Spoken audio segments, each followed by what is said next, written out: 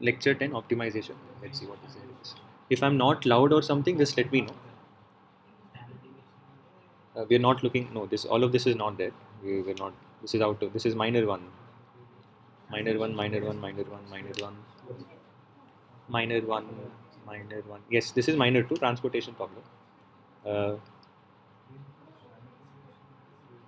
Uh, yes, transportation problem. What is there? You have some M warehouses. Like you have some warehouses. You have some outlets, and you want to send things from warehouses to outlets. So warehouses will be supplying, outlets will be demanding things. That's it. That is how it is. And every warehouse has a certain number of items it can supply. This can supply A1 items. This can supply A2 items. And outlet one can take in B1 items, B2 items, B3 items, and so on. So warehouse one can't. I mean, okay, we'll see. We'll look at the conditions later. So this is the problem. You have some warehouses. You have some outlets, and there is some cost associated. Where is the cost? Uh, yes, there is some cost associated with this one.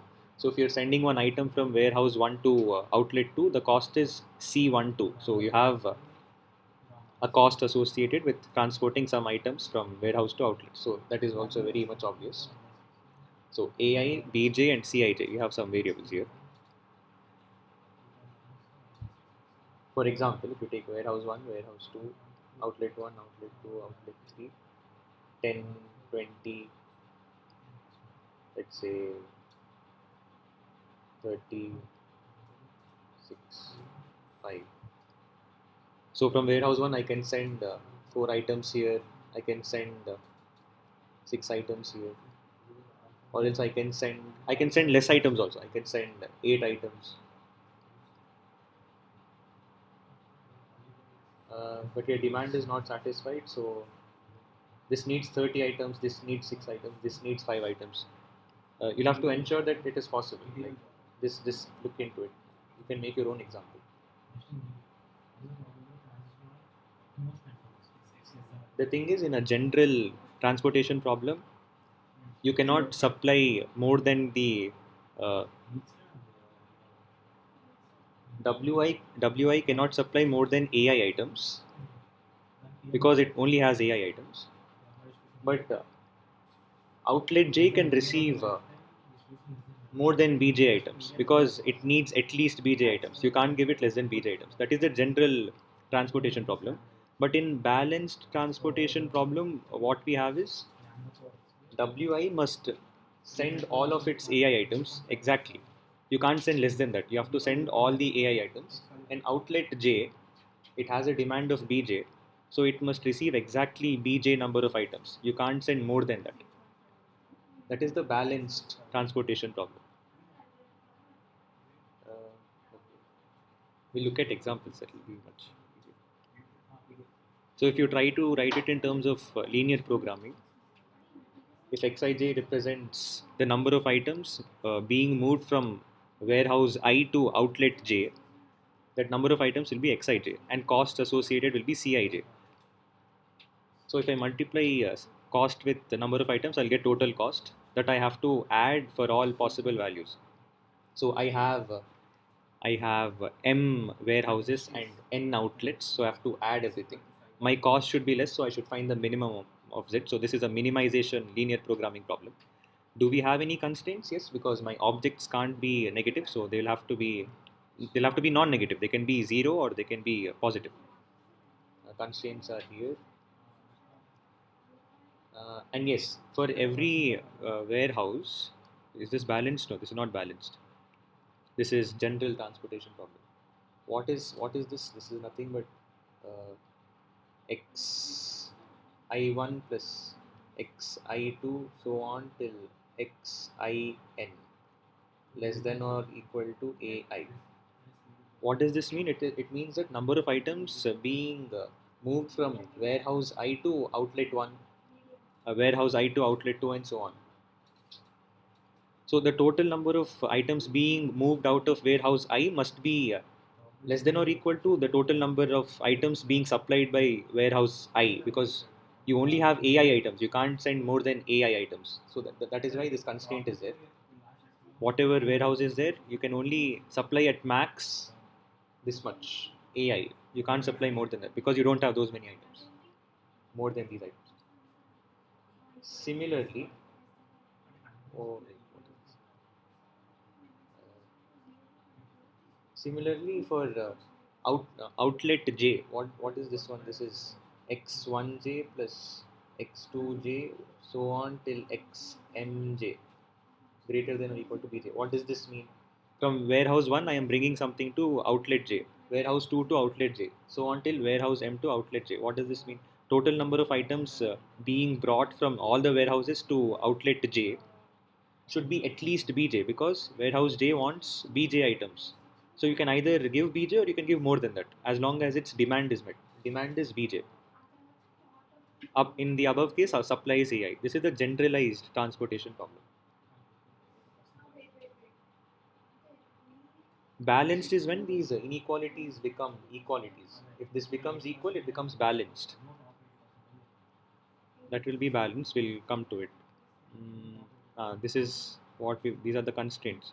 This is the objective function. You have constraints here, two constraints. This is for supply. This is for demand, and these are the non-negativity constraints. If you remember, in minor one we did no linear programming. That is only this one. How do we write transportation problem in terms of linear programming? We got a similar question in minor one. They gave some problem. They asked us to write it in terms of linear programming. So this is what we did here. There is transportation problem. How do we write in linear programming? That is what we did. This is the problem. Transportation problem in linear programming. That's it. Not balanced. This is still general transportation problem. Okay, we discussed all of this. Shipping items from warehouse to outlets. This is some example. If you open all the constraints, this is how it looks like. If you open all the constraints. For example, this is the cost matrix. This will be given. You don't have to find it. The matrix is there. No, it's given. How do I use this cost matrix? For example, if you are moving items from warehouse 2 to outlet 3, this will be the cost per item. If you're moving, this is warehouse 2, this is outlet 3. If you're moving shipping any item from warehouse 2 to outlet 3, the cost is 2 per item. That is how to use this is how you use the cost matrix. Cost matrix is this one.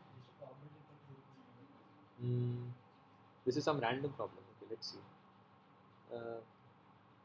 This is my A1.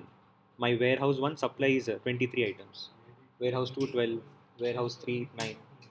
These are the demand. They need 8, 16, 13, 7.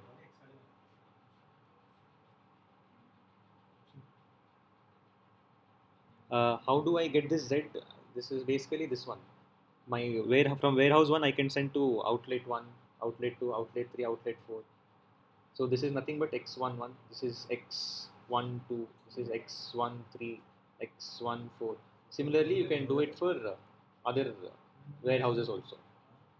So total you will get how many variables? You will get 3 into 4, 12 variables you will get. So you have 12 variables. You have x11, x12, x13, so on. You'll get 12 variables. And you have to multiply each one of them with their cost matrix. So 4 into x11, 3 into x12, and so on. That is how you will get your z. Your objective function is z. That is how you will get your z.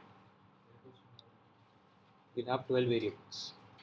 Now how do I write the constraints? Constraint you simply plug into this. No? You have this. You don't even have to memorize it. It's simple. My total supply out of what is this?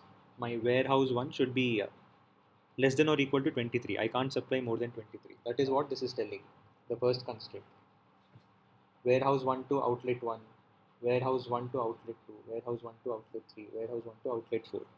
So total supply from warehouse 1 should be less than or equal to 23. Similarly, this is for warehouse 2, warehouse 3. Outlet 1, outlet, okay, let me write.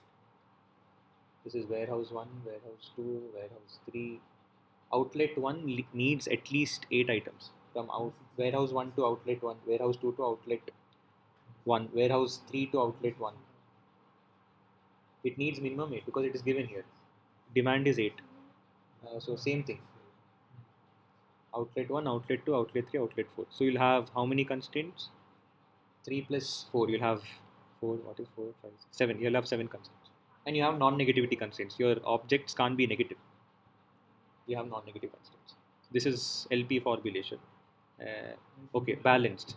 I was talking about this only. It will become balanced if all of your constraints, this one, all of your inequality constraints, if they become equal, then it is balanced.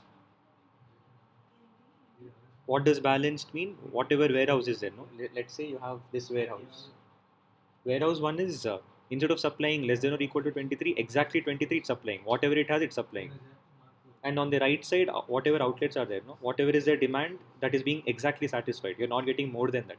If 8 it is asking, it will only get 8. It won't get more. Then it becomes balanced. How do I ensure that? Just change inequalities to equalities. You will get your balanced transportation problem. Okay, we have more slides. A feasible solution is basically any set of x values that is satisfying all these constraints. That is only a feasible solution. That's why you can't have negative quantities. It's not possible. You can't supply more. You can't supply more objects from a warehouse than it is producing. That's why you have constraints there. Less than or equal to AI, greater than or equal to BJ.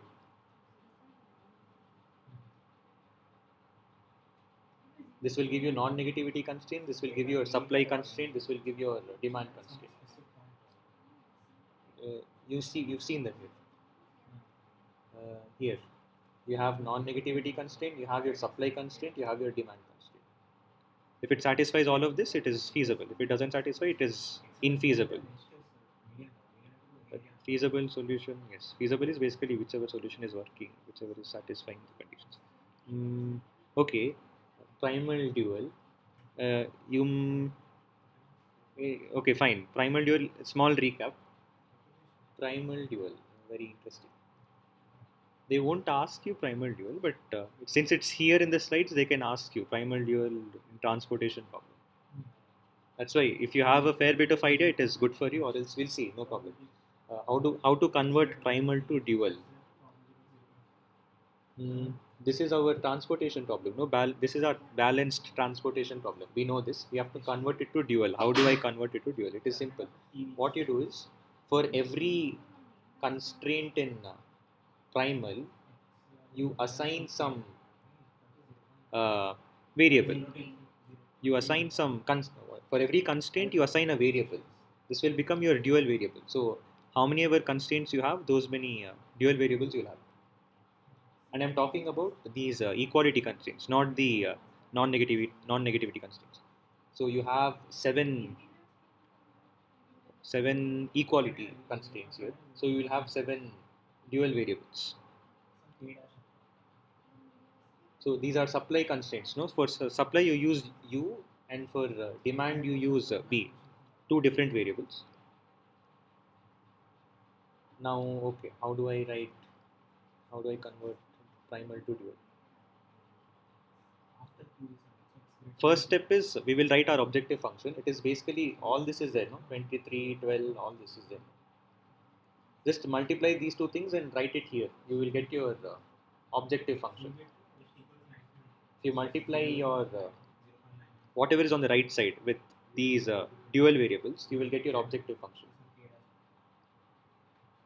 If you notice it, 23 into u1 plus 12 into u2 plus 9 into u3, that is your objective function.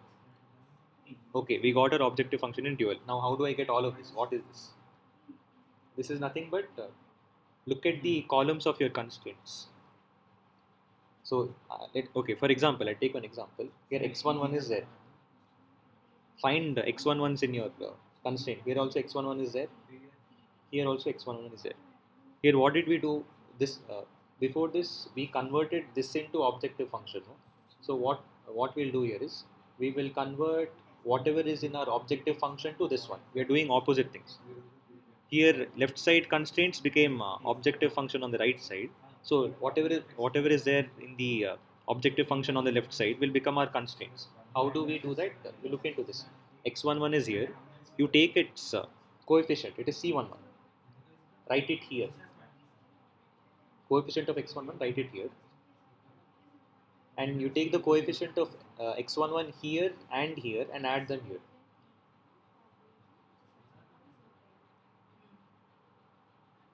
Coefficient in the sense this constraint is associated with u1, no? So instead of x11, write u1 here. Here one more x11 is there. That x11 is associated with v1. So you write v1 here. So u1 plus v1 and then c11. Another example is, let's take randomly x. Let's take x23. If I take x23, find x23. x23 is here. x23 is here as well. So one constraint will be u2 plus v3 will be less than c23. Is that there? u2 plus v3 is less than c23. Yes, it is here. That is how you will get your constraints. Now, how do I know how many constraints are there? How many ever variables are in your primal? There are 12 variables in primal. Those many constraints you will get in dual. You get 12 constraints. Because what we are doing, we are converting our objective function to constraints. No? So how many ever variables are there in the objective function? Those many constraints will get in dual. Similarly, how many ever constraints are there in primal? Those many variables will get in dual. We had 7 equality constraints in primal. That's why we got 7 variables in dual. Just look into this on your own. We did primal dual in minor one as well. Anyways.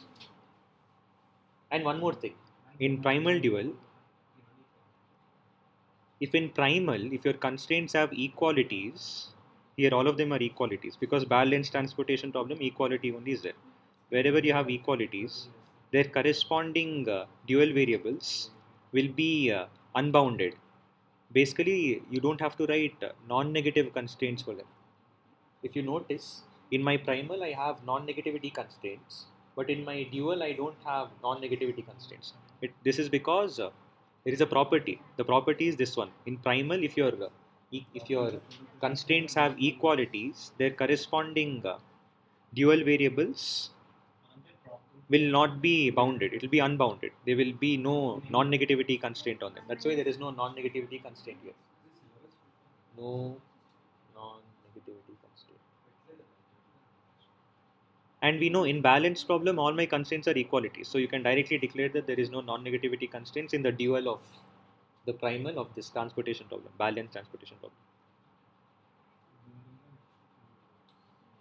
And vice versa also. If there is, uh,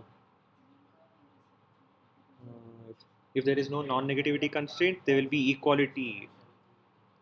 If there is no non-negativity constraint on the variables, then you will get equality constraint in the other form. So primal, dual, primal, you can shift between these two things. Anyways, I hope there is no doubt in this. You have to look into this. How you might get confused or something, but there is nothing much. Whatever is here, I am bringing here. Whatever is here, I am bringing here. Nothing much. It's the same thing. Just sit and write it without seeing. Maybe then it will sit in your head how to do this. Primal to dual. Complementary pairs at optimal solution. Okay, there is something called complementary slackness. We'll come to that. We will look in. This will make sense when we look into an example. We'll come to that. Okay, there is some example here. Here they gave us some X. They already gave us. We did not find anything. They already gave us. What does X represent? Number of items being shipped from some warehouse to some outlet. They gave us everything. If you draw the graph, this is how it is going to look like. Anything is there? Okay, they're asking you to check if it is a feasible solution. Okay, it satisfies all the constraints. What are the constraints? Okay, this is the constraint. This whatever is in the primal, no, that is your. Where is the question here? First of all, there is no constraint. Okay, fine. I don't have to look into all of that. 8 plus 8 plus. Okay, let me use another color. 8 plus 8 plus 7 is how much? 16. 23. So 8 plus 8 plus 7 is 23. 6 plus 6 is 12. 2 plus 7 is 9. All supply constraints are met. There is whatever warehouse is producing, it is giving away. There is no item being left out in the warehouses. Everything is being given. So supply constraint is met. We are checking balanced transportation. No, balance means exactly equal. 23 is being given away. Here, what is it? 8 plus. Okay, 8 is only coming here. 16. How is it 16? 6 plus. Okay, 8 plus 6 plus 2 is 16. 8 plus 6 plus. I mean, where 8 is there. Where 8 is there. 6 is there. 2 is there. Here 6 is there. Here 7 is there. Okay, 13. This is also correct. Here exactly 7 is there. Okay. My demand is being met. My demand constraint, supply constraint, both of them are being met. All of these numbers are non-negative numbers, so non-negativity constraint is also met. The numbers in the red is their cost per item. Instead of giving it in a matrix, they gave it beside only. So cost associated is 4 here per unit, 3 per unit, 4 per unit, so on. Fine. It is a feasible solution because it met all my constraints. So how do I find the cost? I simply have to multiply 8 into 4 plus 8 into 3 plus 7 into 4, 6 into 3, 6 into 2. Why are you multiplying? Because 4 is the cost per item and you're transporting 8 items. So 8 into 4 will be total cost of shipping 8 items from warehouse 1 to outlet 1 and so on. You just keep adding. You will get some number, 130. So cost of transporting in this way is 130. Nice, nothing much here. Let's see what else is there. Feasible solution. Feasible solution is any solution satisfying all the given constraints. There is supply constraint, demand constraint, and non-negativity constraints. Mm, okay, they gave us some other x, and we have to check if it is feasible or not. Let's see. 9 plus 8 plus 7. How much is it? 7, 24. 9 plus 8 plus 7 is 24. So warehouse 1 is producing 23 items, but it is sending away 24 items. Not possible. So this is an infeasible solution. This is an infeasible solution. This is the constraint that is being, it is supposed to be less than or equal to in a normal transportation problem. In balance, it will be equal to. Let me erase this. In balance, it will be exactly equal. In general transportation problem, it will be less than or equal to. It is supposed to be less than or equal to, but it is see, you're violating the condition here. That's why it's infeasible. You can't you can't supply more items than you've produced. That is impossible.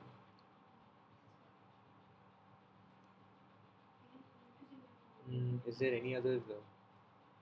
Yes, if you look at this also, here 8 items are coming. 8, 9, 10, 11, 12, 13, 14, 15. Okay, this is also satisfied. Okay, fine. Okay, fine. Just one condition. Even if one condition fails, even if one constraint fails, then the entire answer is infeasible. So this entire thing is infeasible. Even if all other constraints are satisfied, even if at least one constraint is being not being satisfied, then you declare it is infeasible. Okay, in minor one, during minor one, I mean before minor one, we discussed something called basic feasible solution. If you remember, while doing graphical method, we used to draw some. Why is this?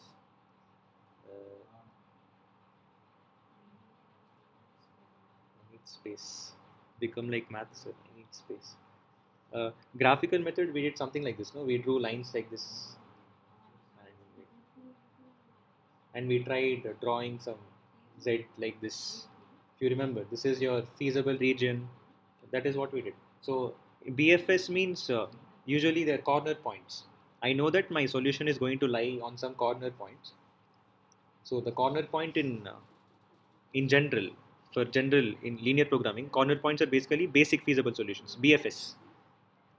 So instead of finding for the optimal solution throughout the feasible region, I will go through BFS.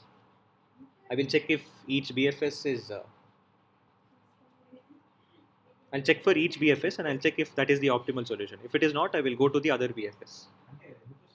So this is making our life simple. You don't have to search for every solution. Can you repeat what are the conditions for it to be a feasible solution? Okay. Uh,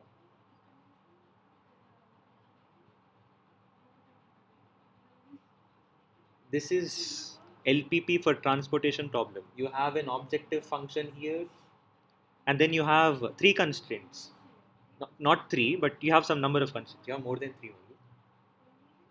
The first set of, okay, you have three sets of constraints. The first set of constraints is the supply constraint. You can't supply more than what you've produced. So that is the supply constraint. This applies to every warehouse, so you're doing summation there for every I. This is the demand constraint. You have to meet the demands of each warehouse. You can't supply less than the demands. So that is the demand constraint. And you can't supply non-negative items. That is not possible. You can't supply negative items, only non-negative items. You either supply nothing or some positive number. So you have three sets of constraints. So if any of these gets violated, then it becomes infeasible. So if they give you an X and ask you to check if it is feasible or not, which is very simple, they'll either ask you to check if it is optimal or not.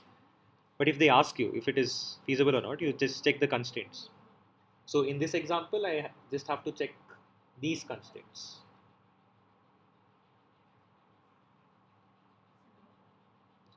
Or in this balanced problem, I have to check these constraints. These three constraints are nothing but the demand constraints. You can write it in terms of the summation. If I expand the formula, then you'll get all of these. This is the demand, supply, demand, and non-negative. Feasible. See, same thing. You have three sets of constraints: supply, demand, and non-negativity. Primal dual. Okay. Is it clear or we'll see? We'll just look into it. Okay, got it. Thank you. Great. Where am I? Okay, basic feasible solution. So our primary agenda is find basic feasible solution. If it is not optimal, we'll see how to check optimal or not. If it is not optimal, go to the other basic feasible solution. Keep going until you reach the optimal solution. This is what we did in linear programming also in minor one. So how to do it? You don't have to know much. All the methods are described in this PPT only. All feasible solutions need not. Yes, all feasible. This is what I was talking about. You don't have to go through all feasible solutions. Just find basic feasible solutions and try to search our optimal solution there. Now, how do I find basic feasible solution? There is some method here. The method is this one. Let's say you have some graph like this. Assume. Let's say these edges are not there. You have to make these edges now. How do I find basic feasible solution? There is a property for basic feasible solution in transportation problem. What you have to do is you have to add edges in such a way that no cycles are formed. For example, okay, let me make a small example. Okay, let's say I have warehouse 1, warehouse 2, outlet 1, outlet 2, outlet 3. Whatever be the demand or supply, let's look at the cycles part. How do I make edges without okay, is there any cycle here? There is no cycle here. But if I do this, oh no, you can't do outlet to outlet. How do I make a cycle? Let's see.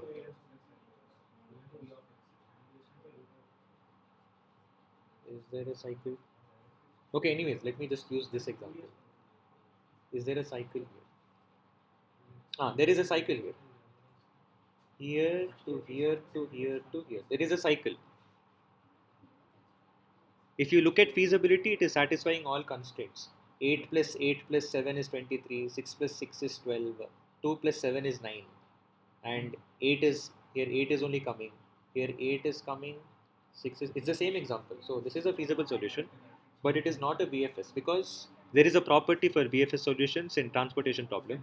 Whatever graph you draw, it should not contain any cycle. But in this case, I found a cycle. This is a cycle, in case you didn't notice. This blue color line is a cycle. Here, this blue color line is a cycle. What is a cycle?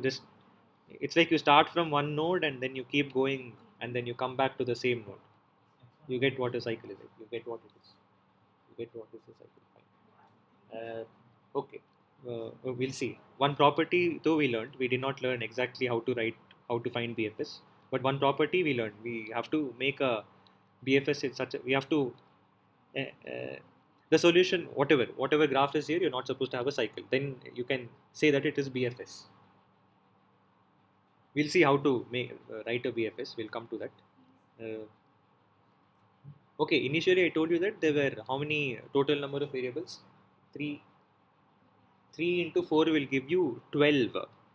So x11, x12, x13, x21, x22, x23, x24, so on. You'll get 12 variables. But if I say that BFS has no cycle, it means some of these x values will for sure be 0. Let that sink in. So if I'm telling if there is no cycle, that means it is a tree.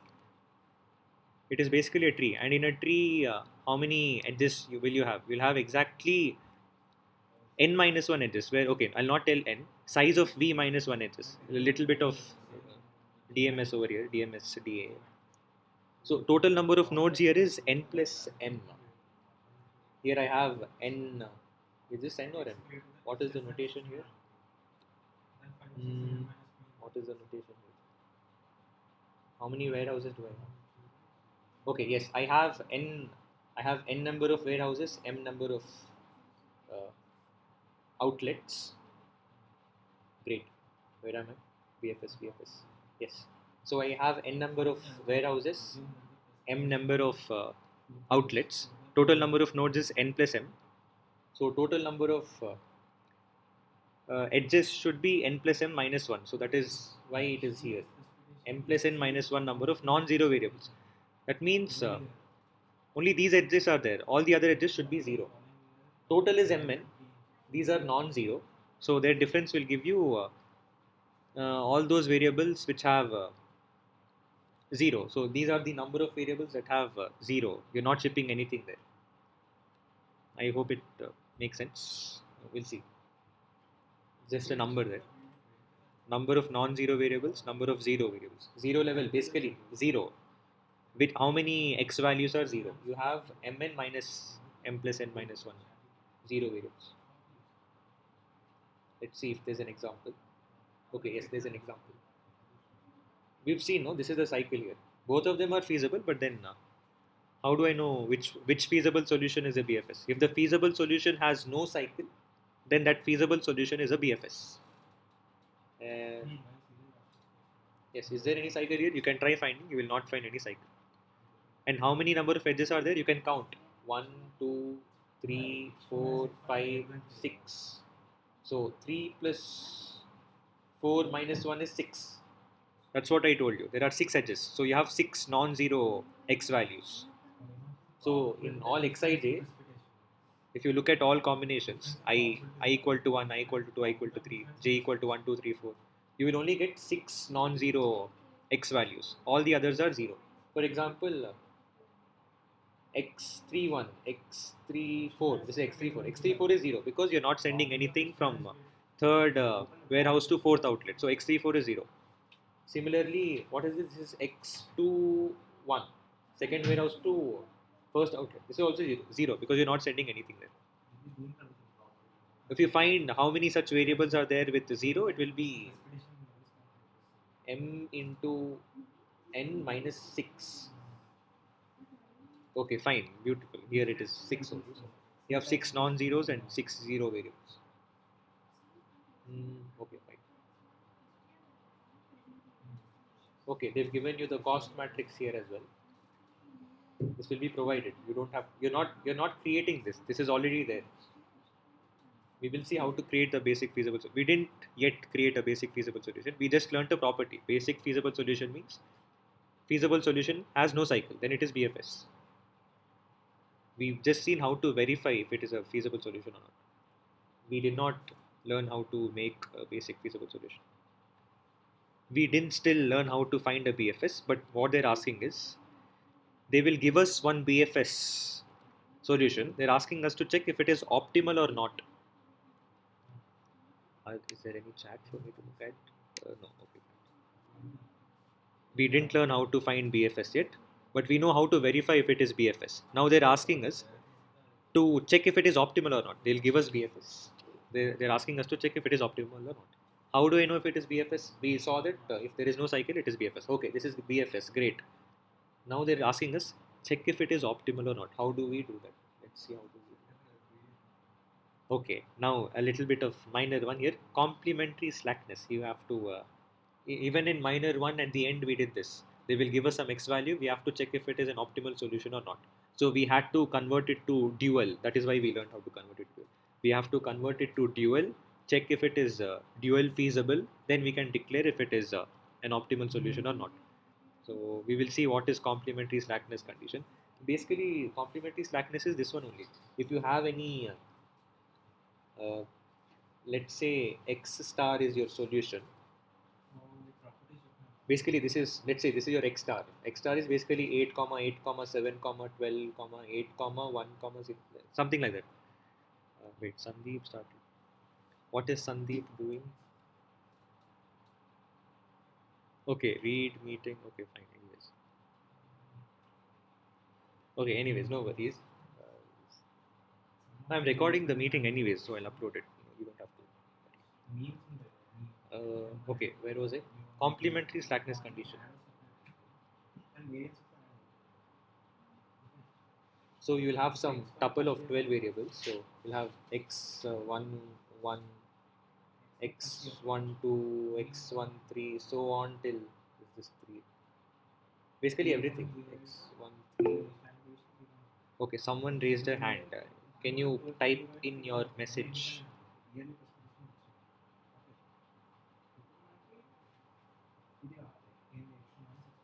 Okay, anyways, until he types his message. So x star has like 12 variables.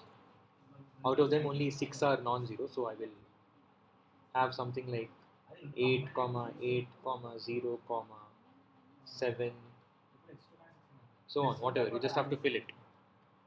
This is x star. Anyways, what is complementary slackness? I mean, I don't have to write it here. I think it will be here. Let's see if it is already here. Okay, fine.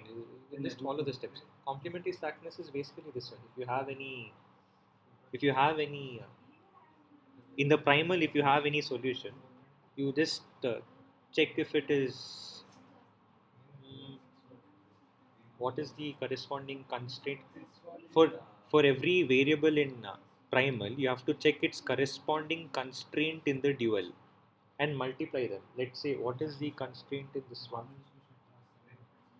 Let's say whatever it is, constraint, whatever is its corresponding constraint dual, equal to 0. The other thing is constraint in primal multiplied with the variable in the dual. Complementary slackness is telling this one. If there is an optimal solution, if there is an optimal solution, when will this become 0? If one of these is 0, then this will become 0.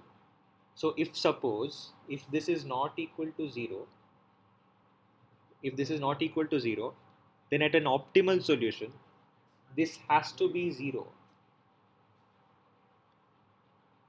So basically, constraint becoming 0 means that constraint becomes an equality. So you have something like, let's say you have b minus c. Let's say that is the constraint. I don't know what is b minus c. That has to be 0. I mean, if you look at the example, you'll understand. But complementary slackness is basically this one. You have primal variable in primal, multiplied with constraint in dual, its corresponding constraint. Or else you have constraint in primal multiplied with corresponding dual variable. So in the first case, if this is non-zero, then this has to be 0. Okay, we'll look at an example. But in transportation problem, we know that all the constraints in primal is an equality. So this will be automatically 0.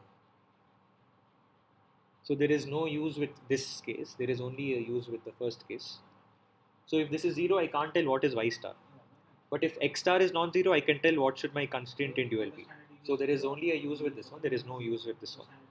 Both of them are complementary slackness, but only the first case will be applied here. So we'll look into this. This is what I was talking about. Find every non-zero in x. So our x was this one. Our solution was 8 comma 8 comma 0 comma 7 and whatever. 8 comma 8 comma 0 comma 7, and you have to fill everything. You will have 12 blanks. You have to fill all of them. write down the corresponding dual constraint as equality. That is what I was talking about. So corresponding to this one, you have to find the first constraint in dual. First constraint in dual. Whatever constraint is there in dual will become equality. We know it used to be an inequality, right? It is still an inequality. Where is this? Where is my... Yes, we know all of them are inequalities. But at an optimal solution, the corresponding... right, at an optimal solution, the corresponding constraint will become an equality. So that will help us find... we'll see. What is that going to... How is that going to help us? We'll see. Where am I? Where am I? Here, okay. Find non-zero x, write the corresponding dual constraint as equality, and solve them. So let's see. We'll see what are we going. We first look into this. Okay, we have our x. This is our x. Our first step is find non-zero x. All of them are non-zero because transportation problem. Okay, transportation problem. Some will be zero, some will be non-zero. We are only concerned about which one is non-zero. These are non-zero. Write down their corresponding dual constraints. So x11, what is its corresponding dual constraint? I'll show you this one. I will show you this one. Yes. I told you how many ever variables are there in primal. Those many constraints you will get in dual. So if x11 is there, whichever equation has c11, that will be your corresponding dual constraint. So okay, let me write it here. So for x11, the first one is the constraint, corresponding constraint. For x22, the second constraint in dual is its corresponding dual constraint. For x33, this is the constraint. x44, sorry, x14. Sorry. I mean, the small trick is just look at C. So x11, x12, x13. Just look at C, you will realize. C21, so x21, and so on. So x11, x12, x13 are variables in the primal. Their corresponding dual variables are this one. I have 12 variables in primal, so I'll have 12 constraints in the dual. So each one of them are related to one another. So okay, let us go back to the example. Where is the example? Are you going to send the recording? Yes. Skylight. I will be doing skylight. Okay, x11 is equal to 8. It is non-zero. So go to which one? This constraint. If xij is non-zero, then this will be your answer. Xij is corresponding to ui plus vj less than or equal to Cij. At an optimal solution, this will become equality. That is the complementary slackness condition. That's why all of these inequalities became equalities. Complementary slackness tells that at an optimal solution, these inequalities become equalities. Okay, fine. You got some. How many equalities did you get? You got 6 equations, but you have 7 variables. You can't solve it. So what you do is you assume one of the variables to be 0. So here they assume u1 to be 0. Then it becomes 6 equations and 6 variables. You can easily solve it. If you have n variables and n equations, you can solve it. So you got some solution. This is the solution in the dual. Now you have to check if it is dual feasible. How do I check if it is dual feasible? Since these are the solutions in dual, I have to check if these dual variables, if the answer in dual satisfies the constraints in dual. The constraints in dual is this one. Where are my constraints? I'm going back to this one because everything is based on this. This entire block of constraints are my constraints in dual. If you remember, I don't have any non-negativity constraints because if you remember in transportation problem, all my primal constraints are equalities. So corresponding dual variables will be unbounded. They will not have any non-negativity constraint. So the only constraints that are remaining are these 12 constraints. So whatever y values I got using complementary slackness, whatever y values I got using complementary slackness, I have to check if those y values are satisfying the constraints in the dual. Uh, Anyways, so I don't have to check all of them because I have only these one. No? I mean, how do we get u, I, and vj equations? You get them from here. We have the left side. Primal is basically our balanced transportation problem. You're supposed to convert it to the dual. I just told it in the beginning. How do we convert it into the dual? If you still have any doubts, later we'll see. But we will first finish through everything. This is how you get your equations. Whichever xij's are non-zero, you take their corresponding inequalities as equalities. That is the complementary slackness condition. So in my example, x11 was non-zero, x12 was non-zero, x14 was non-zero. So I will not take the third equation. I will take the first equation, first inequality, second inequality, third inequality, and so on. There were 7 non-zero x values, so I will get 7 equations. Is that 7? 7 or whatever, 7 or 6? Where was it? 1, 2, 3, 4, 5, 6. Okay, there were 6 non-zero values. So I will get 6 equations. But in total, I have 7 variables. Do I? 1, 2, 3, 4, 5, 6, 7. Yes, I have 7 variables. So if you have more variables than equations, you have to assume one of the variables to be some value. Usually, we'll take it as 0. We'll get some answer if we solve 6 equations and 6 variables. Okay, how to check dual feasibility? We have 12 constraints, no? Check all of them. Most of them will be just 0 plus 0 less than or equal to something. So that is not a problem. Wherever, just check all the 12 conditions. You'll get this one. I mean, you don't even have to check all of them. Do you have to? Check for remain. Okay, fine. Okay, you don't have to check for all 12 because I'll tell you. Here you have 1, 2, 3, 6 equations, right? Those 6 equations you got from 6 of the dual constraints. So whatever is remaining, you can check from them because you already got your y values which are satisfying these 6 equations. So you don't have to check for them once again. Whatever is remaining, you check for them. So finally, we are checking for all 12 conditions, but we have already checked these 6 conditions. You don't have to check them again. That is how we got these y values. Now, whatever is remaining, those conditions that you check. So if you remember, going back again, I did not take the third constraint as an equality. So this will be the constraint that you're supposed to check. So wherever 0 is there, no, x13 was 0. Those constraints, whatever is remaining, you have to satisfy those constraints.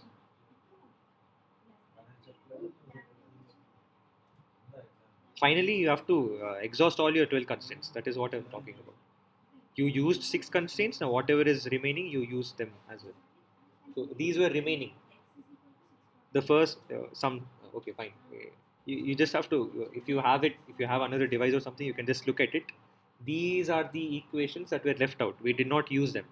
So whatever y values you got, basically uv, I'm telling y is basically the solution in the dual. Whatever dual solution you got, check if it is satisfying all the remaining conditions. All of them are mentioned here. uh, if you get even one no, it means it is not dual feasible. And if it is not dual feasible, it means it is not the primal solution. You have to move on to the next bfs. We didn't yet find out how to find a bfs. We are simply checking, given a bfs, how to check optimality. How do we know bfs? No cycle in the graph, then it is bfs. If feasible solution has no cycle, then it is bfs. How to check if bfs is optimal? Complementary slackness, dual feasibility. That is what we did. Checking optimality is just this one. Do complementary slackness and check dual feasibility.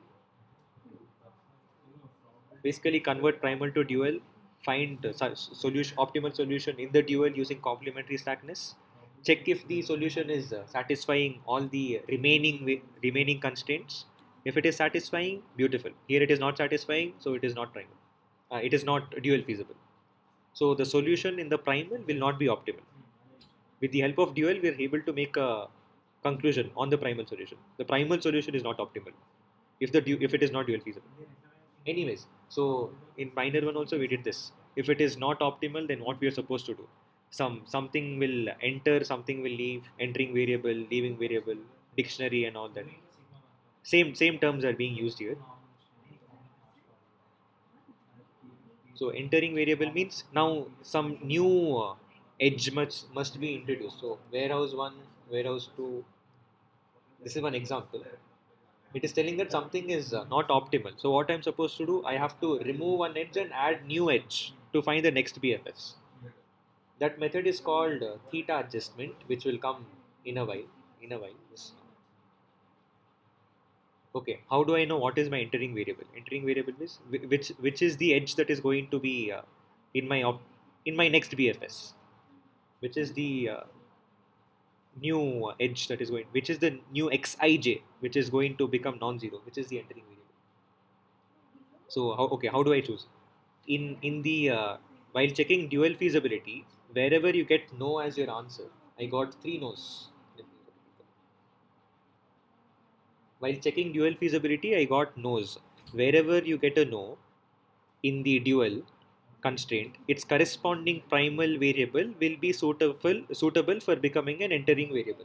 So for this dual constraint, its corresponding primal variable is x13 because c13 x13, c31 x31. So that is how you can remember, maybe, hopefully. C22 x22, fine. So wherever you get a no, that is my suitable entering variable. So out of these three, you can choose any one of them. It is up to you now. It is up to your choice. You have your own choice. Yes, you have free will. You can choose any of these three.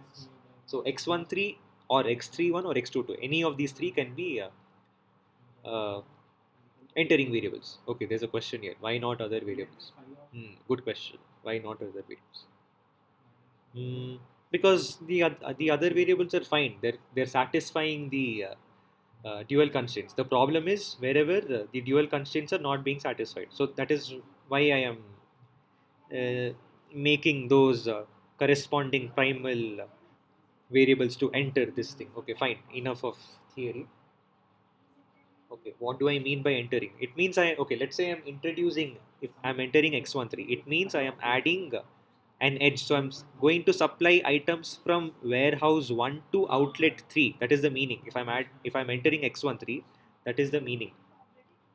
Okay, here it's given. This red line is the newly added edge from warehouse 1. I'm sending some items to outlet 3. But if you do notice, I said that there are this is a tree, right? If it, let's say this is not there, this is a feasible a basic feasible solution because there are no cycles. BFS. If I add even one edge in a tree, then you will find a cycle. So if you notice here, the moment I add this tree, you will find a cycle. This is a cycle. Now, how do I get rid of a cycle? Because if I have a cycle, it will not be a BFS, and I know that my optimal solution will be in the BFS. Now I have to get rid of a cycle. How do I do that? The process is theta adjustment. We will look into that. I added theta. Here theta is basically the number of items that I am sending from warehouse 1 to warehouse 3. Okay, now what do I do? What is the solution? Now what you're supposed to do is, let's see, how do I find that? Okay, fine.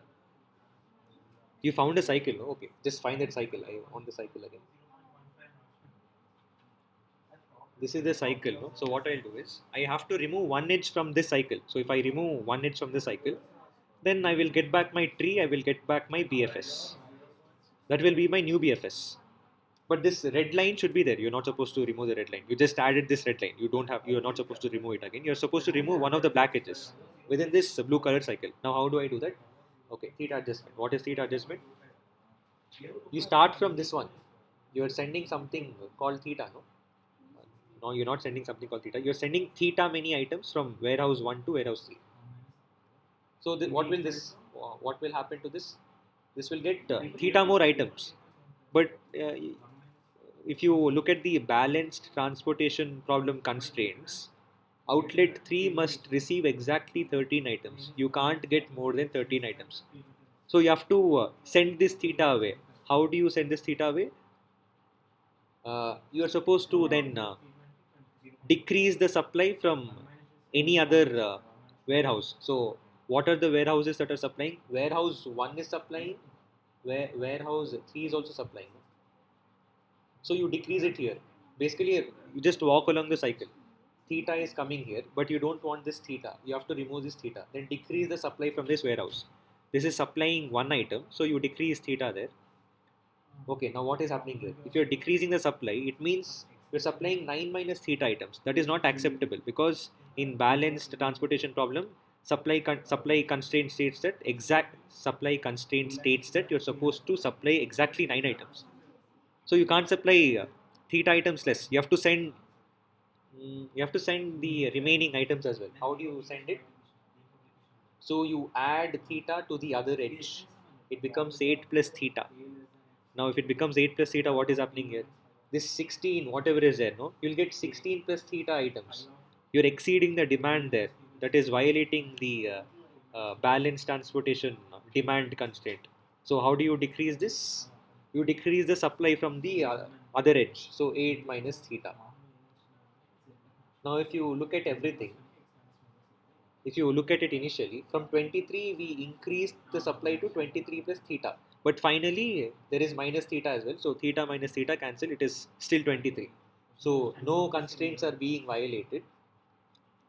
No constraints in the sense we only checked supply constraints and demand constraints. There is one more constraint, non-negativity constraint. So what is my theta that I'm supposed to find? So what you're supposed to do is theta is a positive, non-negative number. Keep increasing your theta until one of the edges becomes 0. So what is the smallest edge here? Okay, where will I find decrease? Wherever minus theta is there, I can safely say that one of those edges are going to become 0. One of those edges is going to become 0 first. I have 1 minus theta here. I have 8 minus theta here. So one of this is going to become 0. Which is going to reach 0 first? 1 minus theta. When is it going to become 0? When theta is 1. So the solution is theta is 1. So if theta is 1, I have to uh, replace theta with 1 basically. So here theta becomes 1. 8 minus theta is 7. 8 plus theta is 9 and so on. So our changes are basically in the cycle. Whenever you add a new edge, you will get a cycle. Find that cycle and make changes over there. You add theta, subtract theta, add theta, subtract theta. That is what we are doing in the cycle. So that is what we did here. So whichever edge is becoming 0, no, that will become your leaving variable. So what is becoming 0? Warehouse 3 to outlet 3. So x33 is leaving. Entering was x13, leaving is x33. That is why we wrote leaving variable is x33. So theta equal to 1 means that is when x33 becomes 0. You can't go less than 0 because of non-negativity constraints. None of your edge values can become negative. So by substituting theta equal to 0, you will get your next BFS because using theta adjustment we can say that there are no cycles in this. If there is no cycle in my feasible solution, it is a BFS. So we got a new BFS. Now if you have to check if this is optimal or not, you have to go through complementary slackness and dual feasibility. You have to do all those things. But in exam, they won't give you the entire problem, right? They'll just give you a sub problem and they'll ask you to find, is this optimal, is this one. They won't ask you to do the entire process of finding the optimal solution given BFS. I mean, you've written minor one, you would know.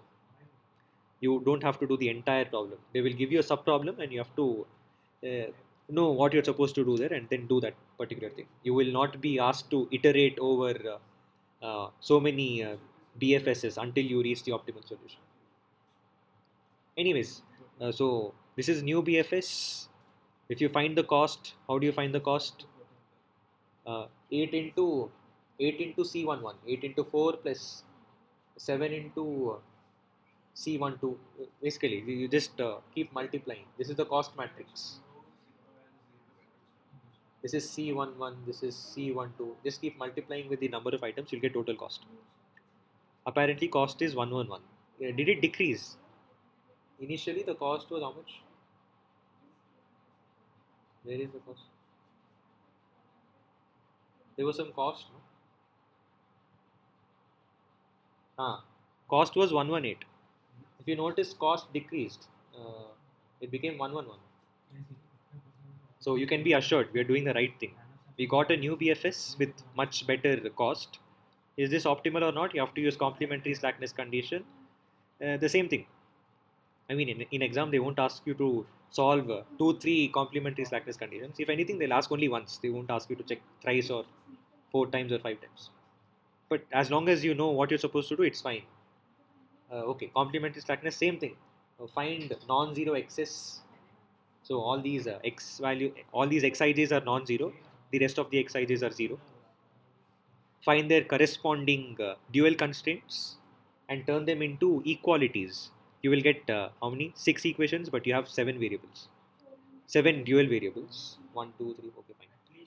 You can't solve it, so assume one of them to be 0. Usually take one of them to be a constant. Usually that constant is 0. Plug it into these equations, you will get some values. This is your solution in dual. Now you have to check if it is dual feasible. How do you check it? Just plug in these values and check if it is satisfying the rest of the conditions. In the dual, there are no non-negativity constraints. So whatever constraints are remaining, which is this one, the inequalities, not equalities, the constraints are inequalities. They became equality because of complementary slackness condition, but complementary slackness is basically this much only. It is only until finding the y. Now you have to check if this y is dual feasible or not. How do you check? Plug them into the condition constraints. Beautifully plugged in over here. Everything is there here. All of them are not yes. I see 3 no's, so it is not dual feasible. If it is not dual feasible, the primal solution is not optimal. Uh, Same thing. Okay, how do I find? If it is not optimal, then you have to move on to the next BFS. How do I move on to the next BFS? Theta adjustment. So I can choose any of these three to be entering variables. So basically x21 because c21, c24 so x24 and x31. Any of these three variables can be entering variables. What did they choose here? They chose x21. Yes, this red line is x21. They chose x21 to be entering variable. Find the cycle in x21. x21, this one. Where is the cycle? I don't see cycle. Where is the cycle? Cycle. Okay, this is the cycle. This is the cycle. This is my cycle. So what do? You add theta here. If you are adding theta here, you subtract theta here. If you're subtracting theta, the next edge you're supposed to add theta. So this will become, what is this? 1 plus theta, 1 plus theta. In the next edge you're supposed to decrease, so 12 minus theta. So you have theta, you have 8 minus theta, 1. So first of all you have theta, then you got 8 minus theta, 1 plus theta, 12 minus theta. So increasing by theta, decreasing by theta, increasing by theta. Finally everything is nice. Now you're supposed to keep increasing the theta until you get 0. Where will you get 0? You will get 0 either here, 8 minus theta, or you'll get 0 here, 12 minus theta. Which will become 0 first? 8 minus theta, because that is the smallest. When will it become 0? When my theta is 8. So theta equal to 8 is your solution. If you substitute theta equal to 8, you will get your new BFS, which is here. I substituted here. So my leaving variable is 8 minus theta. So what is 8 minus theta? That is x11. So x11 is the leaving variable. Nice. So this is my new BFS. If you use the cost matrix, which is somewhere in the above slide, and find the total cost. What is the total cost? Basically, C11 into X11 plus C12 into X12 plus C13 into X13 and so on. You'll have 12 variables there. Most of them are okay. Fine. You know how to find the cost. You got 100. Before it was 111. Before that it was 118. So we are improving our cost. We are minimizing the cost. So you can be assured you're doing the right job here. If it increases, then you must wonder where you've made an error. Fine, new beer. Okay, optimal. Same thing. Complementary slackness, dual feasibility. Is this still the first? Okay, fine. So much complementary slackness. Same procedure. Do everything here. Okay, I found one no here. It is not dual feasible. So Do theta adjustment once again. It decreased. Fine. See, beautiful. Nice. You're doing the right job here. Became 96. It was 100. It became 96. Okay. How do I find entering or leaving variable? Okay, it's already here. Fine. Uh, again, same procedure. You're doing the same thing again and again. But in the exam, it won't be this long. They will give you these x values and they'll ask you to check if it is optimal or not. If anything, at max 2 iterations, they won't ask you more than that. This is too much. They won't ask you to do 3-4 iterations like it is happening here. Okay, fine. This is the last iteration because after doing complementary slackness and after checking dual feasibility, all of my remaining dual constraints are being satisfied. This means it is dual feasible. If it is dual feasible, whatever corresponding primal solution was given, which is what is this? This one. This is my optimal solution. You can pack your bags and go. This is the final solution. You don't have to iterate more. So yes, transportation. Okay, this is the summary. This is what we've been doing. You don't have to iterate more because my dual fees my using complementary slackness and dual feasibility conditions I'm able to declare this is the optimal solution. Fine, this is the end. If you have end of this one, we'll have to fasten things up, speeden things up. I hope there is no more. Even if you do, maybe you'll have to sit for this. Sit and see what is without much further ado, which is the next one. I mean, half of these slides have the recap on it. Half of the slide is almost recap. Go to the top. Okay, we looked at everything. Transportation problem, how to write LP. Fine. I mean, we just did it. I don't have to go through the recap idea. Primal dual. Primal dual. Yes. I'm not telling it once again. You're supposed to know how to convert the primal transportation problem to the dual form. Wait, sorry. Let me go to the other one.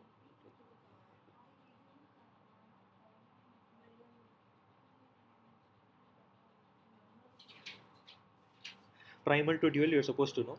And there's this property as well in balanced transportation problem. My constraints are equalities.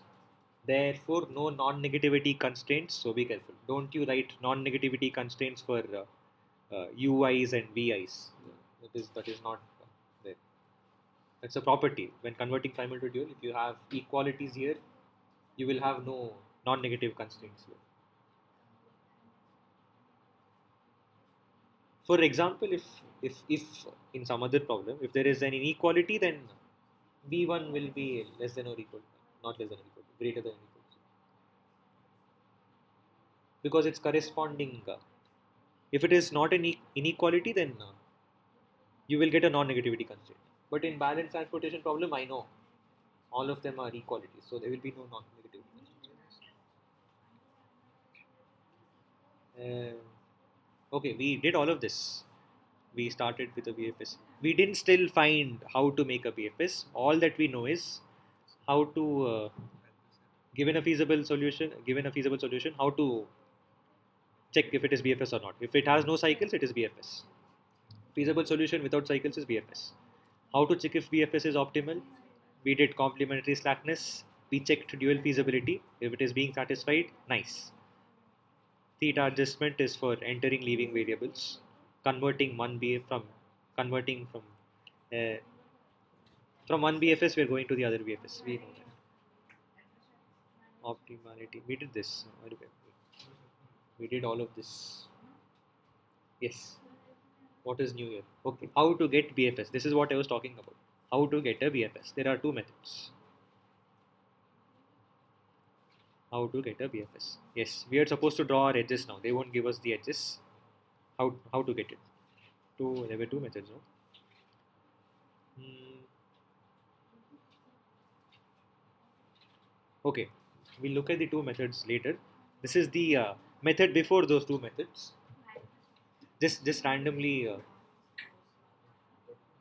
Okay, what is step one? Step one is telling that select one warehouse, select one select a warehouse and an outlet such that there is no zero there. So both of them are non-zero.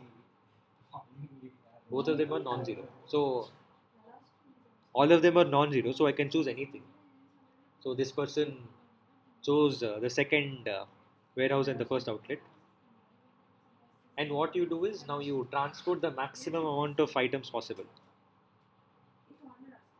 So this can ship 12 items. This can take 8 items. So it can't send all 12 because this can't take all 12. So it will only take 8 of them. So if this sends 8 of them, then this to the number of items remaining at warehouse 2 will be 12 minus 8, which is 4. 12 minus 8 is 4. And the demand at outlet 1 has been it has been satisfied. It has been met. The demand has been met. It needs no more items. Warehouse 2 has given outlet 1 all the 8 items. Now repeat the process. Choose one warehouse and choose one outlet such that there is no zero anywhere. So you will not choose this again because there is a zero there. So you choose any other thing. Out of these 6 things, choose one over here, choose one over here. So let's see what did this person choose. Okay, this person chose warehouse 3 and warehouse, anything you can choose as long as there is no zero there. Maximum you can ship 9 items because you only have 9 items there. You can't supply more than that.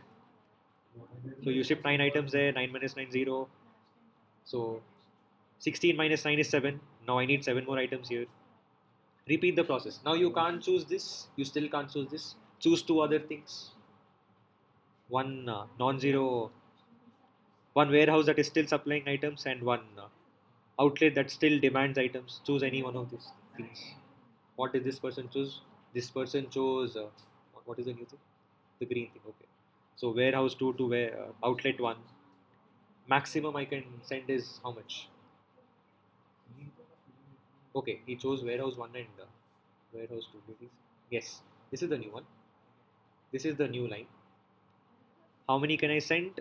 I can't send all 23 because this will only take 7. So maximum I can send is 7. So if you send 7, if warehouse 1 sends 7 items, 23 minus 7 is 16. 7 minus 7 is 0. Now I can't find. So demand met here, supply exhausted here. What remain? These 2 warehouses, these 2 is the same procedure. Keep repeating and we'll see. Same procedure you do again and again. Same thing you do, same thing you do. Fine. After doing the same thing again and again, you will reach a stage where everything becomes 0. Now you can declare this is your BFS. If you check, you will not find any cycles. That is how you are supposed to verify.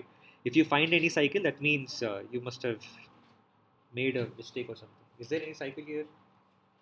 Cycle. No, there's no cycle. Is there a cycle?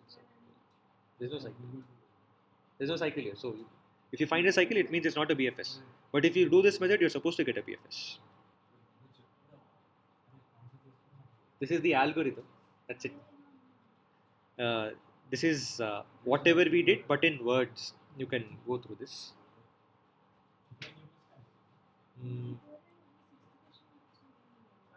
Nothing much to be told here. Okay, fine. Okay, these were the 2 methods I was talking about. Some standard methods to find BFS instead of doing the method that we just discussed. This is the general way of finding BFS. You have 2 more methods: northwest corner rule and minimum cost rule. Okay, now we'll first look at northwest corner rule. Northwest corner rule is basically this one only. You just add this edge, then add this edge, then add this edge, then add this edge. It's basically this one. You'll not find cycles. So it is basically our first algorithm only, but then instead of choosing randomly, you choose the topmost edge. So after I choose this, how many can I send? The same process again. This can send 23, this can take 8, but this can't take all 23. So you will send 8. 23 minus 8 is 15, 8 minus 8 is 0. Now you can't choose this. You have to choose the next edge on the top, which is this one. Basically, you'll get this one. That is your northwest corner.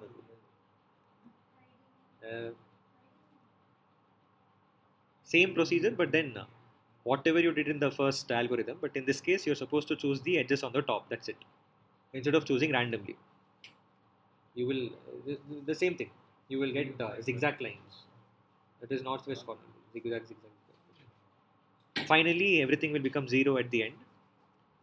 This will become your BFS. How to verify? Check if there is any cycle. There is no cycle, it is BFS. You will not get a cycle. If you're getting a cycle, you've probably made a mistake. This is northwest corner rule. That is second method. Minimum cost rule. Minimum cost rule, you have to look at the cost matrix. What you're supposed to do is all these three methods will give you a BFS. It will not give you the optimal solution. How to check optimal solution? You remember complementary slackness, dual feasibility. All of this is just here to give us BFS because we don't want to search through all the feasible region. We don't want to search through the entire feasible region. It will take a lot of time. My solution is in the BFS, so I will only search for BFS and check for optimality there. Minimum cost rule. In the minimum cost rule, just find the least cost per item. What is the least cost per item there? There are two places where there is least cost per item. Choose the first one. No? Like from the left to right you go. So if you go from left to right, you will reach this one. So that is why you can choose this one also. There is no problem. But you can follow some order. This is the first. If I keep searching for least cost, this is the first least cost that I will encounter. Or whatever. See, it's anything. This person wants to take this one as the least cost. That is what he means by 3-1. 3-1 is third row and first column. So anyway, okay, what do I do? This corresponds to x31. So you add x31 edge. Since C31 is the minimum cost, add x31 as the edge. What is x31? X third warehouse to first outlet. That is what this person is going to add. That is what this person added. Same procedure. How many ever items that you can send, you send. One of them will become 0. 8 minus 8 is 0. 9 minus 8 is 1. Same process. Whatever we did in the first algorithm, that is the same thing that we are doing here now. But the choice of our edges differ. In northwest corner rule, we are taking the edges from top to bottom. Here we are taking edges based on the minimum costs. Now, since my demand at outlet 1 is met, outlet 1 will no longer take anything. Now, what is outlet 1 in this cost matrix? Each row corresponds to warehouses, each column corresponds to outlets. So, outlet 1 will no longer take anything. So, I'll have to strike my column 1 because outlet 1 will no longer accept any more items. So, that is what this person will do. Yes, that is what this person did. Because demand at outlet 1 is met, you can't take anything else. So, you should, even if the cost is less, even if the cost is least here, you're not supposed to take it because that is no longer in our cost matrix now. We are not looking at the values there. Whatever is remaining, whatever is not crossed, you're supposed to look for the least cost in whatever is remaining. Basically that one. So it's still 1 here.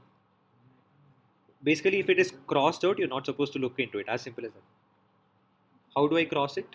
If any supplies, if any demand is met, you cross out the columns. If any supply is met, you cross out the rows. We will see. It's there in the examples. Okay, what is the next edge? My next edge is this one, which is x23. No.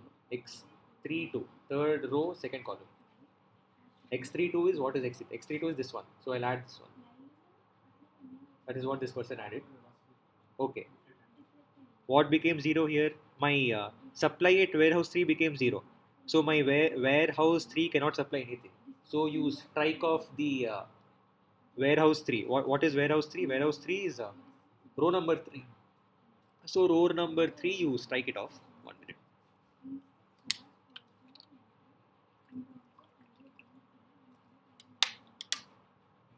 Okay, fine.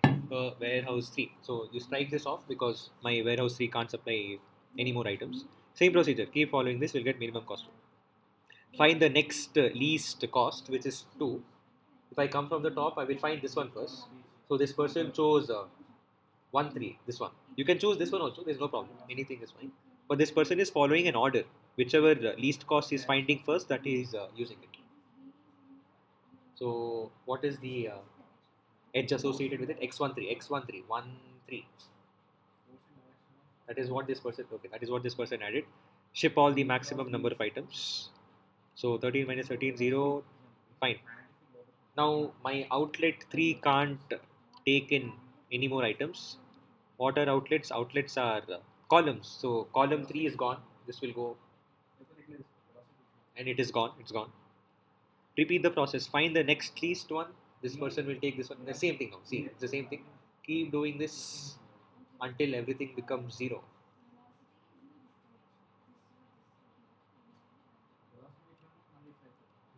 Does everything become 0 though? I mean, okay, this person did not complete doing this probably. Or is it done? Wait, let me see. Is this done? Uh,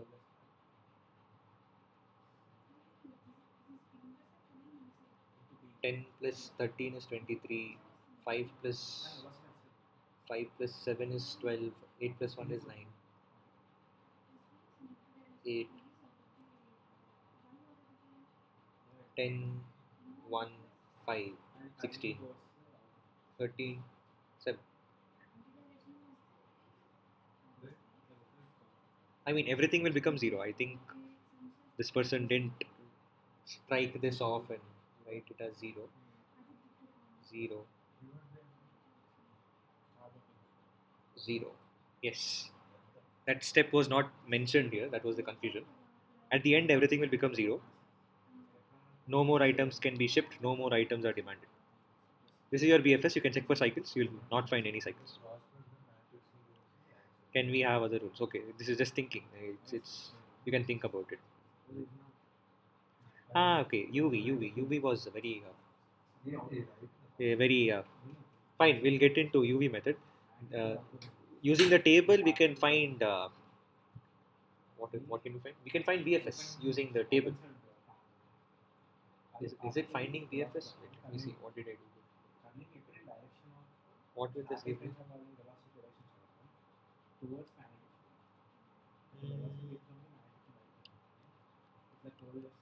See, I just learned what to do in UV, but I just forgot. What is this used for? Does anyone know? Okay, yes, I got it. Yes, this will help you find the optimal solution.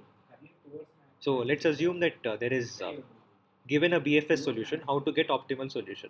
We can do this using UV method. What you're supposed to do is, let's say, ignore all the numbers that I wrote, ignore what I wrote. For now, just look at this table. What is this table telling? This is x11, this is x12, this is x13, x so on and so forth. Each column the ith row and the jth column corresponds to xij. So this is x23, this is x32, this is x33. Yes, so x11, x12, x14, x23, x32, x33. Yes, that is a BFS. You can check it. It's the same thing. You can check if it is BFS or not. Just check if there are cycles or something. This 23 is the total supply at warehouse 1, because each row corresponds to, okay, fine. It's 8 plus 8 plus 8 is 7, 12 is 12, 8 plus 1 is 9. And these are outlets. Outlet 1 is receiving 8, outlet 2 is receiving 16, outlet 3 is receiving 13, 7, fine. Now what is UV method? Okay, from now on, all these white boxes are there, no? I will call them as occupied cells. All these red boxes, I will call them as unoccupied cells. You see where this is going, no? I'll come to this now. So what you're supposed to do is, I'll erase these numbers. We'll come back to these numbers. You're supposed to assign some U1, U2, U3, V1, V2, V3, V4.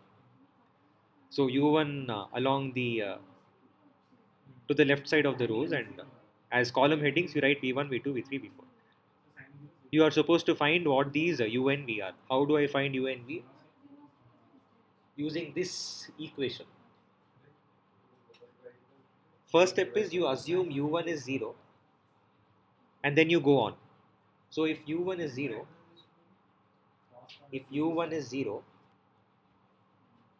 for occupied cells, this has to be true. Cij is equal to Ui plus Vj. What is C11? C11 is 4. 4 must be equal to u1 plus v1 because this is x11. I is 1, j is 1. I assumed u1 is 0, so v1 will be 4. So v1 will be 4. Now go to the other occupied cell. Uh, the cost associated with this one is 3. C12 is 3. So 3 is equal to 0 plus V2. So V2 is 3 again. You see where this is going. I won't calculate V3 now because that is not an occupied cell. First I will do for all occupied cells. So what will V4 be? V4 will just be Cij minus Ui. So Cij is 4. 4 minus 0 is 4. Are we done? No, we are not done. There are uh, more occupied cells. So this is occupied. I have Vj for that. V2 is 3, but U3 I don't have. But I have the cost value. So cost of C C32. C32 is U3 plus V2. C32 is what? C32 is 2. U3 is I don't know U3. V2 is 3. So U3 will become minus 1.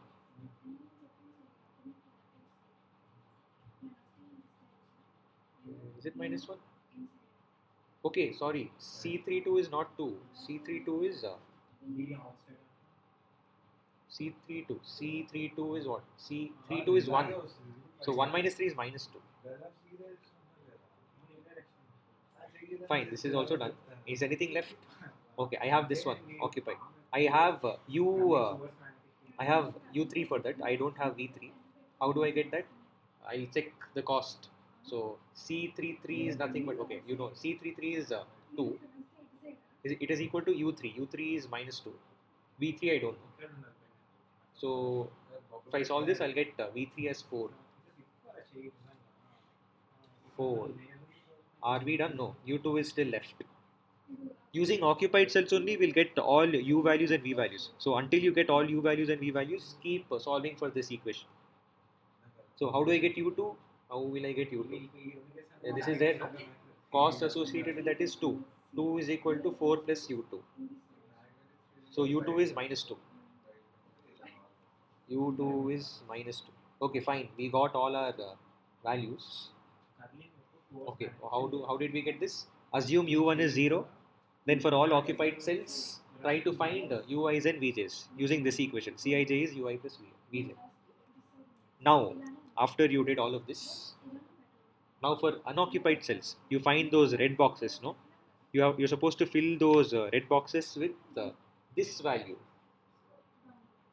So what? Okay, I'll take one red box. Let's say I'm taking this one. I'm taking what is this box? This is x21. So in this box, I'm supposed to fill C21 minus U2 plus V1. So C21 is what is C21? C21 is 2 minus U2. U2 is minus 2. V1 is 4. So 2 minus 2 is 0. So this is 0.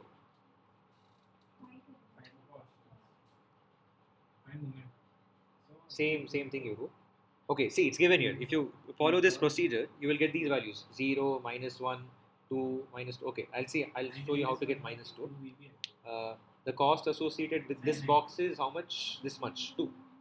2 minus, what is here? Minus 2 is here, 4 is here.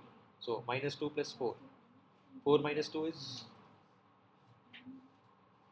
am I doing this right? Oh, this is 0. This is not minus 2. Here 0 is there, no? 0. My bad. 0, 0. U1 is, U3 is, sorry, U1 is 0 and B3 is 4. So 2 minus 4, what will it give you? Minus 2. So that's how you got minus 2. Same procedure, you will get all these values. Okay, you did all of this. Now, okay, all of this you did. What am I supposed to do now? You started with a BFS. You want to check if it is optimal or not. Without doing all those complementary slackness and not, we can find the answer. The answer is this one.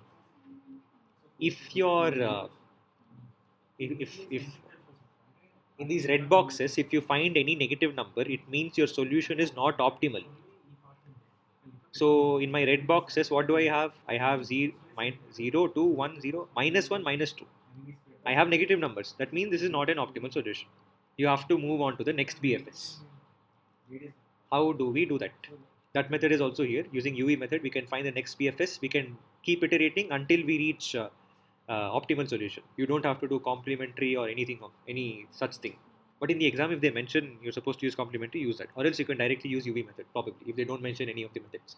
Okay, fine. How do we move on to the next BFS? Okay, step 2. How to move on to the next BFS?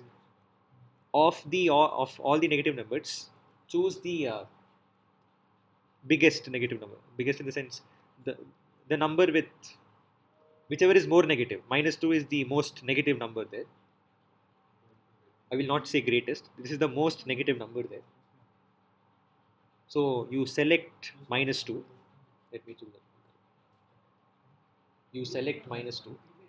Now what you're supposed to do is, you're supposed to make some box such that, or some rectangle such that all the other 3 corners are occupied cells. For example, let's say I'll make this box. This corner is occupied, this corner is occupied, but this corner is not occupied. So don't make this box. Make some box such that this minus 2 is one of the corners and the other 3 corners are occupied cells. Let me try making another box. Okay, if I make this box, this is occupied, but this is not occupied. So this is not the right box. So if you do some experimenting, you will get this box. This box is a good box because minus 2 is one of the corners. The other 3 corners are occupied cells. Okay, you're supposed to find this box first. First find the most negative number, and make a box like this. I think I made the box later. I made it here. Yes, I made a box here, this red color box. So minus 2 is one of the corners. The other 3 corners are occupied cells. Now what you're supposed to do is, there is this concept of entering variable, leaving variable. Entering variable will be wherever this minus 2 is. Where is my minus 2? My minus 2 is at x13. So x13 is the entering variable.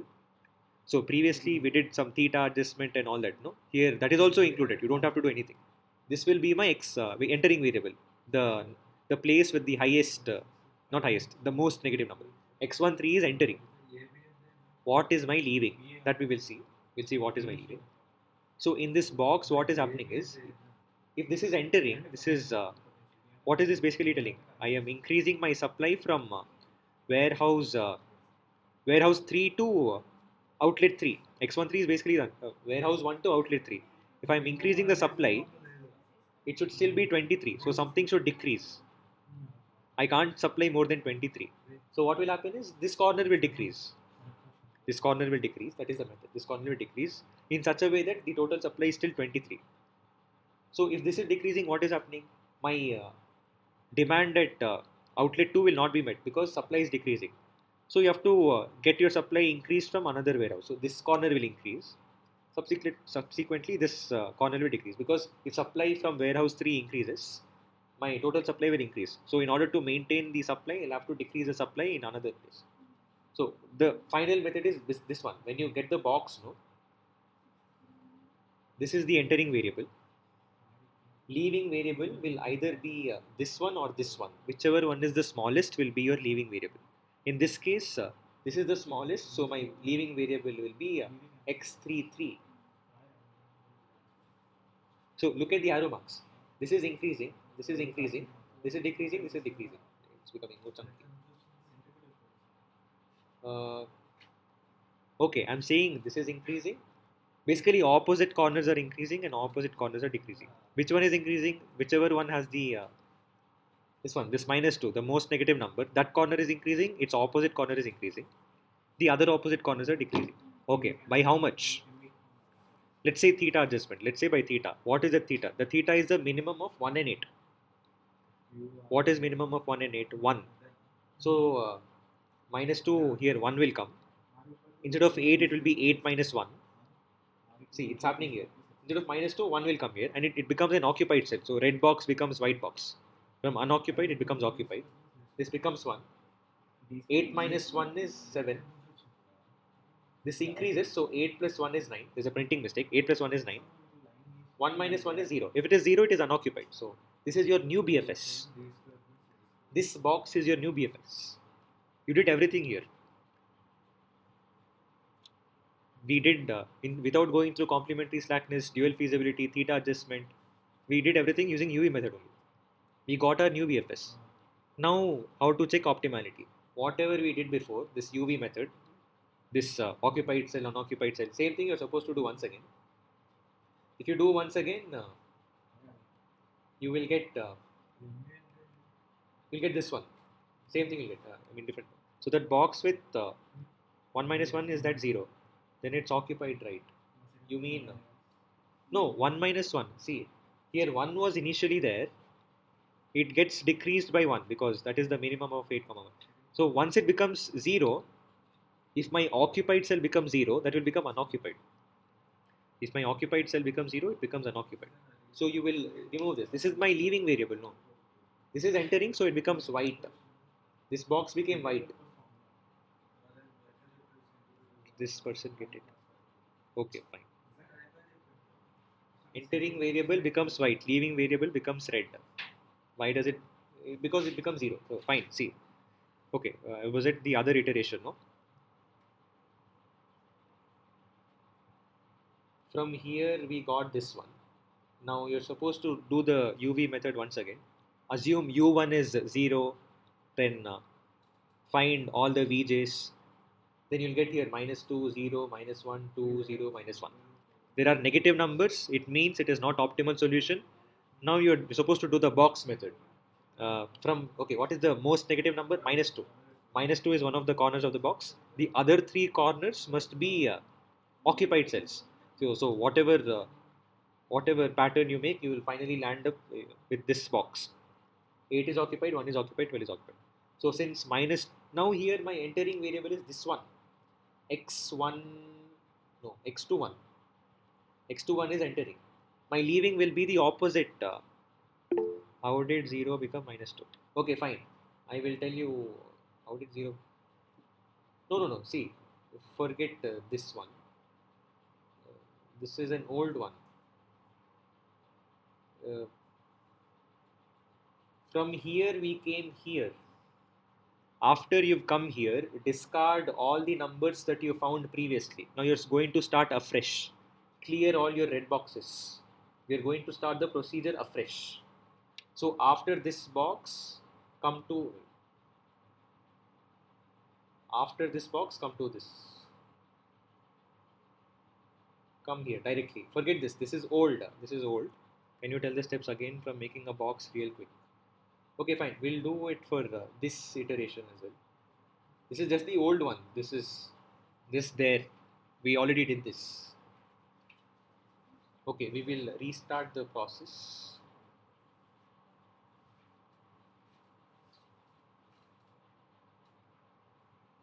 Initially, we'll not have any numbers in the red boxes, so ignore all of this.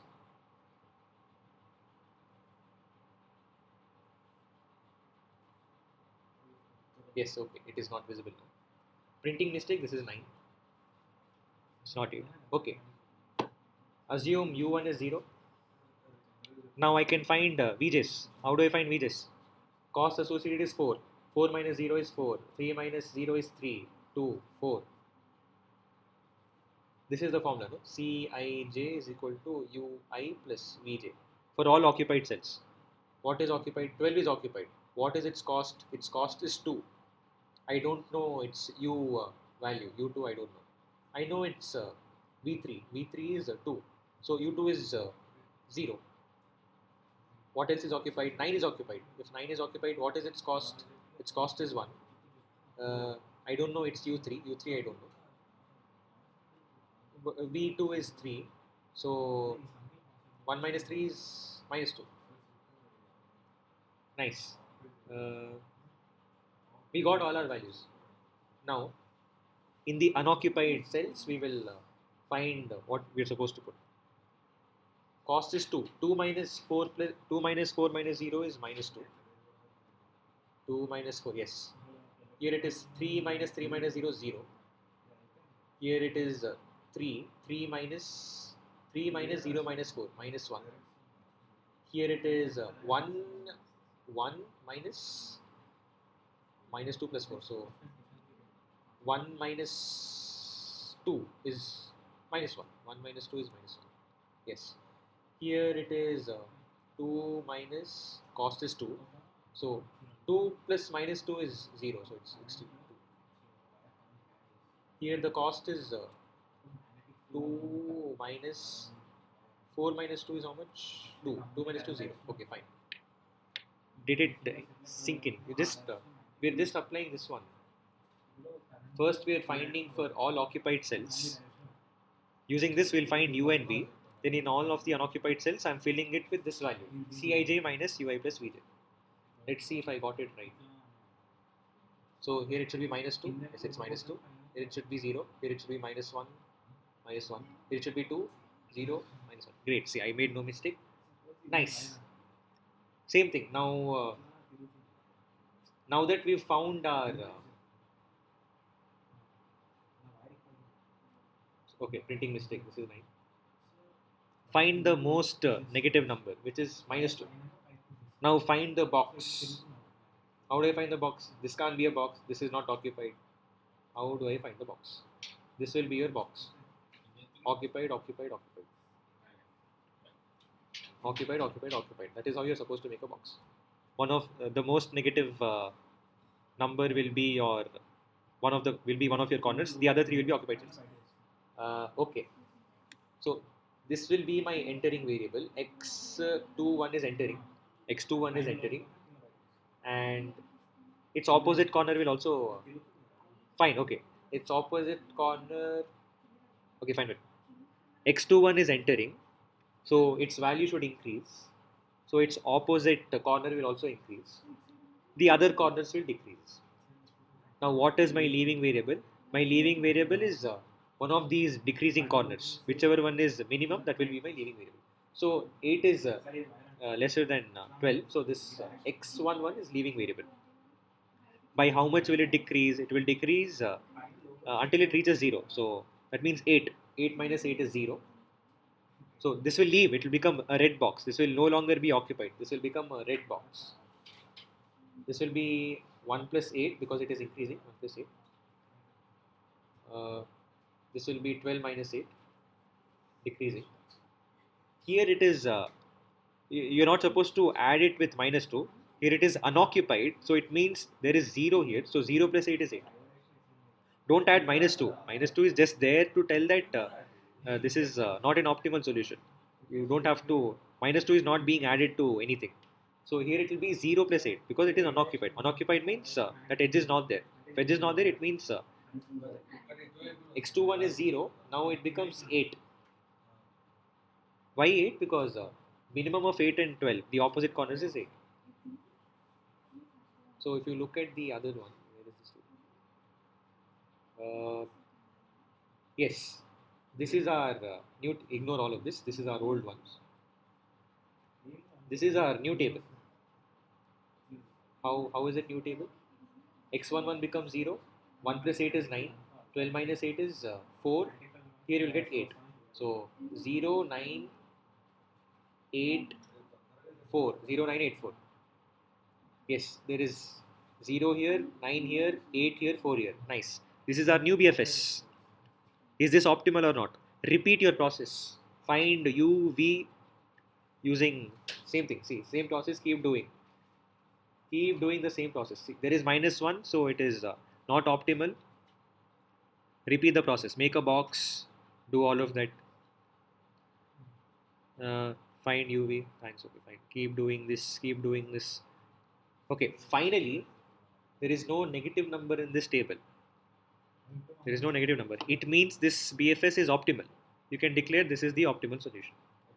So we did not use any complementary slack. We did not do any dual feasibility. But something similar we did. We did the boxes. We drew boxes. We did some UV. We were doing something there. So instead of doing complementary slackness and all, we are doing some method, some UV method. So no negative number, optimal solution. Done. This is UV method. UV method is done. Uh, this is some max flow problem. This is maybe it's just a problem. You can write it in terms of linear programming. That's it. Every edge has a capacity. So this can't be more than 3. This can't be more than 2. This can't be more than either less than or equal. It can be 0 or at most that it's this one. Okay, so if you have an edge from 2 to 4, it represents x24. So x24 can either be 0 or 1 or any number in between. So x24 will be greater than or equal to 0 and less than or equal to 1. Where is x24? We are just writing constraints at this point. We are not solving anything. We wrote constraints, fine. You can write constraints. Flow capacity constraints. Because you can't supply more than 3 here. The capacity of that pipe is 3. You can't, okay, you can think of it as pipes. You can't supply more than 3 water units or whatever is the units. Okay, any other constraints? Yes, one more constraint is, let me take this node. How much ever amount of flow is coming inside, that much amount of flow only it can release. Exactly equal. Because if it is supplying, let's say 10, and if it is releasing 10, 10, 10, it means it is creating 20 new things. That is not possible. The only new thing, the only thing that is similar to this is the source. Only the source can do that. No one is giving anything to the source, but source output is 3 plus 2 plus 2, 3, 4, 5, 6, 7. Only the source can create things. Intermediate nodes can't create things. So that is one constraint. It is called flow conservation constraint. Total flow flowing into a node equal to total flow flowing out of a node. So it means whatever is coming inside is going outside. But this constraint is not applicable to the source and the sink. Nothing is coming to the source, but it is giving something outside. Sink is like this. Everything is coming into the sink, but nothing is going out of the sink. So except these two nodes, all the intermediate nodes must satisfy flow conservation constraints. That's it. So what is happening here? We are trying to write this problem in terms of linear programming. That's it. We are not solving this, I think. Flow capacity constraints. Okay. What is x01? X01 means from node 0 something is coming into node 1. What does this mean? From node 1 it is going to node 4. From node 1 it is going to node 5. Why is this written? Because if you look at node 1, from 0 something is coming, and from 1 it is going to 4, from 1 it is going to 5. So total inflow should be equal to total outflow. If you remember in EVS we did something like this, no? Sink source, total inflow equal to total outflow. That is the constraint here. And this is only applicable for intermediate nodes. So for node number 0 and node number 7, there will be no flow conservation constraint. So that's why only 1 to 6 is here. You don't have 0, you don't have 7, because 0 is the source, 7 is the sink. There is no flow conservation constraint. Flow capacity constraints, we've looked at it. Okay, objective function. What is objective function? What are we maximizing here? Okay, we want to maximize the flow. How do we maximize the flow? How do we know how much flow is there first of all? How much ever is flowing from the source, flowing out of the source, that is our total source, total flow. Let me repeat. How do I know what is the flow in this diagram? How much ever is coming out of the source, that will be my flow, total flow. So how do I know what is coming out of the source? Basically these variables, x01, x02, x03. From node 0, how much is going to node 1? From node 0, how much is going to node 2? From node 0, how much is going to node 3? Because from the source, what is connected? Node 1, node 2, node 3. Only these 3 are there. So whatever flow is there, it should come from the source. So whatever total flow is there, that will be equal to the summation of total flow here, here, here. That will be my total flow. So I have to maximize this. Maximize in the sense I have to maximize this summation. Because no other node is a source. Only one source I have. So total flow I can find out from using this only. From the source itself I can declare this is the total source in this diagram. There's nothing much here. We for max flow problem, you just have to formulate an LP. Formulation, there's nothing here.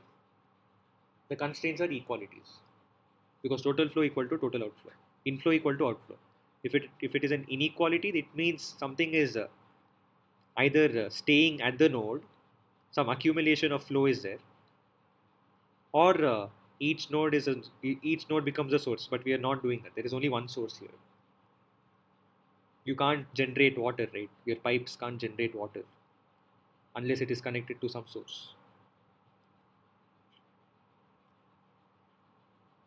or unless you have some infinite water glitch.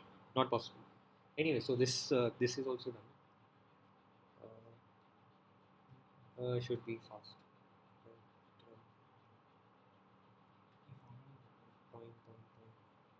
Okay, integer programming. Nice, interesting. Main thing. What is integer programming? We did linear programming. It becomes integer programming if instead of real numbers you have integers. That's it. Nothing. Okay, okay, nice, beautiful. Okay, 0 1 programming. Answer is either 0 or 1. Okay, beautiful, nice. Nothing is there. Okay, this is how your general integer linear programming looks like.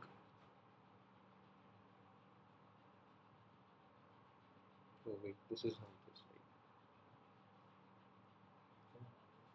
No, 11, 12.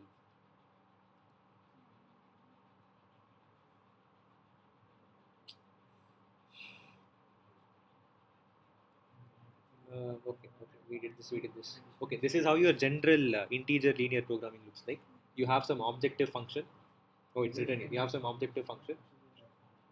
You have some constraints, and you have non-negativity constraints. Additionally, you have integer constraints.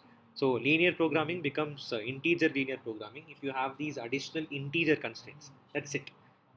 That's it. Anyways, that is all. That is in the slide. Sorry.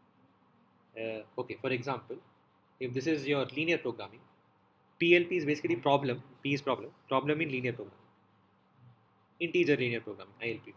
So you have constraints, inequality constraints, you have non-negativity constraints, you have objective function, maximization.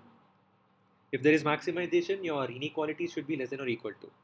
So it means this is in the standard form. So everything is in the standard form. Nice. ILP means you have integer constraints. Nothing much here. Okay, this is the notation for the. Let's say you get some optimal solution. If you let's say you got some x1. Let's say you got x star. X star is basically whatever solution you got. X1 star. If you substitute this in your z becomes z star. So that is the notation. That's it. After you substitute, you get z star. That's it. There is no difference. So z star LP is the solution, optimal value. It is after you fine. See, everything is very simple. Can we find? Okay, fine. It's the notation. Z star for ILP is the value after you substitute in the Z for integer linear programming. Okay, there's a question. There's a question. It says, it asks, can we find a technique to solve ILP? If we know, so okay, we know how to solve LP. If you remember, let's say this is your graphical method. There is some graph here. You keep z is equal to 5x plus 5x1 plus 8x2. No, we used to do this. No, initially we used to assign this some numbers. Sometimes 0, 1, 2, and then we see when is it reaching one of the corner points. In this case, when z is equal to 45, when 5x1 plus 8, why is it 9? Okay, wait, this is the inequality condition.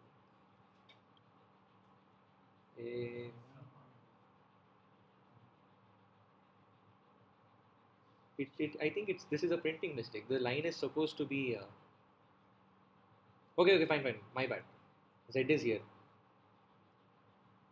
So when 5x1 plus 8x2 is 41.25, I'm reaching a corner point. I know corner point is it is an optimal, so it is a BFS. If I increase the z value, my line is going to go somewhere over here. So this is the last point. Since this is the last point, that is the optimal solution. But is this an integer solution? No, it is not. Let's see. So okay, feasible solution for LP is this entire thing. You have infinite number of points, but integer solution, integral feasible solution is not that way. Feasible region. The feasible region for integers is this one. Whatever integer points that you get, no, these green dots, that is your feasible solution for integer. For integer linear programming, for your ILP, PILP, the green points are your feasible points. So the collection of all these green points is your feasible solution. So whatever be your solution, it should be one of these green points for the integer linear programming. This is not a green point. Basically, it is not an integer solution. So what do we do? That is the question. What do we do? Okay, they gave us some strategy. Relax any constraint. Relaxation is basically ignoring some constraints, removing some constraints, and solving for the relaxed version of the problem. So let's say you ignored some constraint. Okay, specifically here we will be ignoring the integer constraints. So if you ignore the integer constraints, you know, if I see in this case, if I ignore the integer constraints, this problem is basically this one. It becomes a linear programming problem, and we know how to solve a linear programming problem. Okay, if you solve it for the linear programming problem, if the solution for the linear programming problem turns out to be an integer itself, then directly we can say that whatever solution we got for linear programming will be also the solution for the integer linear programming. Okay, let me once verify if it's being recorded. Yes, it is indeed being recorded.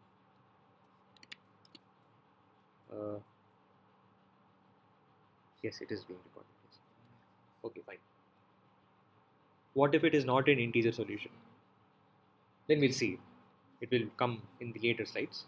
Will come in the later slides. This is not an integer solution. So we have to do something. How do I find the integer solution? Strategy 2 is there for people like us who landed upon this problem. No integer solution. What do we do? You make subproblems. How do I make subproblems? We'll see. We got this as a solution. No? Where is 2 point? Okay, fine. I'll come to the graph. 2.25, 3.75. 2.25, 3.75 is here. 2.25, 3.75. If I need an integer, what I'll do is I will take this 3.75, take its lower bound, which is 3, take its upper bound, which is 4. So I will fix my x2 and basically x2. I'm fixing something. Okay, fine. Let me put it in good words. 3.75 is there. What I'll do is, for it to be an integer, I will check for all values above 4 and below 3. Because I know there is no integer here, I can directly add this extra constraint. So where am I adding this extra constraint? In my subproblems. So I am creating two subproblems. One subproblem in which one extra constraint is this one. x2 is greater than or equal to 4. The other constraint is this one. x2 is less than or equal to 3. If I do this, what will happen? My feasible region will change, which is this one, and this one. This entire region got cut off because there are no integers over there. So how do I choose this 4 or 3? You're supposed to choose this basically upper bound, lower bound, so that finally all these green dots are still included in your subproblems. You're not supposed to choose your subproblems in such a way that the green dots are being excluded. If you look at the subproblems, my green dots are still in the feasible regions of both of these subproblems. You have to ensure that. Why am I only taking upper bound, lower bound? Because I know if this is the optimal solution for linear programming, my optimal solution for integer linear programming will be close to this somewhere. So that's why extra constraint 4 and 3. You can do it the other way also, I suppose. Uh, Put a constraint on x1. So you will get a subproblem that looks like this. You will get a subproblem that looks like this. If you put your constraints on x1, your subproblem will look like this. But your constraint is on x2. So your constraint, your feasible regions look like this. So anyways, okay, same thing. What is my subproblem? Same thing, but you have extra constraint. Subproblem 2 also same thing, but you have an extra constraint.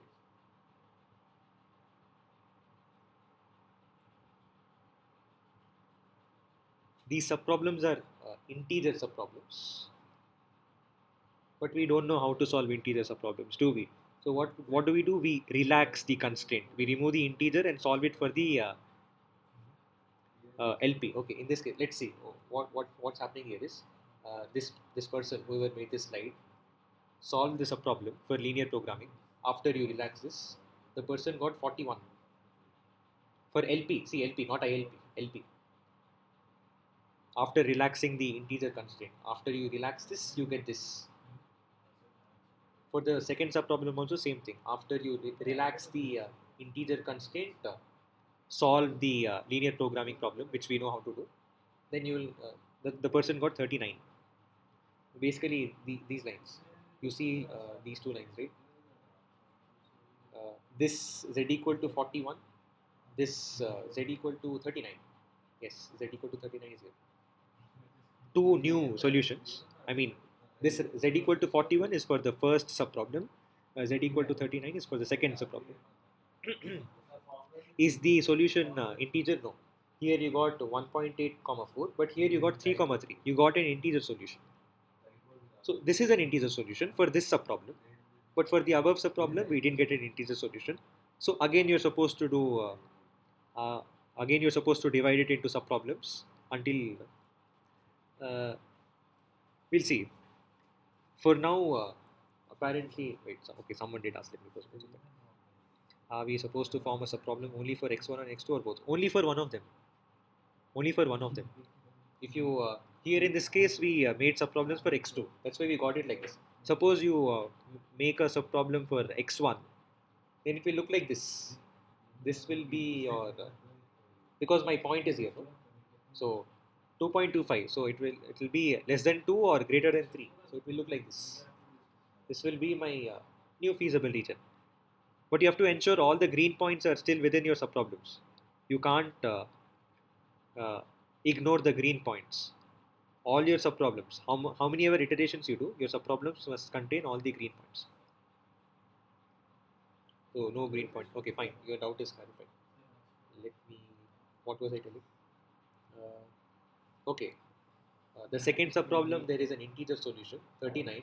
X is also integer. The final solution will automatically be an integer. Here x is not an integer, so it is not an integer solution. We know this. If the linear programming gives us an integer solution, it will directly be the solution for integer linear programming. That is what we saw here. No? If linear programming is an integer solution, then it will directly be an integer linear programming solution.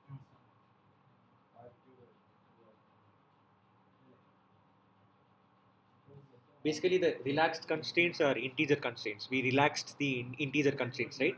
So it's asking if the solution that you got for linear relaxation in this case is linear programming. So does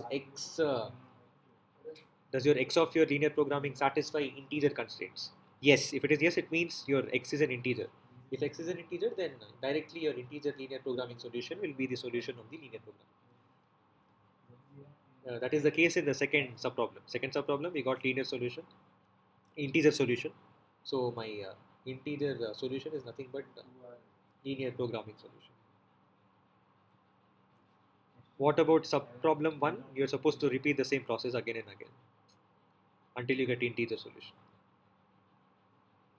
Then after you get your integer solutions, I think you're supposed to compare. Let us look at a better thing. Okay, concepts for solving. That is the introduction. We'll look at some other better problems. Three important concepts for solving. Relaxation. Okay, what do you relax? You relax your integer constraints. Solving relaxed problem by simpler method. Simpler method, whatever is easier for us. Sub problem generation. We are supposed to know what is the sub problem. Okay, fine. Theory of theory. Any optimization problem subjects to constraints. See, okay, we have some objective function. There are some constraints. Constraints can be linear, non-linear. In this case, we are dealing with linear. They can be inequality, non-negativity, integer constraints. Fine. Feasible set. We know feasible set is feasible set is collection of all those x values which are satisfying the constraints.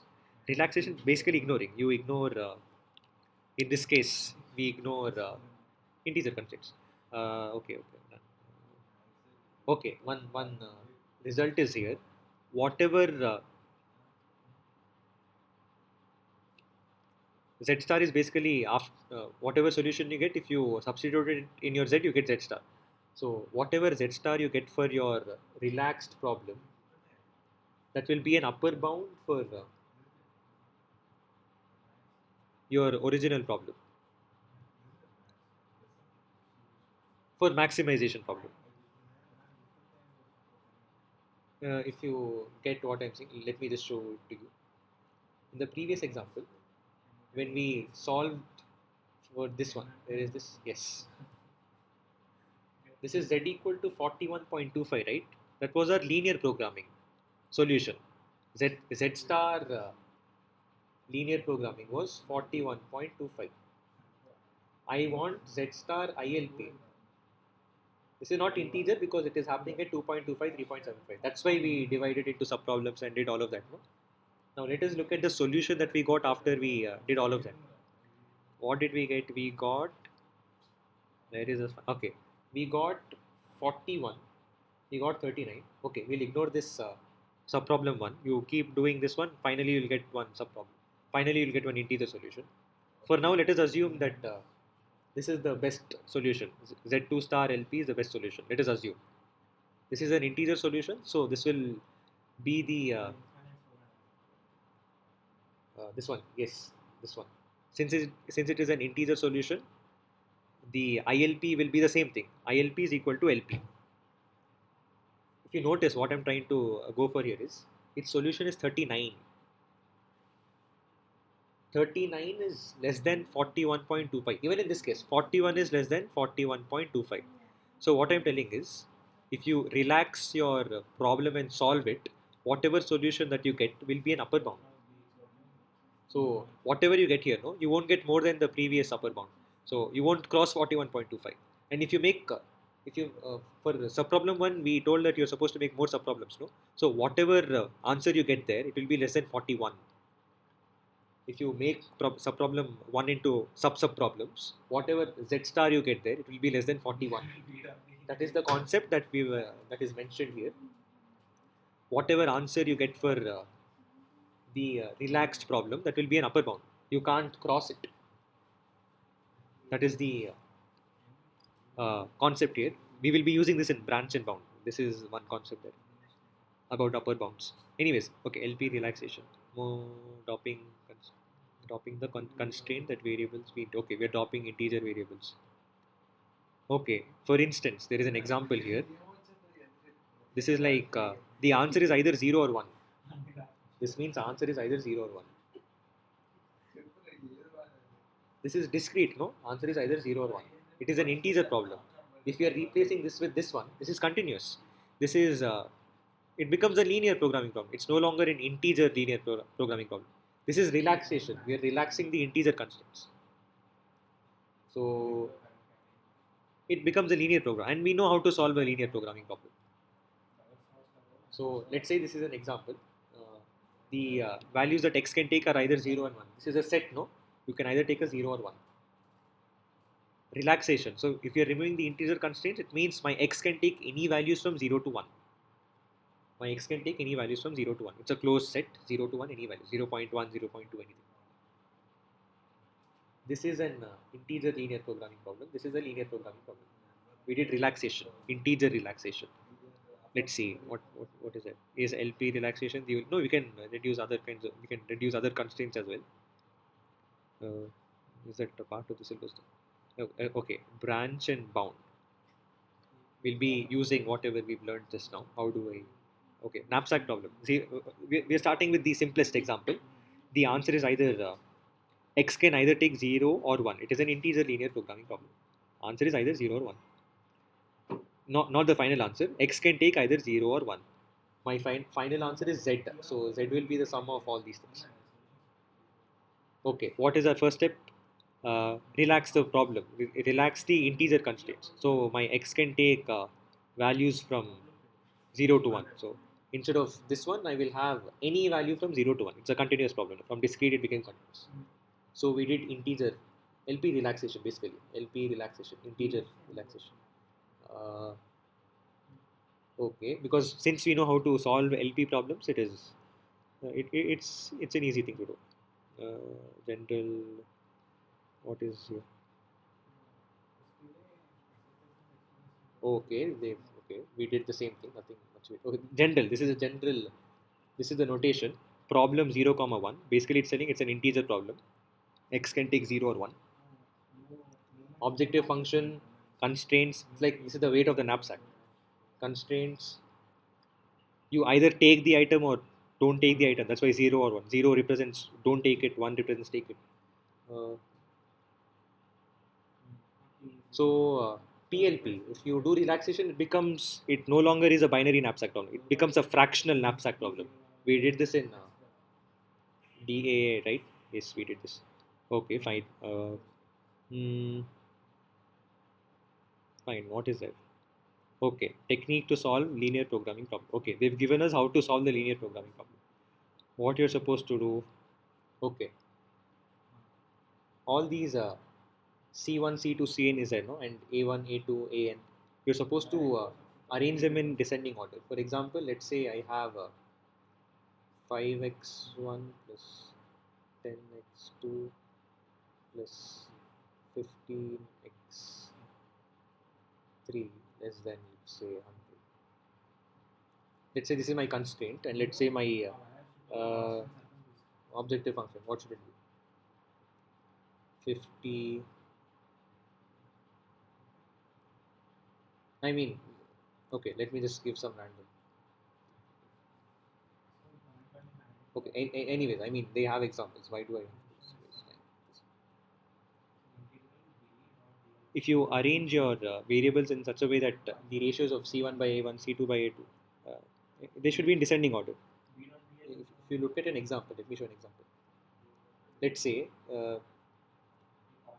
8 by 5, check if 8 by 5 is greater than 11 by 7.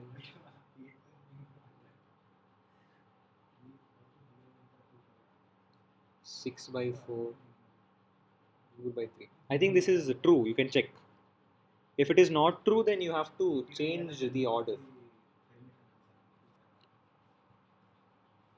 You have to change the order. For example, let's say if 7x1 and 5x2 are here, then you're supposed to change the order. You're supposed to write 5x2 plus 7x1. Then 8 by 5, 11 by 7. Then it will be in the correct order. But in all of the questions that follow, ma'am has, for us ma'am gave the questions in such a way that this order is already there implicit. But check, you have to check that this order is there. It is correct. Okay, that is step 1. Step 2, see, all of this is basically telling that keep choosing items corresponding to the highest cost by weight ratio. This is basically the weight. No? AIs are weight and CIs are costs. You know the knapsack problem. This is cost, this is weight, this is knapsack weight. Keep choosing items with the highest cost by weight ratio. Finally, when an item comes such that you won't be able to keep it completely, then you'll have to choose a fraction of it. So this is the total weight of your knapsack. This is the total weight of the items that you chose: item 1, item 2, item 3 till item k. What remains? B minus the total sum of the weight remains. That much weight is left. If that much weight is left, I can fill it with some fraction of the next item. What is my next item? My next item is xk plus 1, because you stopped at k. The next item is xk plus 1. This is like uh, x1, x2, x3, so on till xk. Xk plus 1, you are unable to put it because it is violating this constraint, the weight constraint, the only constraint. This is the only constraint. No? It is violating the weight constraint. So difference of, I mean, see, weight of the knapsack minus weight of the items that you have taken until now divided by the weight of the next item will give you how much of the next item you're supposed to take. That is why this formula is there. That's it. You don't have to memorize it. If you want to memorize it, up to you. It's the same thing. Weight of the knapsack minus weight of the total number of items that you have taken until now, 1 to k, divided by the weight of the next item. That will give you the fraction. You notice, okay, we'll look at an example.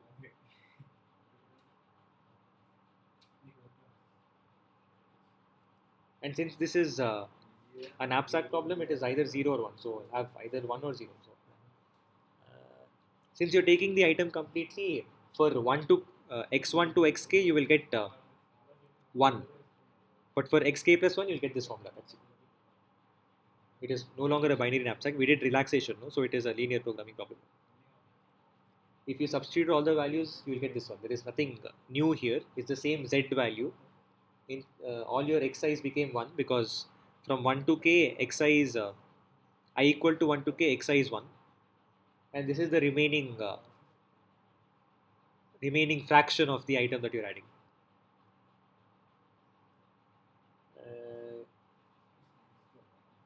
Okay, this is some linear programming problem.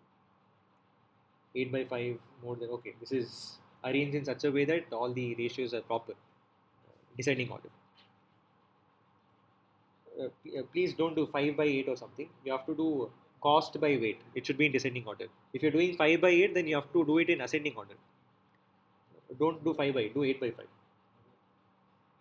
Okay. Step 2, choose a larger scale. Basically, what you do is keep adding the items as you go. If I'm adding item 1, it's where is the problem? If I add item 1, its weight is 5. So 5. 5 is less than 14, yes. Add the next item. If I add the next item, I'll get 7. 7 plus 5 is 12. 12 is less than 14, yes. Add the next item. If I add the next item, 12, 16. This is not possible. So I can't add the item 3. I can't add item 3 completely. That is where this formula comes in. So the highest k value is k equal to 1, k equal to 2. K equal to 2, right? Yes. K is 2 because 5 plus 7. So how much more space do I have? I have 14 minus 5 plus 7. So 14 minus 5 plus 7 is the remaining space. The value of the next item, the weight of the next item is 4. So divided by 4, I'll get half. So the next item's fraction is half. That's it. Or else you can directly use the form. It's the same thing. You can either use your logic or whatever. Whatever weight is remaining by weight of the next item will give you how much of the next item you're supposed to. From this, you got the solution to the linear programming problem. Is it an integer? No, it is not an integer. So we'll see what we're supposed to do. X star is this one, the x that you obtained. If you substitute x star in z, you will get z star of linear programming problem. 22.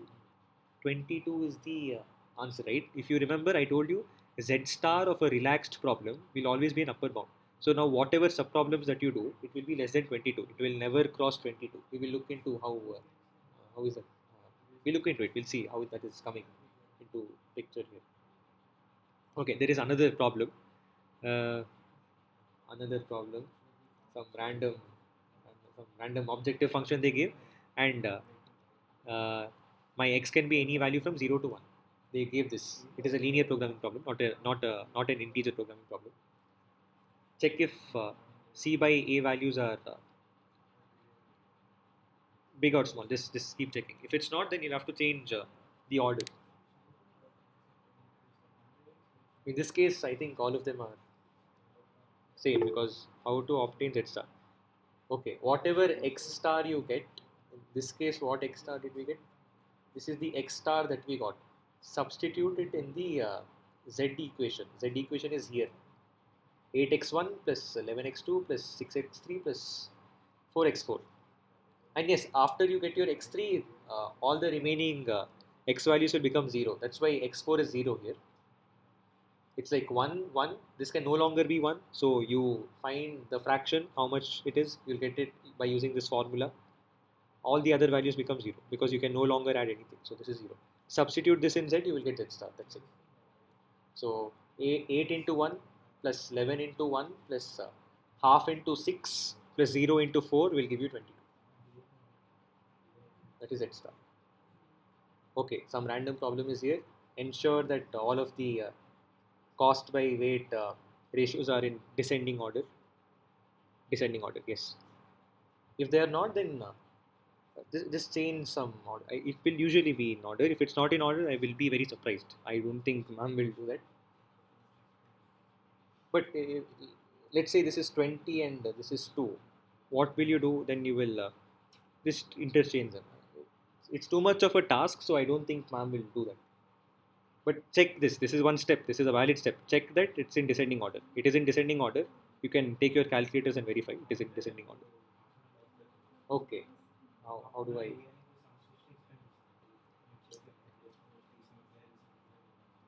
Okay. Add item 1. If I add item 1, its weight is 2. Add item 2. Its weight is 20. Then 20, 30. I'm getting the weights from here.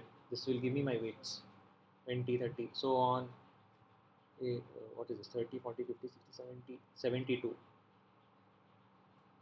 I can't add 40, right?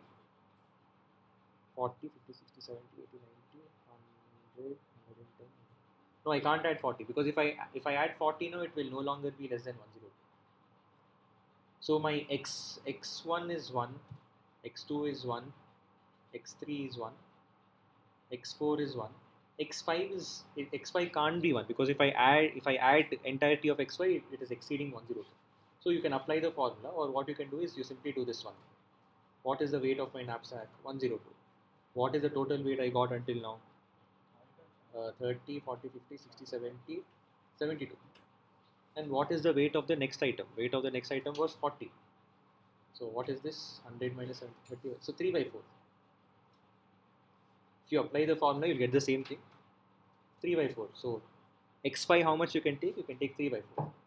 So weight of the knapsack minus weight of the items that you've taken until now divided by weight of the item that you want to take next, which is x5. x5's weight was 40. Nice. So 3 by 4. And all the other variables, x6, x7, x8 will become zeros. That is what happened here. x6, x7, x8 are zeros.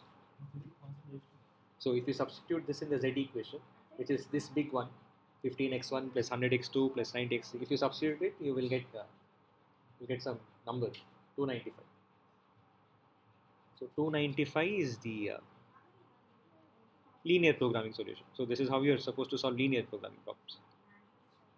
Why are we solving linear programming problems? Because from integer programming problems, we are doing relaxation, then we are getting linear programming problems. Linear programming problems can be easily solved. How we are doing all of this? This is knapsack, specifically knapsack. Is it knapsack? Yes, knapsack. We just did knapsack, linear programming, fractional knapsack. That is what we did. Okay, we did go to this slide once. If okay, this is specific to integer linear programming. If the solution is integer, then we are good to go. But if it is not an integer, what do? We discuss this, right? We create subproblems. In this case, where x can be either 0 or 1, what is the subproblem? We see.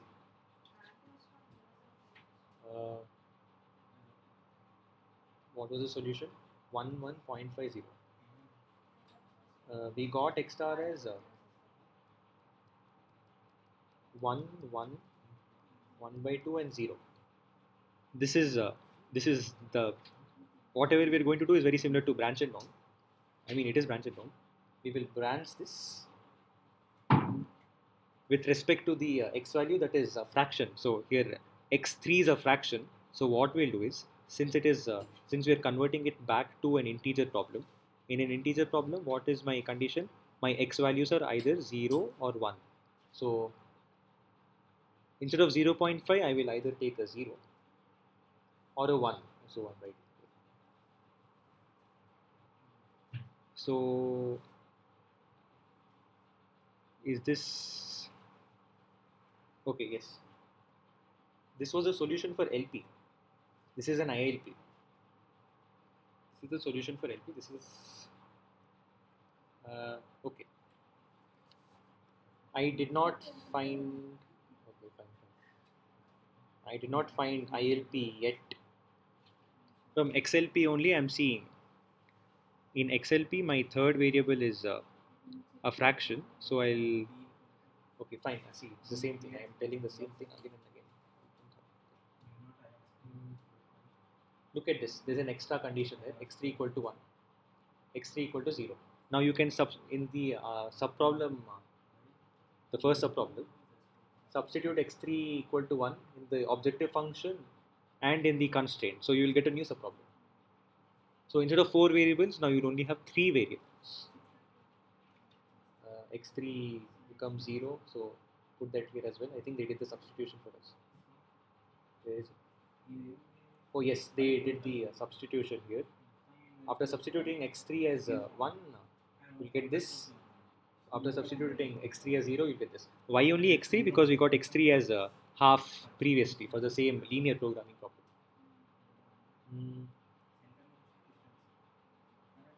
Now, this is an integer linear programming problem. You relax it. Relaxation means basically xi will take values from 0 to 1. You relax it, you'll get linear programming problem. We know how to solve linear programming problem. From the linear programming problem, after solving, we got these as the values. XLP first subproblem, so XLP 1 star and its corresponding Z value. After I substitute this in the Z equation, I get this one. If you notice, if you remember, I told you the upper bound was 22. Where is 22? Who is going to search 22? 22. Yes.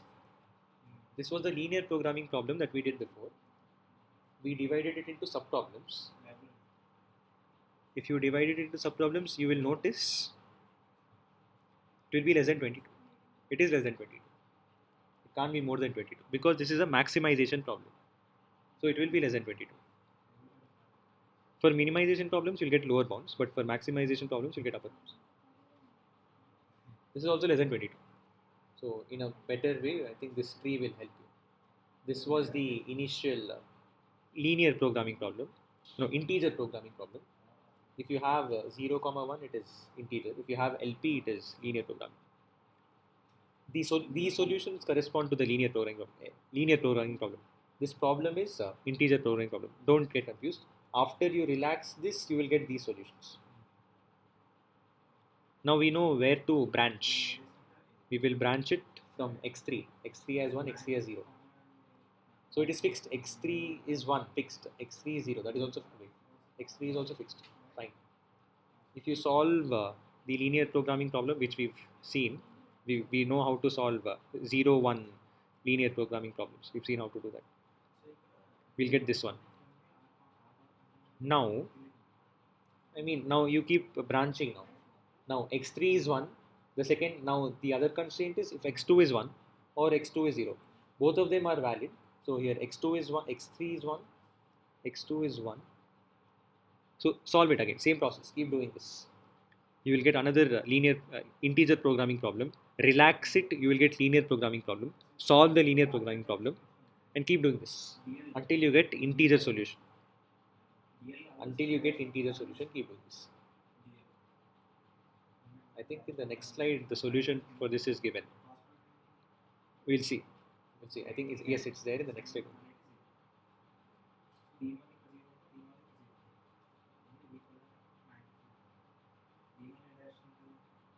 Okay, it was there. Branching. 0, 1 knapsack problem, binary knapsack problem. Yeah, this was a question. This is the integer problem, integer linear programming problem. After relaxation, my constraint became this one, continuous. So it became a linear programming problem. Uh, we looked into this. How do we solve a linear programming problem?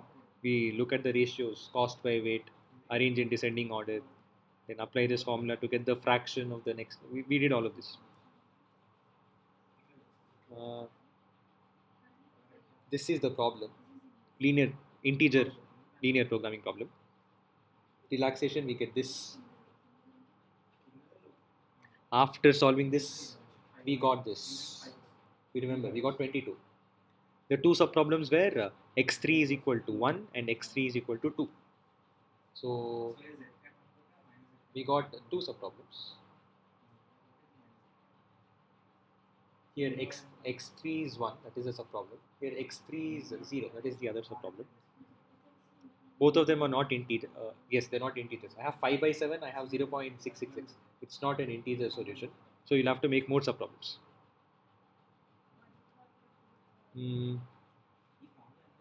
Solution not. Yes, so that is how you create subproblems. Yes, this is looking nice. Okay, now we'll just try to branch this since we started with this. So what does it become? P11. P11 is the subproblem of the first subproblem. What is this person doing? This person is doing this one first. X2 is equal to 1. So to the subproblem P1, where is subproblem P1? This is the bottom, the top part. This is subproblem P1. To subproblem P1, he is adding this extra constraint. What is it? X2 is 1. Substitute x2 is 1, you will get this one. You get this one, the second box. And then you relax it. If you relax it, this will become continuous. We know how to solve linear programming for fractional knapsack. Continuous is a fractional knapsack. From binary knapsack, it becomes a fractional knapsack. After you solve for the relaxed problem, you'll get this one. After you do that, this one. Where is this method? This method. Solving linear programming, we know how to solve linear programming for knapsack. Fractional knapsack. So after you solve, you'll get this one. If you have to verify, you have x2 as 1, yes, because x2 is 1. x3 is also 1. x3 is also 1, yes, correct. If you notice, 21.8571 is less than 22, and this solution is less than this one. So it keeps decreasing. Is this an integer solution? No. 0.6 is not integer, so this is not an integer solution. Okay, we'll see what will happen to the second subproblem. The second subproblem was, okay, we just wrote it here. Second subproblem of the first subproblem. So P12. P12 is when x2 is 0. Where is P12? P12 is 0. P12 is when x2 is 0. Substitute, you'll get this one.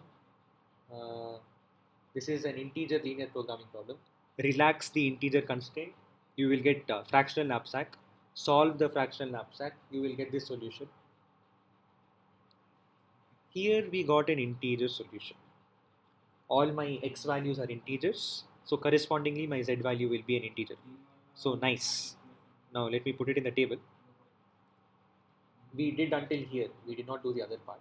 We did only until this part. And now after you get an integer solution, you don't have to branch it more. You can stop there. That's why it is colored in this color. You colored it because you stopped there. You don't have to branch the integer solution anymore. What about the other problem? We got non-integer. We got a fractional value. No? So branch it again. x1 is branched. x1 is either 0. x1 is either 1. Now if you make x1 is 1. See, the constraints are piling on top of one another. x3 is 1, x2 is 1, x1 is also 1. The problem is, if x1 becomes 1, check the constraint. The original problem is this one. This is the original problem. The constraint is this one. 5 plus 7 plus 4 plus, it says in 14. If x1, x2, x3 is equal to 1, 5 plus 7 plus 4 is not less than or equal to 14. So this is giving us it is not satisfying the constraint. If it is not satisfying the constraint, what did I tell you? It is infeasible. If any x values are not satisfying the constraint, it becomes infeasible. So this subproblem is infeasible, and if it is infeasible, you no longer have to branch from there. It is done. You have nothing to explore. Okay, what about when x1 is equal to 0? When x1 is equal to 0, again, you have conditions piling on top of one another. x3 is 1, x2 is 1, x1 is 0. So if you substitute x1 is 0, what do you get? P112. So subproblem of 1, second subproblem of the first subproblem of the first subproblem. Okay, x1 is 0. Where do you substitute x1 is 0? What is this? P11. Where is P11? P11. This is P11. This is P11. Substitute x1 is 0. This is P11. Substitute x1 is 0. Right? P11. In P11, substitute x1 is 0. You will get integer linear programming. Relax the conditions. Solve for the linear programming problem. You'll get some solution, which will obviously be less than 21.8 because of the condition that I told you before. Relaxed problems will always be an upper bound. So 21.8 can't be crossed. It will be less than 21. You got 21. Now look at the previous integer solution. This was our previous integer solution. Which is better? Is 18 better or 21 better? Since this is a maximization problem, 21 is better. So this is a better integer solution. 21 is a better integer solution. So our eyes will be on this. This is our better integer solution. Now, since it is an integer solution, we won't branch from here. Done. No more looking at this side of the branch now. We are done with this branch. We ignored the x3 equal to 0 for a while. Now we'll look into it. We'll see what is this going to give me. We did not branch this, right? Now, should we branch this? The question is, should we branch this? Since there is a fraction here, you might want to branch this. But now, the condition that I told you, the upper bound condition, that will help us here now. The current best solution is z star is equal to 21. The current best solution is z star equal to 21. Where did we get? We got here z112 star. That is our best solution. Now, if you branch this, you will get some number which is, how many ever iterations you do, you will get some number that is less than 21.666. What is the integer that is closest? What is the integer that is less than 21.666? 21 is the integer that is less than 21.666. So what I am telling is, even if you branch this subproblem, the solution that you will get, the best solution that you could possibly get is 21. You can't get any other better solution than that. But the thing is, I already got 21 as my current best solution. I'm not getting anything better than 21. So I don't have to branch this. I can stop it right here. I am done with all subproblems. Let me repeat. I have 21.666 here. How many ever times I subbranch this, the best possible integer solution I will get in these subproblems is the closest integer. The closest integer less than this is 21. Because if I branch it into subproblems, I get a smaller number. But I already got 21 as my best current solution. So I don't have to solve for 21 again, because I know I'll get 21 here if I solve this here. I know that I will get 21 here if I mean, see, I'm telling the same thing again and again. I think you got it, right? I already got 21 as my best current solution. So if I branch this, at max I will get 21 as my best possible solution. I won't get anything better than 21. So I don't have to branch this. So basically you just have to check the floor of this. The floor of that is 21. So I won't get better than 21. I won't get a better integer solution than 21. So I don't need it. I don't have to branch it because I already got 21. See, this is the main thing. So we are not branching this. That is the reason we are not branching the above subproblem. P2 will not be branched. P2 is not branched. Okay, so this is the same thing. Branch and bound. Branch and bound, the same thing. Tree search, root, node, no variable. See, this is a tree, no? This is a tree. For this node, we are assigning variables. x3 is 0, x3 is 1. Here x2 is 0, x2 is 1, and so on, and so forth. Here x2 is 0 as well as x1 is 0. Here x2 is 1 is the same thing. But here we are not assigning anything. I mean, it's just theory at this one. They're not telling anything. Root node, no variable assigned. Leaf node, all variables are assigned. Intermediate nodes, only some variables are assigned. It's the same thing. Means at the leaf node, you've given all. See, it's just the theory at this one. There's nothing in this page. Mechanism to generate branches. Mechanism to generate bound. Bound is, I told you, no. As if you make sub problems, you will get smaller values. You won't get bigger values. Okay. I mean, it's tree search is like exponent. It's very big, but branch and bound is efficient in an average case. Uh, Sorry, nothing much. Nothing. Okay. Let's see what is it. Branch and bound.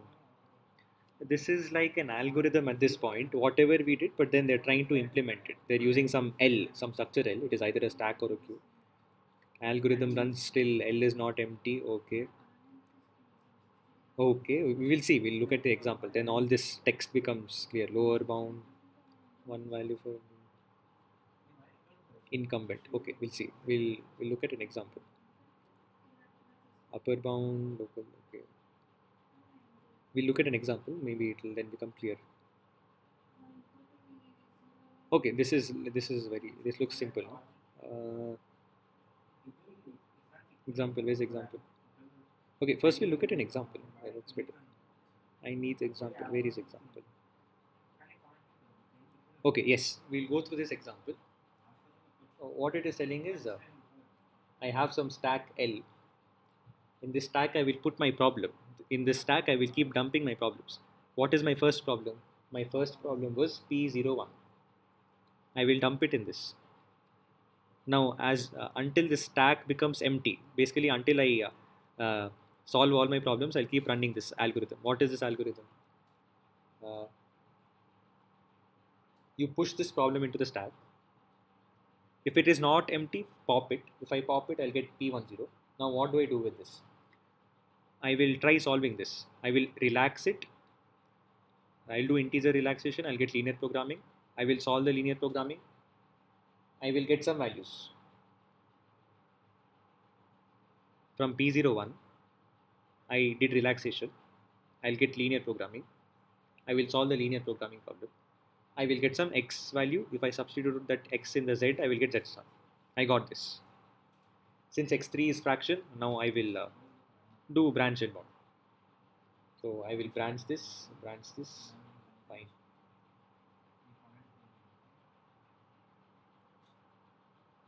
After you branch, what you're supposed to do is, okay, this stack thing is, what do I tell? Okay, after you branch it, right, you push the subproblems into the stack. P2, yes.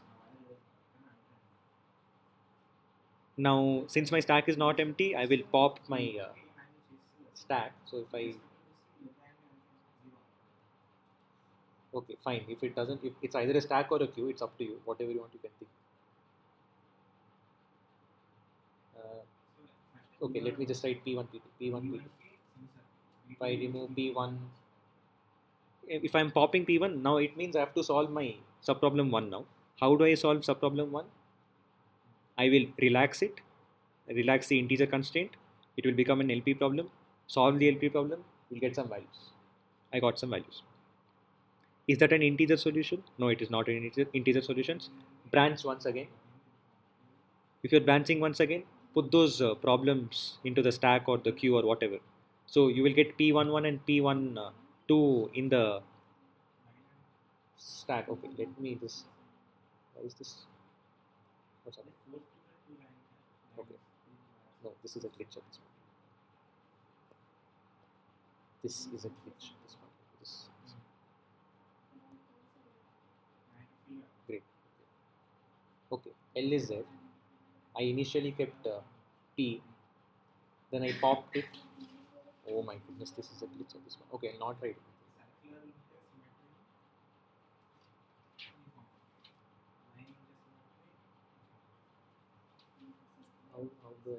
Fine. So, what was I telling? Okay, you branch it once more. X2 equal to 0. You'll get two more subproblems. Relax the integer constraints. You will get LP problem. Same thing. See, you do the same procedure again and again. But now the thing is, when you get this solution, you get an integer solution. So when you get an integer solution, what you're supposed to do is, okay, before you do anything, declare the lower bound to be minus infinity. Lower bound, do I need a lower bound? Yes. Declare a lower bound. Before doing any of this beginning, declare a lower bound minus infinity. Okay, yes. So, yes, okay, fine. Declare a lower bound minus infinity. You start with problem P, solve it. It's not integer, branch. You will come here, solve it. You will get something, not an integer, branch. Uh,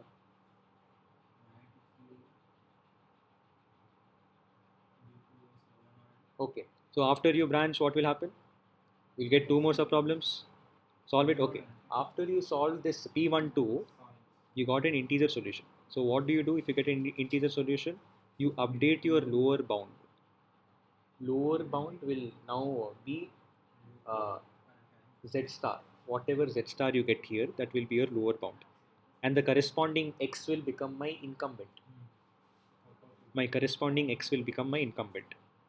So lower bound, which was minus infinity, gets updated when you get an integer solution.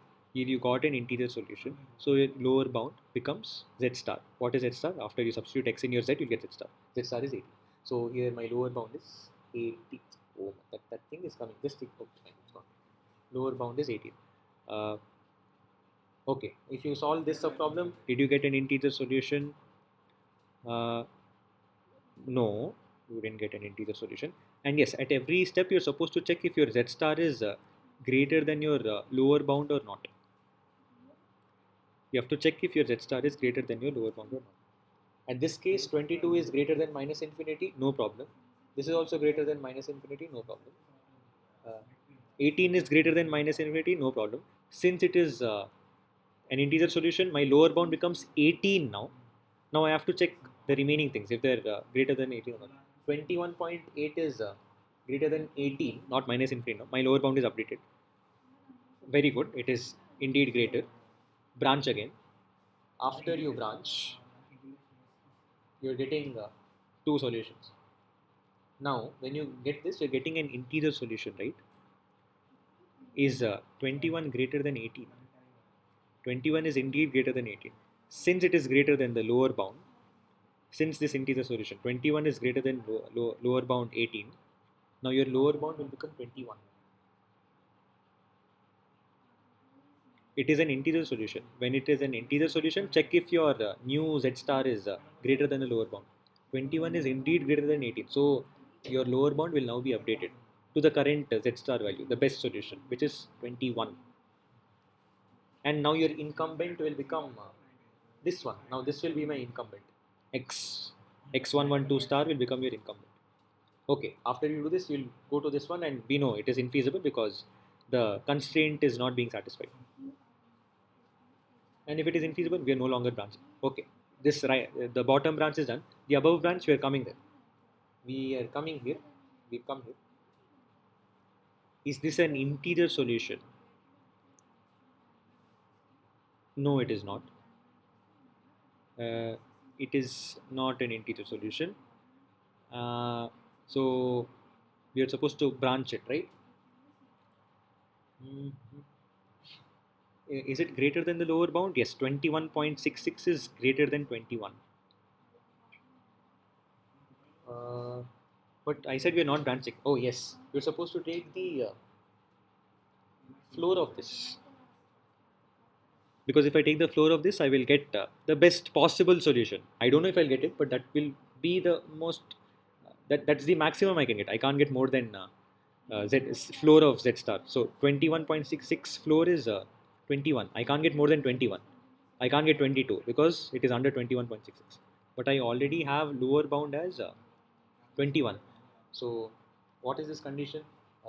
Floor of this one is what? How much floor of Z2 star is 21. 21 is less than or equal to lower bound. If it is less than or equal to lower bound, we will not branch. We will only branch it if it is greater than the lower bound. That's why I told you before, every time you're supposed to check if your Z star is greater than the current lower bound. In this case, it became 18, so 21.8 greater than 18. Another case when we got integer variable, 21 was greater than 18, so lower bound is then 21.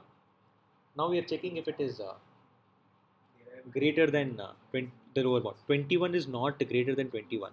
21 is equal to 21, but 21 is not greater than 21. So we are not branching this. And the name is fathom. If you're leaving something, you're fathoming it. It's like you're not going into it. Okay, this is returning. It's going. I think there were steps. All of this is telling the same thing. You have some L. You keep pushing your problems into L, and you keep popping them out. So the best Z value will be stored as the lower bound. Incumbent is the X star associated with that lower bound. Upper bound is local. Upper bound basically upper bound for each sub. See, I told you upper bound is there for every subproblem. If you get 21.66, you won't get more than 21.66. So for every node there is an upper bound. How are we getting 20? Wait, how are we getting x square is 5 by 7 after branching?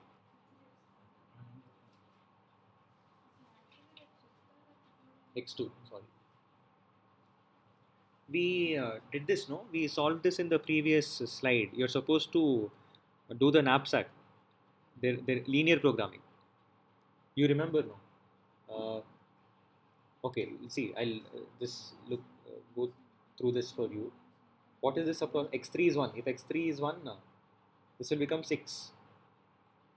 This will become 4. Solve this problem. We know how to solve knapsack. And this will become 0 less than or equal to xi less than or equal to 1. We know how to solve a linear programming problem. We went through it for the knapsack thing. There was some formula also. B minus, okay, you got it. Okay, this is. So if you solve that, then you will get 5 by 7. That is how you will get 5 by 7. Same thing for all the other problems. Okay, this is glitching, but okay, I was going through this now. It's the same thing. All the procedure is here. Initially, lower bound is minus infinity. Okay. L is basically the problems that you have. That's it. If you don't have any other problems, we are done. That's it. Candidate problem is the problem that you're currently in. That's it. The potential solution. Is it really a solution or not? Potential solution. Relaxation. Yes, we are relaxing every time. Every time we are converting integer to linear programming and solving it. Only then we are getting the answers. Feasibility check. Yes, feasibility. You have to check if the constraints are being satisfied every time you get a solution.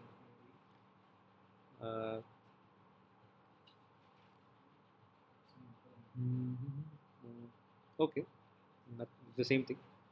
Updating bound. Only if you get an integer solution, I told you, you have to update your lower bound. If your solution is an integer, and if your z star corresponding to that solution is greater than the lower bound, then you update the lower bound. That is what we did here. Your solution is 18. 18 is greater than minus infinity, so lower bound is 18. Somewhere later we got 21. When is it an integer solution? All my x values are integers. Just because z star is integer, it doesn't mean it is an integer solution. All my z star must be an integer solution. See, because P01, z star is 22, but x is not all integers. So looking at x, you're supposed to tell whether the solution is an integer or not. Okay, 21 is greater than 18. The current lower bound is 18. So lower bound becomes 21. That is what happened. So if you get an integer solution, if it is greater than the current lower bound, then you update the lower bound, you update the incumbent. Incumbent is the x values associated with that z star. That's it. And you don't have to expand it. If you get an integer solution, no expansion, no branching. If your x is not an integer, then what do we do? If the z star corresponding to that is less, P2 is fathomed because the seal of that is less than or equal to 21. lower bound is 21. 21 is less than or equal to 21. It is not greater than 21. So we are fathoming it. I am taking the floor of it because if you see, this is the upper bound. 21.66 is the upper bound. In integer problem, what is the best solution? You can get the closest integer to 21.66. The least great. See, basically the integer that is smaller than 21.66, but is the largest of all the integers. That is 21. 21 is the closest integer that is smaller than 21.66. So if I get any integer solution, it will be 21 only. But I already got 21. That's why you're fathoming this. That is the logic. Anyways, okay, the answer no. Optimal solution. If it is not an integer. Okay, if it is not an integer. If it is not an integer but greater than the lower bound, then we will branch it. If it is not an integer but greater than the lower bound, then we are branching it. That is what we did here. 21.8 is greater than minus infinity. It is not an integer solution because 5 by 7 is there. It is greater than lower bound. That's why we are branching it. Even in P11 is not an integer solution because 0.6 is there. But its z star is greater than lower bound 18. It is just a small hope. The answer could be 21 or 19 or something. That's the hope. That's why we are still branching this. So branch this. Z star is greater than lower bound. Branch this. So that is the algorithm. You keep checking if your z star is greater than the lower bound. If your x is an integer solution, and if your z is greater than the lower bound, that will become your new lower bound. You'll get new incumbent. The same thing. See, the same thing. Let's go to this. This is another problem. They did the same thing. What did they do? They just this is again knapsack, binary knapsack. Check if your 24 by 10 is 2.4, 17 by 8 is 2 point something, 12 by 6 is 2, 6 by 5 is 1 point something. So it is in the correct order. You have to solve the linear programming thing. How do you solve it? We did this. Solve it linear programming. We looked at it in the previous slide. You'll get this solution apparently. 1 and 5 by 8 and all the others are zeros. It means 10 plus 5 by 8 of 8. 10 plus 5 is 15, yes. So x3 and x4 are zeros. I mean, you can sit and solve in your free time. It's the same thing. I hope, anyways, I have no concerns. Here x2 is the problem. X2 is a fraction. So x2 equal to 0, x2 equal to 1. We are doing branch and bound. Wait, is this? Yes. Branch and bound. Okay, now we will look at x2 equal to 0. See, same thing. Substitute x2 equal to 0 here in the original problem. It becomes your sub-problem. Relax the integer constraints, you'll get your linear programming problem. Solve for it. We know how to solve linear programming. Same procedure. Do everything. At the end, what we got is z is 30. That is our. Is that our solution? What is our best solution? We got z as 34 here. Is this an integer solution? No, it's not an integer solution. Okay, at C we got our integer solution. At C we got our integer. How is it an integer solution? x1 is integer, x4 is integer. Its corresponding z is 30. You can verify later. So my lower bound will get updated. So until now it was minus infinity. So 34 5 by 8 is greater than minus infinity. 34 is greater than minus infinity. Now I got an integer solution. So my lower bound will now become 30. 30 is my lower bound. Incumbent is 1. X1 is 1 and x4 is 1. X2 0. So 1, 0, 0, 1 is my incumbent. 30 is my lower bound. Now 30 is my lower bound. I'll check this one now. D is also an integer solution, but it is giving me z equal to 18. But z equal to 18 is less than the lower bound. So we are not considering this. We got a better solution. Z is 30. Next, we will come back to this branch.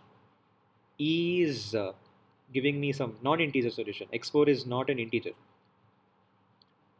So, and corresponding z is 31 by 5. Now should we branch this? Should we expand this? Check. The best possible solution I can get is floor of this 30. I can't get 31. I can only get 30 at max. But I already got 30. I already got 30. My 30 is, I got it from C. It's already 30. So 30 can't be greater than 30. Your best possible integer solution can't be greater than 30. 30 can't be greater than 30. So we are not expanding this. This is fathomed. Your best possible solution, if you branch this, will possibly be 30. But 30 is not greater than 30. So you will not get any answer from here. We already got 30, so we are fathoming this. Yes. That's why we're taking the floor. If you take the floor, you will get the best possible solution. And that best possible solution, if it is greater than the lower bound, then you can expand it. But it's not greater, it is simply less than or equal to. In this case, it is equal, so we are not expanding this. No need to branch. No other problems are left. We've explored all the branches, so we can stop it. Here it's given, no? L is the problems that you have. First, you have A as your problem, then you have B and D as your problem, then you have C, D, and E as your problem. Finally, C and D are solved, you have E as your problem. Finally, you have no problems left, you're done. That is branch and bound.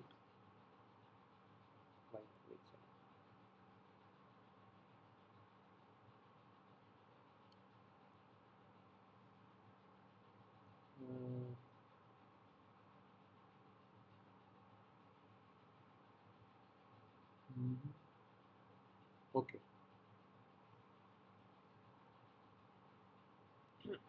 Continuation. We did all of this. Okay, the same thing. They've written in terms of an algorithm. If you have a problem,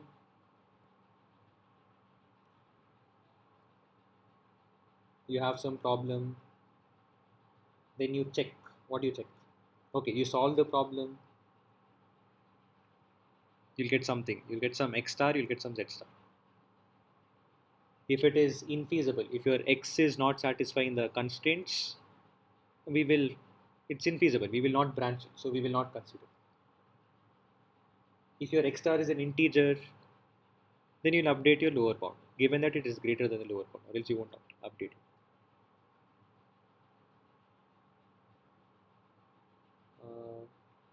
And since it is an integer solution, you won't branch it, so no more further branch. Or else, if your X is not an integer, and if your Z is not greater than the lower bound, then we won't branch it. We looked at this before. If your X is not an integer, we would want to branch it, but if the Z is not greater than lower bound, we will fathom it. So gone. This is also gone. Now this is our general case. If X is not an integer, but the Z is greater than lower bound, then we will branch it. We'll create some problems. After we create some problems, we'll push the problems into L and we will solve for those subproblems. That's it. That is what we've been doing. The other method, ma'am, just what she did is she shifted this to the end. She just sorry. She shifted this to the end. She just removed this over here and kept it over here. So it felt very fishy. I didn't go through what it means. So I'll not tell you this. Maybe later. We'll look into this later. When we meet, maybe tomorrow or something, we'll see. But I'm leaving this part for a while. But what happened here is this is removed and it is kept here for some reason. I did not read the implications about this, so I'll leave this for a while. We'll see later what is it about. So I will only talk about method 1. Method 2 we'll see later. Method 2 is basically this one. Instead of here, we are doing something over here. So I will not talk about method 2 now. Method 2 we'll see later. Maybe you can look at it yourselves. After you've understood method 1, just try, sit and read about this. Or maybe we'll ask ma'am. We'll see. I don't know. I'll ask ma'am about method 2. Maybe ma'am will help us. Fine. So method 1 is basically whatever we did. If your L is not empty, then you pop your L, you'll get your problem. You get a problem. Same thing. If it's infeasible, ignore it, or else if it is feasible, then solve the problem. I mean, after solving the problem, you know if it is feasible or not. If X is an integer, very good. Very good in the sense if it is greater than the lower bound, then you'll update your lower bound. You will update your incumbent. If it is not greater than the lower bound, then we won't do anything. We won't update the lower bound. Yeah, we won't do. We won't do it because we have. It has to be greater than the lower bound because our lower bound means it is the uh, best solution, and if it is less than lower bound, we won't take it. So it has to be greater than the lower bound. Only then you will update your lower bound and the incumbent. That is when it's an integer. And if it's not an integer, two cases. If it is lower than the lower bound, see, same thing. If it is lower than the lower bound or equal to lower bound, we don't want it. Pattern, it's gone. We'll remove it. If it is greater than the lower bound, then we will start branching with respect to the fraction. Whatever fraction is there, we'll start branching it. And same process, whatever subproblem you get, you push it back to the L and same thing. Whatever we discussed, that is only happening. Method 2, I will look into it. I have some doubts, we'll see. Both of them will give the same answer. So this is what I'm talking about. This first, we'll do all of this. Lower bound was minus infinity when we were here. When we are here, lower bound is still minus infinity. When we came here, lower bound became 18. So lower bound 18. When we came here, lower bound became 21. This branch is done. Now we have to start with this branch. Lower bound is 21, but the best possible solution is 21 because floor of 21.66 is 21 and it is not greater than 21. So this is fathomed. Done. Okay, this is what we've been doing. Efficiency. Just telling that branch and bound is very nice. You don't have to go through all the possible branches. This problem we did before, no? This is how you're solving linear programming problem. This is how you're solving it. How do I get those fractions? You do all of this, you will get your fractions. This is how you do. We discussed this long previously, so there's nothing much to be told here as well. This is how you solve your linear programming problems. Knapsack specifically. We were doing knapsack until now.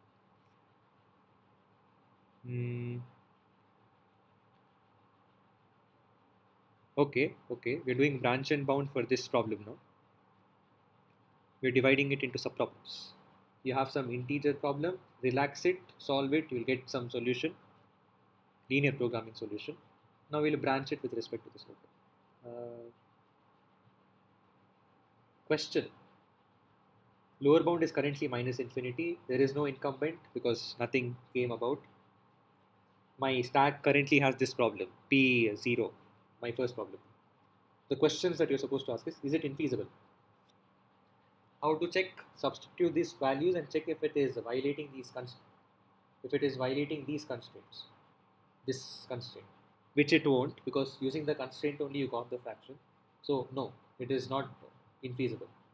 Is it an integer? 0.75 is there, so it's not an integer. Is 295 less than minus infinity? No, it is not. Lower bound is 295 is not less than minus infinity.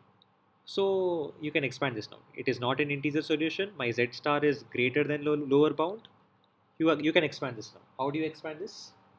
This will become 0, this will become 1. So you'll get two subproblems,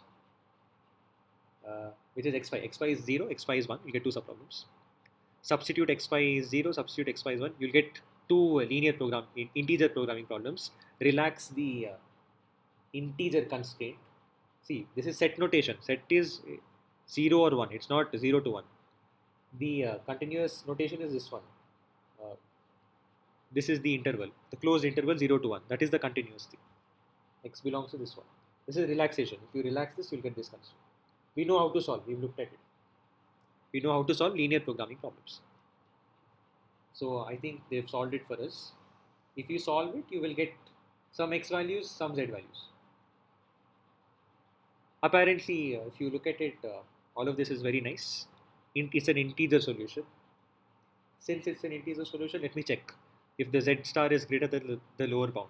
280 is greater than the lower bound, so my new lower bound is 280. So lower bound will be updated. See, it is updated. Lower bound is updated to 280.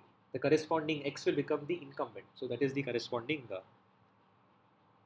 x value. Incumbent is this x. Nice. What about the other one? Okay, since it is integer, I will not be expanding this. We are done with the branch here. What about the other branch? What about this subproblem? Is it an integer? No, it is not an integer. Check if it is infeasible. It will not be infeasible, but just check, just in case. Which it won't be because you're deriving using the constraint, so it won't be infeasible. Second question, is it, what is it? Is it, what was the second question? Oh, yes, how could I? Is it an integer? No, it's not an integer because 2 by 3 is not an integer. Now check if z star is greater than the lower bound. 285. Is 285 greater than 280? Yes. Expand this. How do I expand? X4 is either 0 or 1. X4. Okay, they've done it here. Yes. Node qualifies for expansion. You expand it 0 or 1. X4 is 0 or 1. After you get that, you will get some problem. Relax the integer constraints. Solve for the linear programming. You will get some values. You got some value here. Is that integer? No, it's not integer because 2 by 3 is there. Look at z star. Is 255 greater than the lower bound? What was my lower bound? My lower bound is 280. No, 285. My lower bound became 285. Where is it? Okay, 280. Is it 280? 280, 280. Okay, fine. My lower bound is 280. Okay, fine. First, we are checking the below one. Okay, let us check the below. We're checking the below one first. This is integer, non-integer, not an integer problem. Its z star is 260. 260 is not greater than the lower bound. Lower bound is 280. Lower bound is 280. 260 is less than 280. So this is fathom. Same problem with the above one. This is not an integer. So when will I expand? If z star is greater than lower bound. Z star is 255. 255 is less than 280. This is also fathom. Both of them are fathom. So my business is done with this branch. My business was already done here. So we are done. This is done. No more sub problems. We got integer solution. What is our integer solution here? P2 is our solution. Where is my solution? My solution is in the incumbent. Incumbent is my best possible solution. My lower bound is the best possible z value. Here, lower bound is the best possible z value. Incumbent is the associated x values. Anyway, so this is also done. Efficiency, very beautiful. Branch and bound is doing nice things. Branch and bound for traveling salesman problem.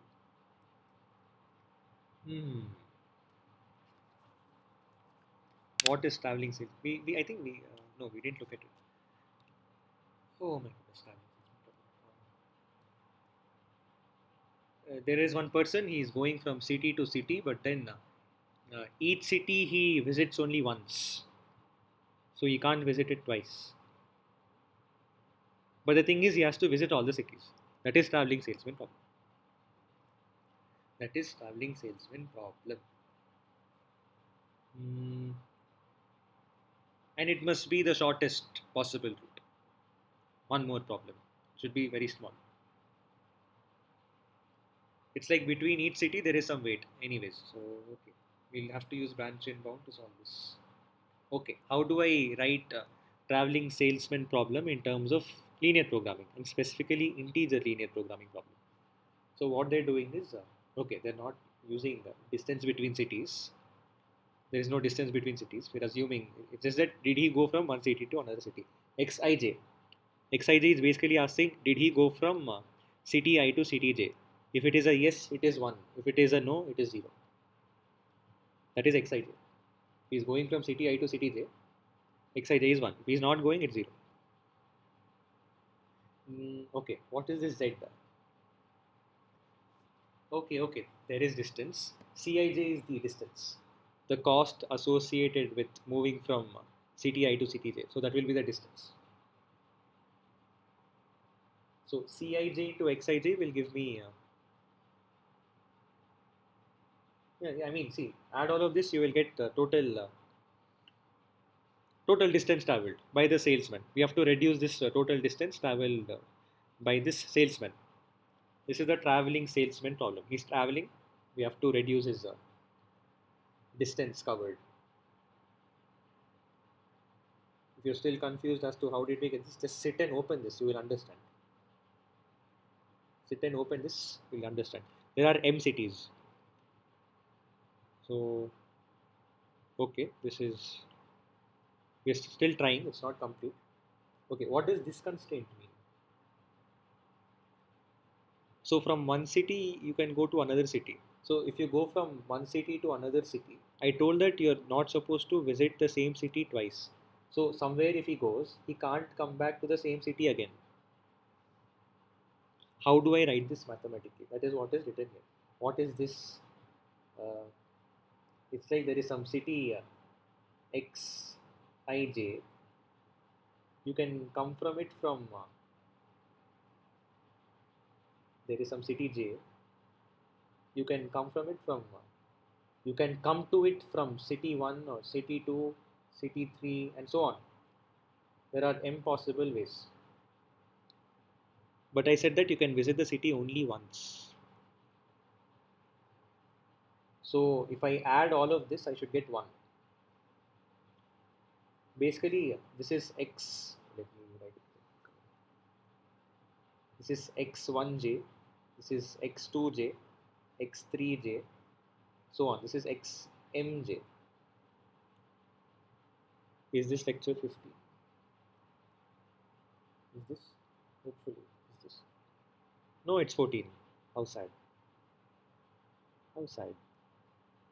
How sad. Will this even be completed though? This is like 6:30 and okay, fine. Same thing. So you're going to the city only once. So this is the constraint. If you add everything, you're supposed to get 1. All the other xij's will be 0. Only one of them will be 1. So summation of xij where j is okay. This is I'm talking about the second constraint now, right? This is this one. Same logic for the above also. The above logic is from one city you can go out once. You can't go out from the same city twice because you only have one body, right? You can see this, just open the summations, you'll understand. So you have two constraints here. You have an objective function. You have this constraint xij is either 0 or 1. It means did he take the path or did he not take the path? That is 0 or 1. Okay, there is something there. Okay, tour or subtour. Basically, if uh, you just go in one loop, it's a tour. If you have multiple tours, subtours, it's like you get this idea. I don't have to articulate this. If you have something like this, there are subtours. If you have something like this, there are no subtours. Only one tour. You have 3 tours here. You're not supposed to have. Okay, we'll see. We'll see what we are not supposed to have. We'll see. So we know what is a tour now. We know what is a subtour. Complete tour and we have subtour. So what this is telling is, in traveling salesman problem, you're not supposed to have subtours. Why? Because we want the person to go from here, here, here, here, and go everywhere. But if he, let's say, starts here, he goes here and goes here, he comes back to the same city without having explored all of this. That's a problem. He should not come back to the same city. He should not come back to the same place where he started from before having explored all the other cities. That's why we are not supposed to have subtours. So subtours are not allowed. How do we eliminate them? We'll see. It is given. It is given. Mm, okay. Yes. Uh, the problem is we wrote this. I mean, we didn't write. It is given that this is the uh, transportation problem integer linear programming formulation, right? It's given first attempt. It means it's not yet complete. This has no subtour elimination constraint. So we are supposed to add the subtour elimination constraint, which is given here. This is the subtour elimination constraint.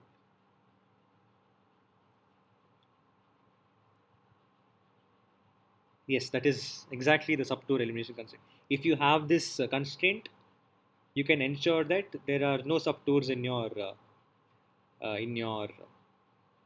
TSP problem. Just in case you don't want to memorize this, if you want some intuition, so we'll take one small example.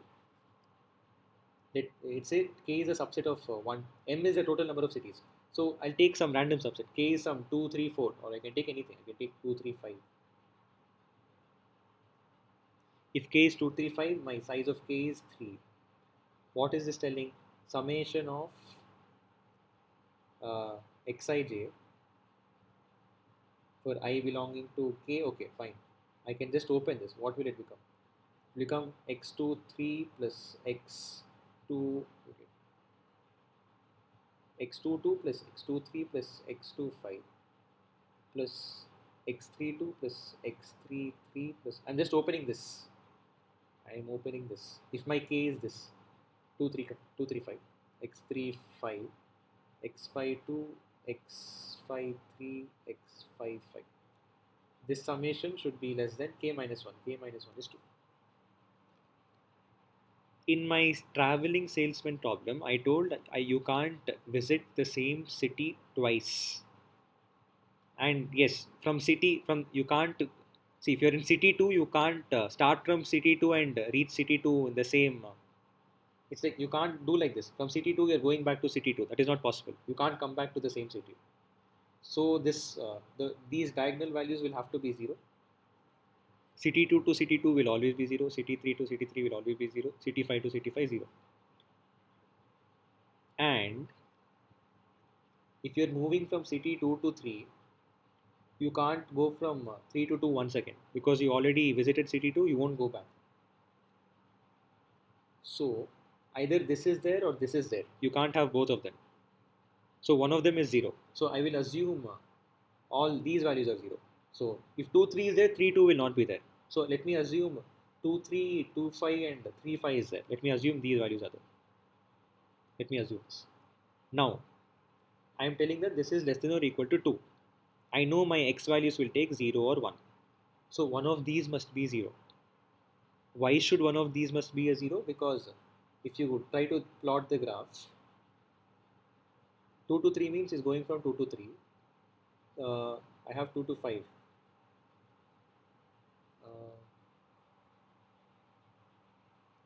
2 to 5 and 3 to 5. If the problem with this graph, see this is one subtour, and the problem with this graph is the person is visiting the city 5 twice. From 2 is coming, from 3 is coming. This is violating one of our conditions, which is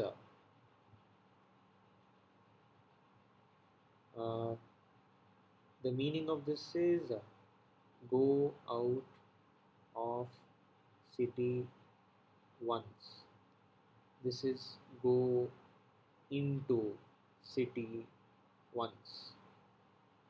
It is violating the second condition, go into city once condition.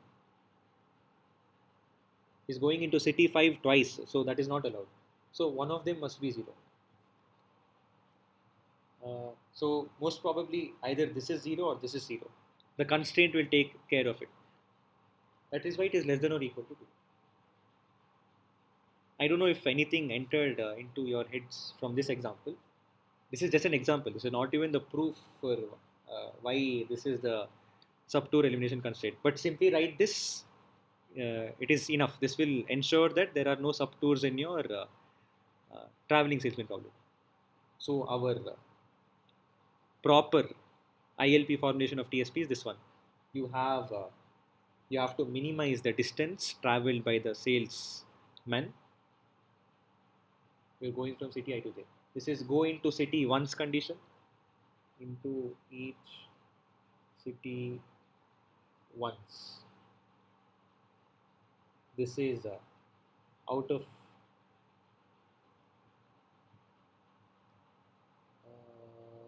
no, it's the reverse. Into out of. Bro, can we expect a question? Why not? Why not? Why not? Why not? This is out of. Wait, my mind is not. My brain is not dreaming. Or whatever it is, I wrote it down. X I to 1. This is out of. This is into. Yes, this is into J. This is out of I. Yes. You have two constraints. The other constraint is subtour elimination. This is not the constraint. This entire thing is your constraint. No subtour. No subtour because if there is some subtour like this, there are two subtours. He starts from here He goes to some cities. He ends at the same place before having explored all of this. That's why we don't want subtours. How to ensure no subtours? Write this big thing. You will get your subtour elimination. I mean, we've looked into it. You can, if you are very curious, if you have a lot of free time, you can sit and try to see why is this valid. I just showed you one example. You can sit and try for all examples because look at this. M is greater than size of k greater than size of 1. And k is any subset of this. I can make so many subsets with this. So it will take a lot of time. So I will not be showing you all of these examples. Okay, there is relaxation for TSP as well. What are we relaxing? See, previously we had a question. Is integers relaxation the only relaxation? No, it is not. Here we are relaxing some other constraint. That the constraint that we are relaxing it is subtour. So what is relaxing? We are allowing subtours now. So traveling salesman becomes an assignment problem then, and there is a fixed method. There is a known method to solve the assignment problem. It is known as the Hungarian method, which we'll be looking at in a short while. Yes. So if you relax the traveling salesman problem, if you basically removing the subtour constraint, then you will get your you'll get your assignment problem, which can be solved using Hungarian method. Okay, assignment problem is basically this one. You have n workers and then you have how many tasks? Okay, you have equal number of workers and tasks. One worker can do only one task at a time. So you can't give two tasks to one worker or you can't leave any task unattended to. So you're supposed to assign all of the tasks to all of the workers. So one worker is doing one job. So one worker can't do more than one job. One task can't be done by more than one worker. That is the assignment problem. And there is some cost associated with assigning one task to a worker. That is, let's say Cij. Yes. Nice. How do we solve this? Okay, this is one example. John, Terry, and Eric. Okay, they're not workers. Let's say they're students or something. And the tasks are coding, tests, and writing. Cost associated. Here, time is the cost. So 4, 6, 3.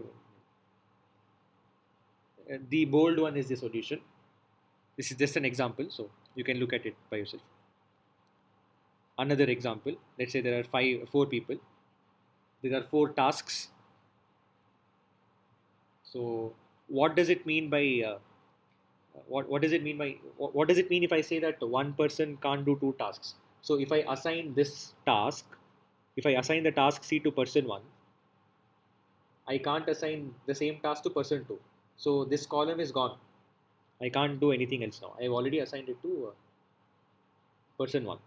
So let's suppose I take this one. If I assign G to person 3,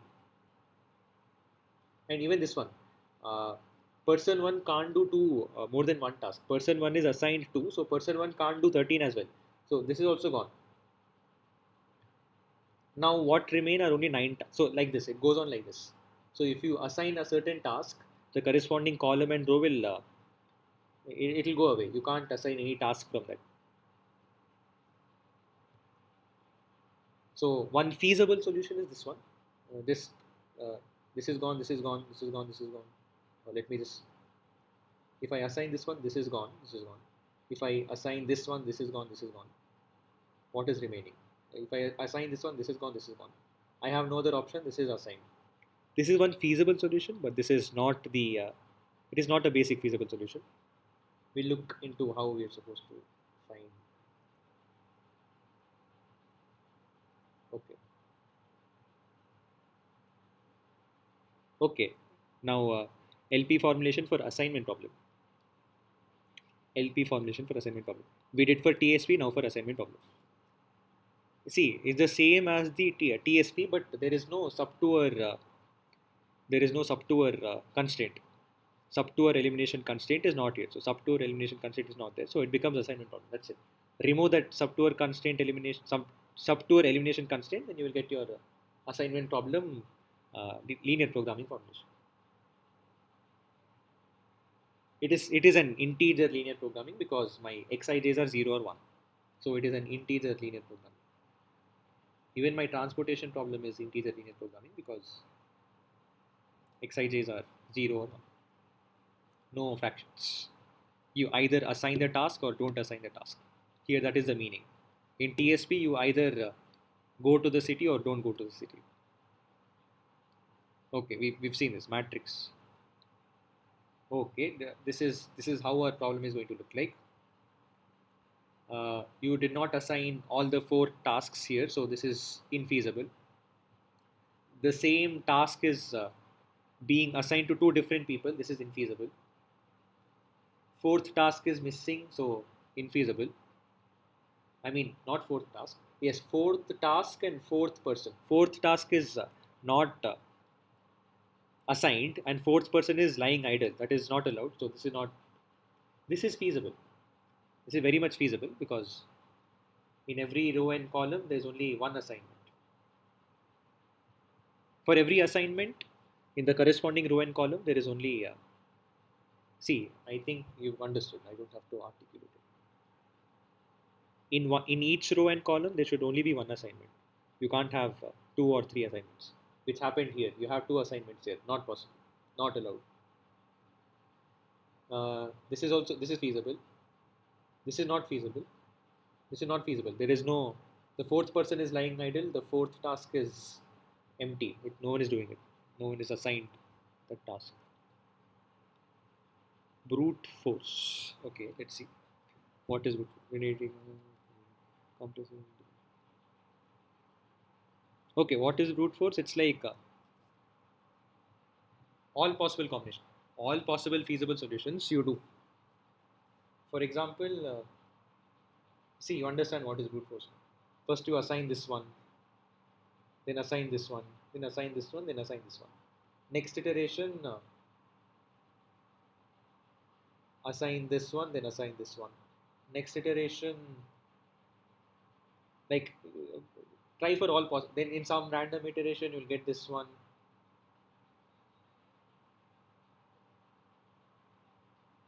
It's like you're checking for all possible values. You're going through all possible feasible solutions. That is brute force method.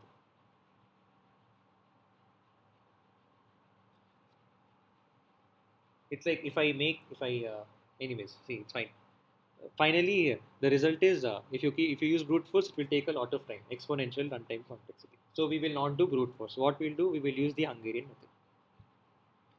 What is Hungarian method? We'll look at the example. Okay, Hungarian method is basically this one.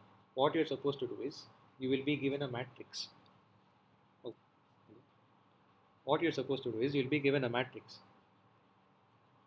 Okay, well, what you're supposed to do is in every row find the minimum number. 5 is minimum, 3 is minimum, 2 is minimum, 2 is minimum.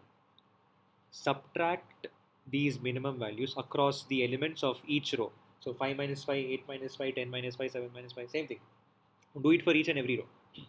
Subtract the elements of each row with the minimum element of that row. Then you will get these new rows.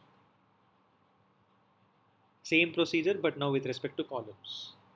The least number is 0 here, the least number is 0, the least number is 1, the least number is 0. So if the number is 0, there is nothing to subtract. Number is 1 here, so 5 minus 1, 4 minus 1, 1 minus 1, 4 minus 1. Okay, nice. Step 1 and 2 are done. Steps 1 and 2 are done. Did anyone write anything? Broken anything?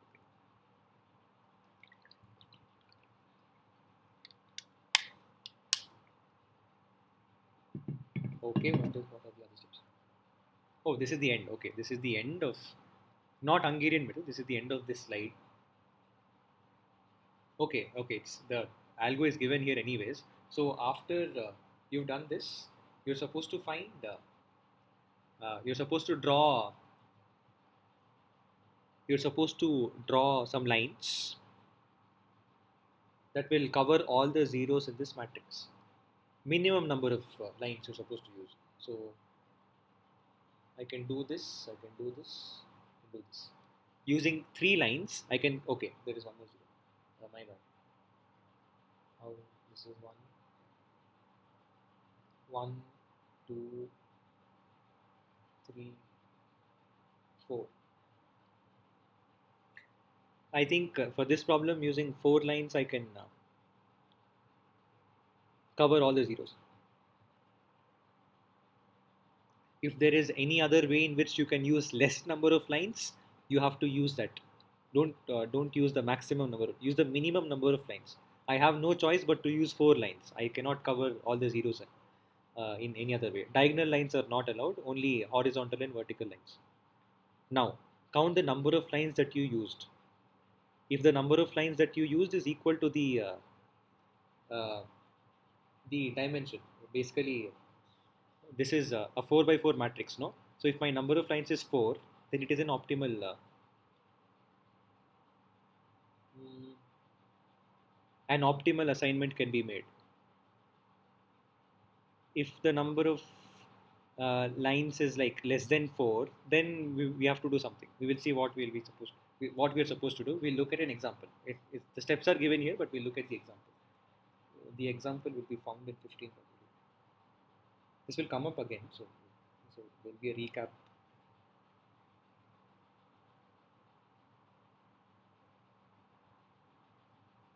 Branch bound weighted TSP.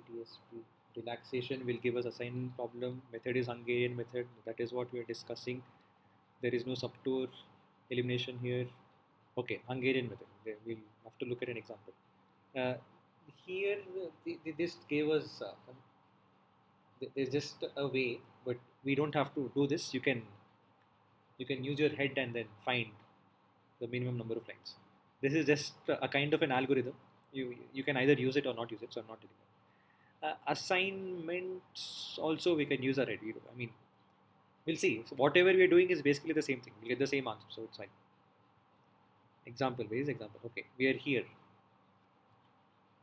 We are here. Yes. Uh,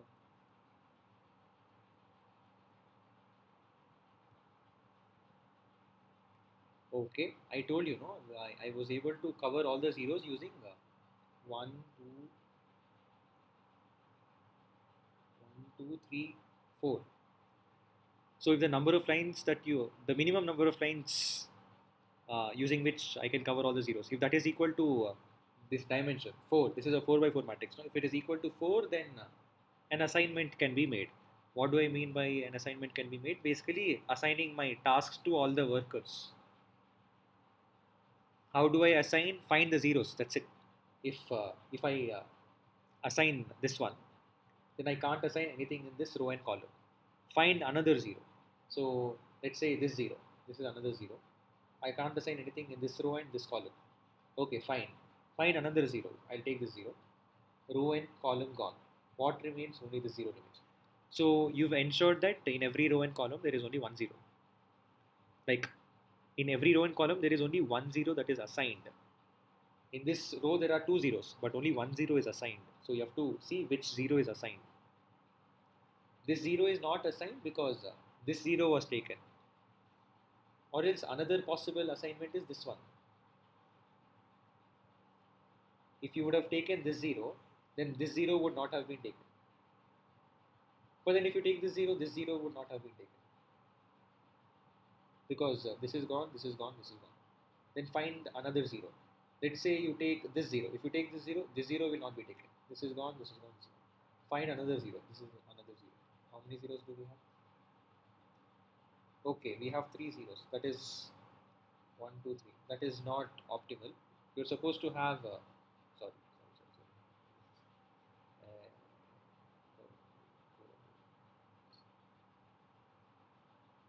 you're supposed to make 4 assignments.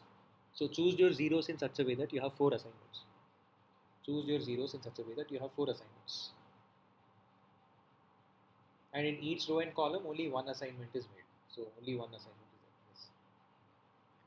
This is your initial BFS. Is this the initial BFS? Yes, I think. Is there? Okay, we'll see. We'll see. Is that the BFS or assign? We'll see. In feasible solution, though, I can randomly assign anything. I'll assign this, and this. That is a feasible solution. But we are looking for the lowest cost, right?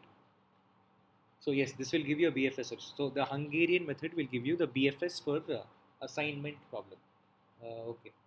Subtracting rows, subtracting columns. How do you choose which one to assign? You choose zeros. Why is this coming? You choose zeros. That's it.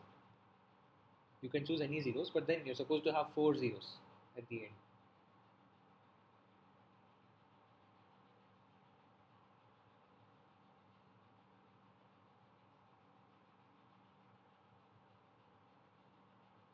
Or else if you're confused, you can use this slide. This slide is going to help you make an assignment. How do I assign? Assign is basically marking the boxes red. Here, whatever we did, no, that is assignment. For each row, if 1 0 remains, make that assignment. If there is more than, if there are more than 2 zeros, then choose one of them. That is what it's telling. Make an arbitrary assignment. But finally, you need to make 4 assignments because you have 4 here, right? Okay, there's another example. Same thing you do. Let's see. How many lines do I need? 1, 2, 3. Now this is a problem. I'm able to cover all the zeros with 3 lines, not 4 lines. It is less than 4. Now we are supposed to do something. Now we are supposed to do something. What is that something?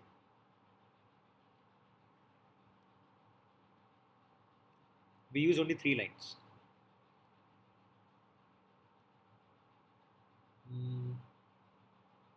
Yes. Now what you're supposed to do is, we have this, no? Is that what we have? 3, 2, 2. Yes, 3, 2, 2, 1, 4, 3. 3, 2, 2, 1, 4, 3. What you're supposed to do is, in the remaining elements, 3, 2, 2 and 1, 4, 3, find the smallest of them. It is 1.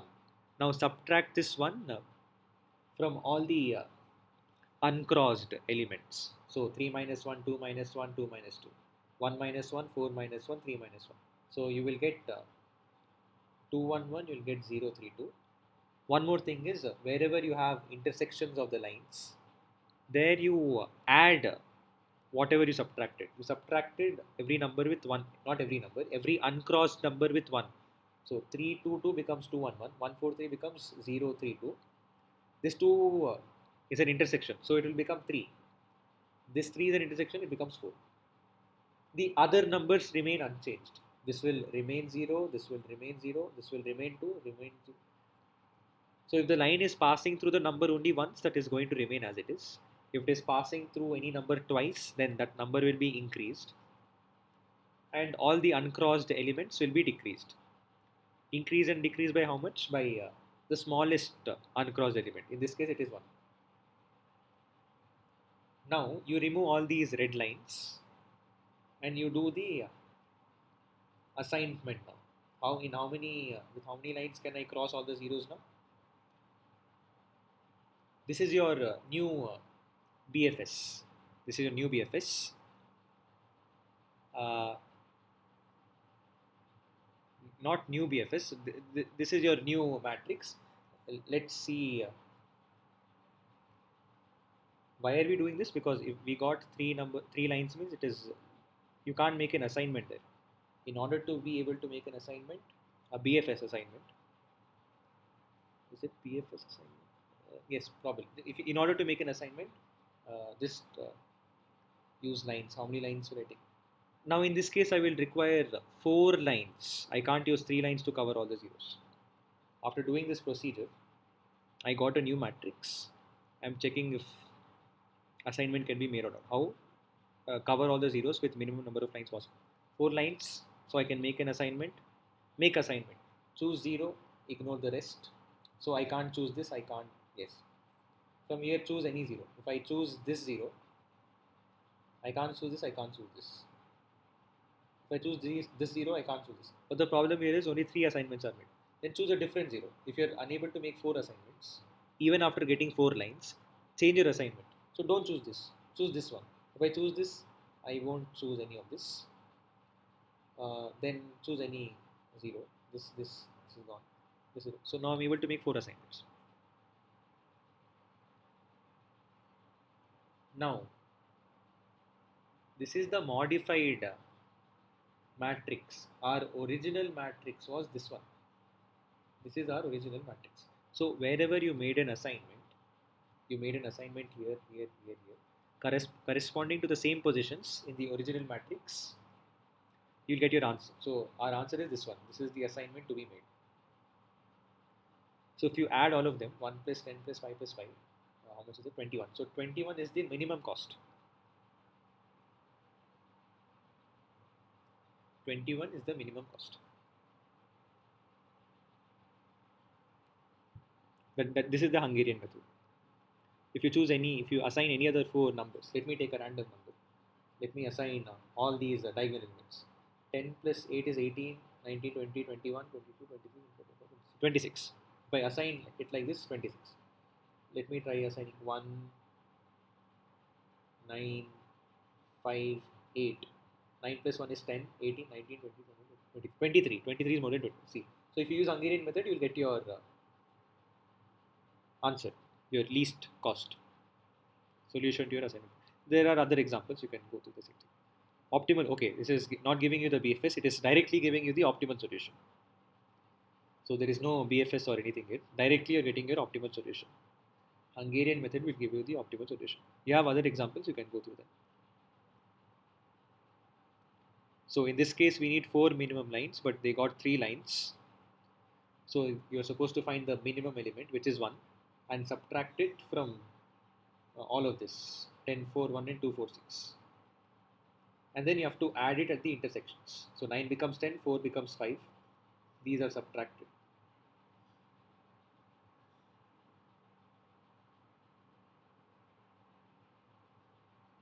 Then again, try covering all your zeros.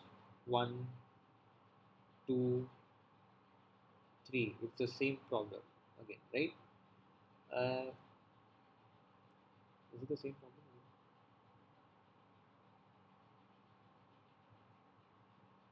Did I cover? Okay. Did I cover all the zeros? No, I didn't cover all the zeros. There's one more zero here. 4 lines. Okay. 4 lines. 4 lines. Now we can assign it and we can stop it. So corresponding to these zeros, look at the original matrix that will give you the cost. What is the original matrix?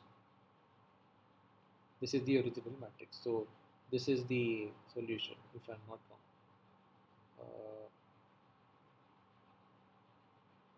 Okay, it goes up and then down, up, down.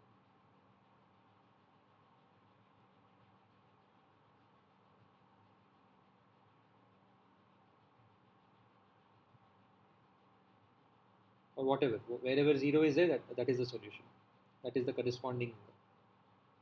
You have to look at the corresponding cost. Look at the corresponding cost, you'll get your solution.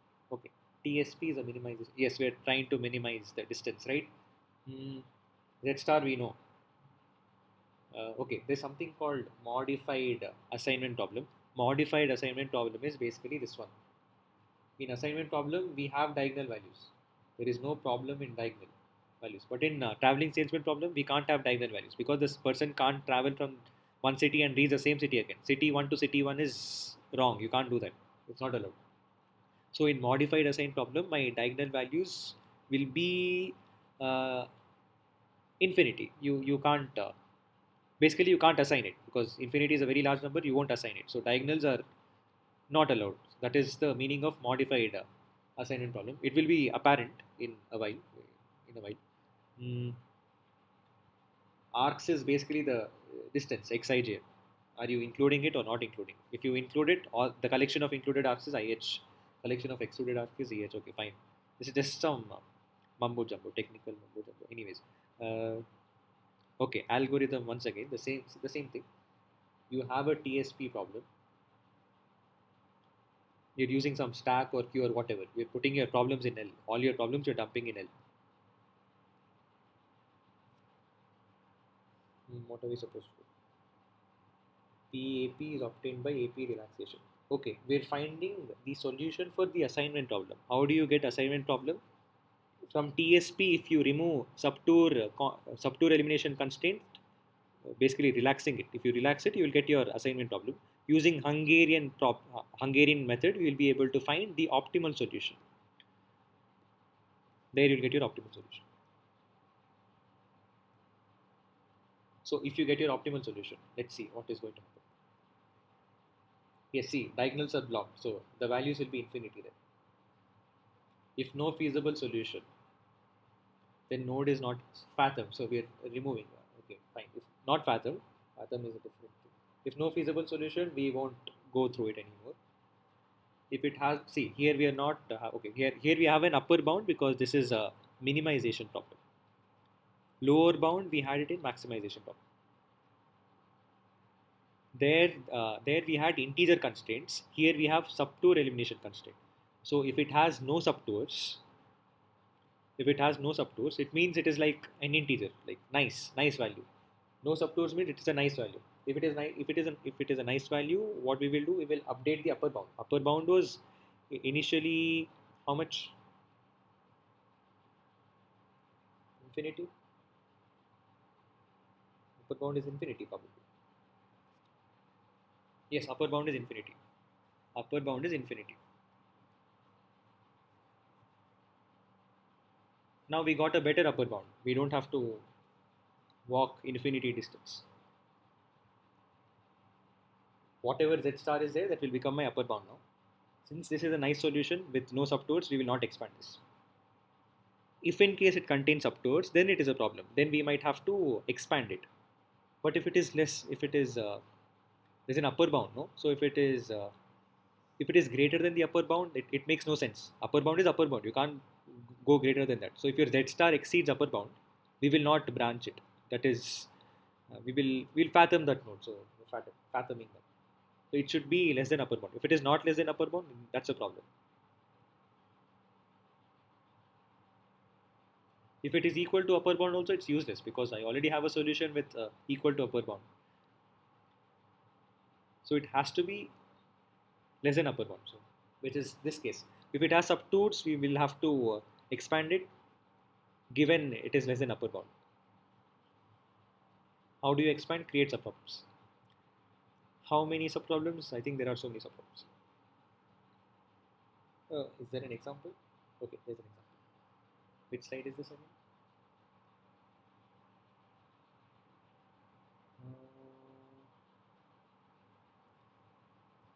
Okay. Okay, see, in cost matrix, diagonals are infinity because this is TSP. You can't go from the same city. You can't reach the same city while coming from the same city. Mm, okay, you're trying to do the Hungarian method now. On this matrix, subtract the rows with the minimum of each row, subtract each element in each column with the minimum of each column. Try to cover all zeros with the minimum number of lines possible. I need to get 6 lines, but I only used 4 lines. That means I'll have to do some changes. What are the changes? Out of all the uncrossed elements, find the least value. The least value is 1. 1 is the least uncrossed value. So subtract every uncrossed element with 1. So infinity minus 1 is infinity. 11 becomes 10, 27 becomes 6, so on. 14 becomes 13. Every uncrossed element. And every intersection place you will add 1. Infinity plus 1 is still infinity, so no change. 4 becomes 5, 2 becomes 3. Yes, infinity plus 1 is still infinity. Now you check again, are you using 6 lines? 1, 2, 3, 4, 5. Do I need 6 lines? Mm, before even, okay, you're not getting 6 lines here. So do the problem again. You'll have to find the smallest number. The smallest number is 4. Subtract with subtract every number. Subtract 4 from every number. So 10 minus 4 is 6. 26 minus 4 is 22. Same thing. Do the same thing again and again. Intersections will get plus 4. So 0 becomes 4. What is here? 13 becomes 17 and so on. Intersection infinity plus 4 is infinity. Nice. So now try to cover all zeros with the minimum number of lines possible. 0, zeros, all zeros gone. 0 gone. 0 gone. Any other way? I can do this one. Is there any other 0 outside? Okay, there's one 0. 0. Any other 0? 1, 2, 3, 4, 5, 6. See, I had to use 6 lines. There is no other way.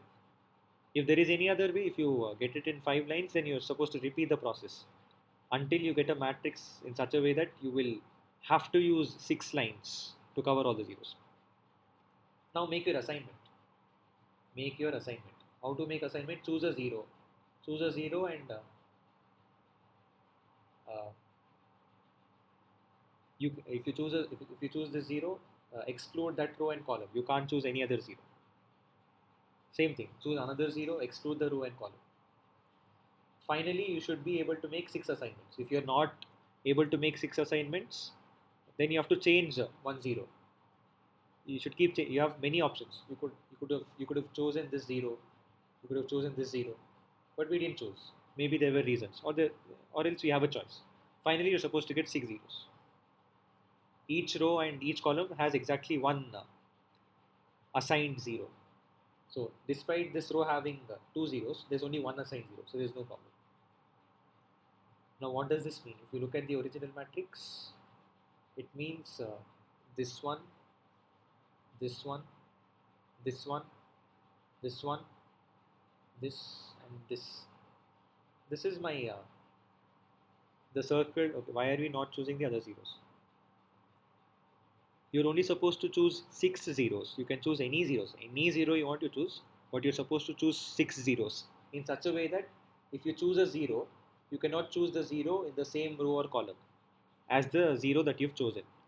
So any 0 you can choose. Total number of zeros. Finally, you need to choose only 6 zeros. But in every row and column, there's only one 0 that is selected. You can't have two selected zeros in the same row or column, 2 or more. Okay, what does this mean? Uh, this means 2 to 1. This is 1 to 4. This is 2 to. This is 4 to 2. This is 3 to 5. This is 3 to. Sorry, this is 5 to 3. This is. Oh, no, this is 6 to 3. This is 5 to 5. 5 to 5. 5 to 6. So all the numbers that I've just said, they are here. This is our solution basically. X14, X21, X35, X42, X56, X63. Basically, they're all ones. So X14 is 1, X21 is 1, and so on. Now, what are these values? These are C values. This is C12. So don't get confused. These are not X values. There are C values. This is the cost matrix. C12. This is no, sorry, not C12. C21. C21. This is C43. C42. My goodness. This is C21. This is C42, and so on. Okay, fine. All the other xij's are zeros. So you have xij's, you havecij's. What is the cost? Z star is my cost. 1 to 4 is what? 1 to 4 is 16. So just add all of this, you'll get your cost. 16 into 1 plus 7 into 1 plus 5 into 1, so on. Add all of this, you get 54. So 54 is the answer. Answer to what? Answer to the Hungarian problem. I mean, the assignment problem. Hungarian method we used, the assignment problem. Now we have to check if this has subtours or not. If there are no subtours, this will directly be my answer to the traveling salesman problem. If there is any subtour, then we have to see what we're supposed to do. So it's asking, is this a feasible solution? When is it as a feasible solution? It is a feasible solution if it satisfies all the constraints. The constraint that we didn't check is subtour constraint.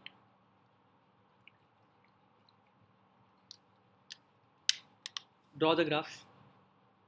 1 to 4, 2 to 1, just draw. You will notice it is very much obvious. You have two subtours. It's not one complete tour. You have something like this. You don't have something like this. We want something like this, not something like this. So this whatever problem, whatever answer we got is not a, it's not the solution to the TSP problem. Now we are supposed to branch. How do we branch? How do we branch? What we'll do is we can choose any number from for branching. What do you mean choose any number? Which number? Is it this one? Okay, I'm telling you how to branch. How do you branch? You take one subtour and you just remove one edge. Because if I remove this, there will no longer be a subtour here. We will see about this later. We'll see what happens. Just remove one edge. Is there any reason as to why only x14? X1, x14. No, there's no problem. X14 is just it came first. You can choose any other edge. There are so many edges. Just remove one of the arcs. You remove one arc, and then we'll branch. It's like when we did the complementary slackness and dual feasibility. There were many possible entering variables. You can choose any one of them. Okay. How do we branch? I told x14 is 0. It means I am not going from city 1 to city 4. Then what will happen? Because if I do this, there is a possibility this might also get affected. So I'm not removing any edge from here. I'm only removing one edge. I'm only removing one edge.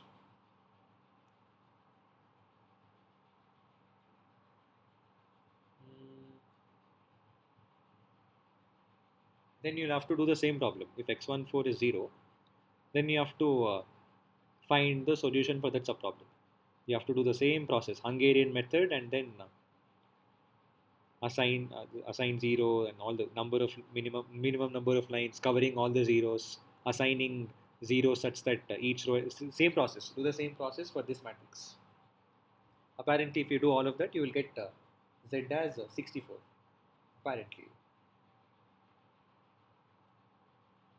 here they wrote x14 is 1.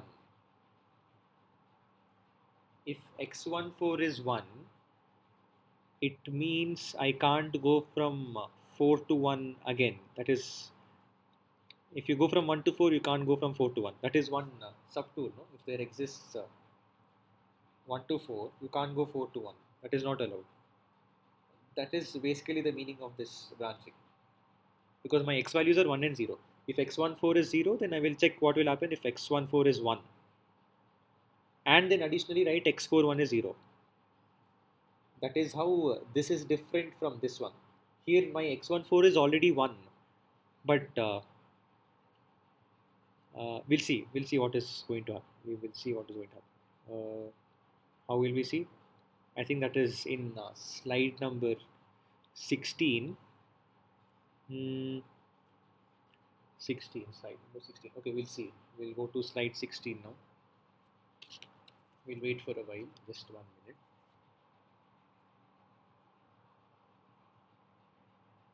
I'll go to slide 16 now. I'll just let me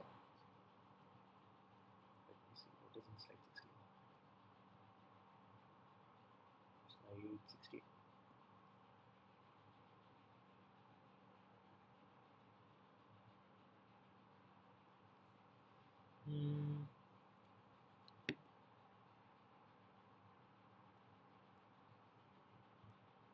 Anyways, this meeting is being recorded, so people can come and leave anytime. That is not a problem.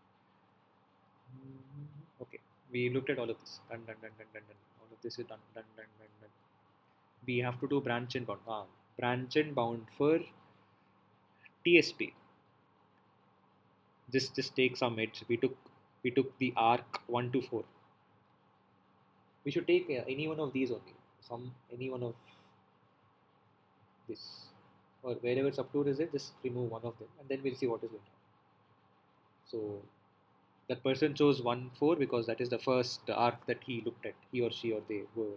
That is the first arc that the person looked at.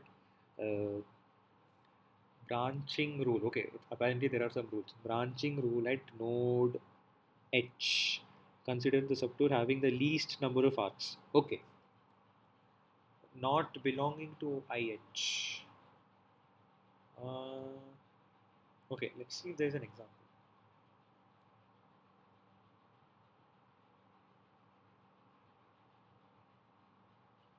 Mhm. Okay, we will take a 5 minute break. I will come back in a while. I'll just come back in a while. There'll be a 5 minute break. I will not. I will be looking at this slide, but I will not speak anything. So, if in case anyone has a doubt, they can just type it here. There will be a 5 minute break. A 5 minute break. I'll be looking through this slide. Just 5 minutes.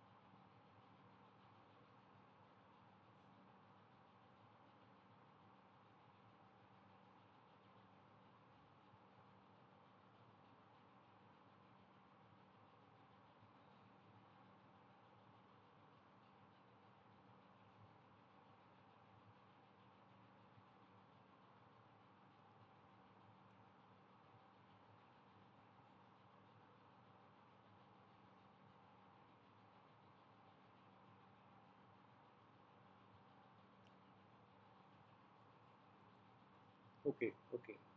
Am I audible? Mm, hopefully, I think I am. Okay. Yes. Nice. Okay. In the previous slide, in the previous PDF, we started with x14 and x41. No.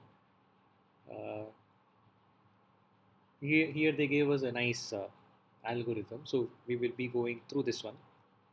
What does it say is you choose the subtour that has the least number of arcs, not belonging to IH. Okay, let's just look at the example. Maybe that will. Let's say you took this subtour.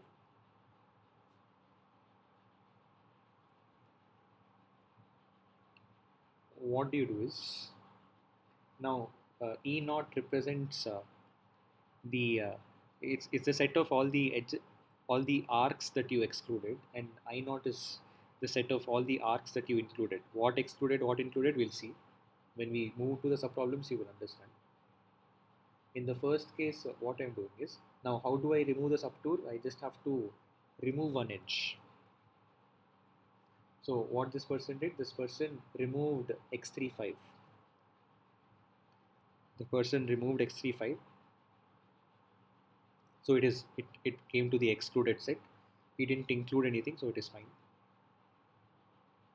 The other thing is, uh, if x35 is included, you still have to remove one edge now because it is a subtour. Remove some random edge, 5 6. x35 is included, but 5 6 is removed. That is one subproblem.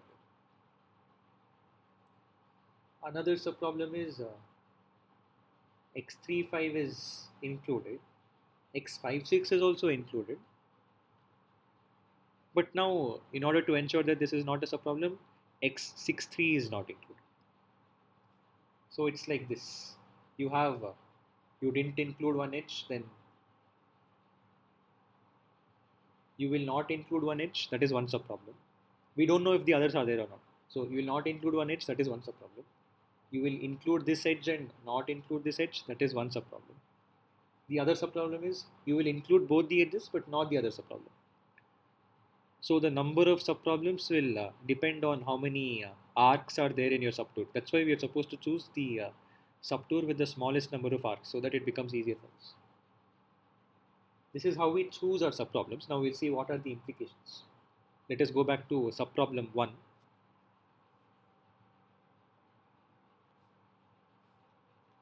Let me just check if it is being recorded or not. Yes, it is being recorded. Okay. Subproblem 1. What did we do? We removed the arc 3 5. That is why in excluded, this is just notation. In excluded set, I have 3 5. I didn't include anything, so nothing is here. The same thing for the other problems as well. I excluded 5 6 but included 3 5. Included 3 5 and 5 6 but excluded 6 3.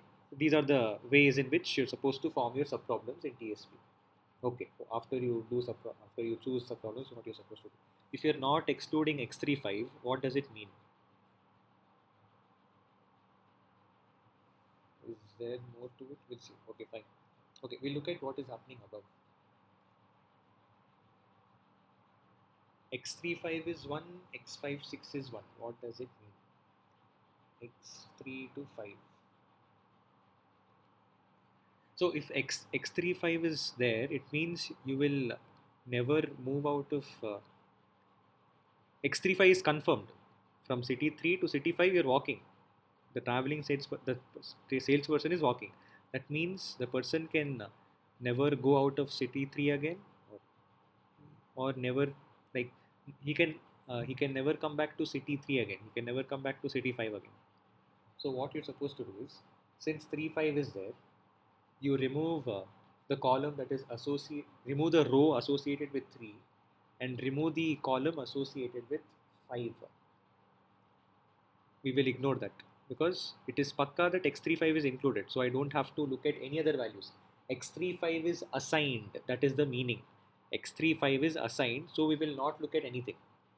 Same with this one. X56 is assigned, so x56 will also be removed. So now we'll get a new matrix. Now on this matrix, you're supposed to do Hungarian and Hungarian method. Then you will get solution to your assignment problem.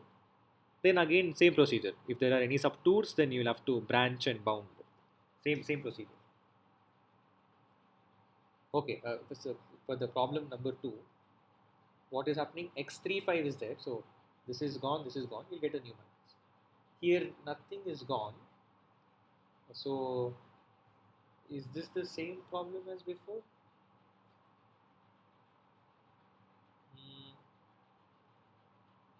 What was the problem?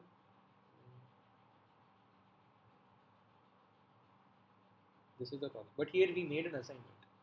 Here we've already assigned We know for Pakka that x35 is 0. In the previous case, x35 was 1. So, uh, even though it looks like nothing is done here, it's the same. Okay, oh, wait. Okay. I think I missed something. Here there is an infinity, no? So, where did this okay, even here? Infinity came in between. Why? Hmm, let me see. Let me see. Why is this the case? This is x63. Okay. Got it. See it.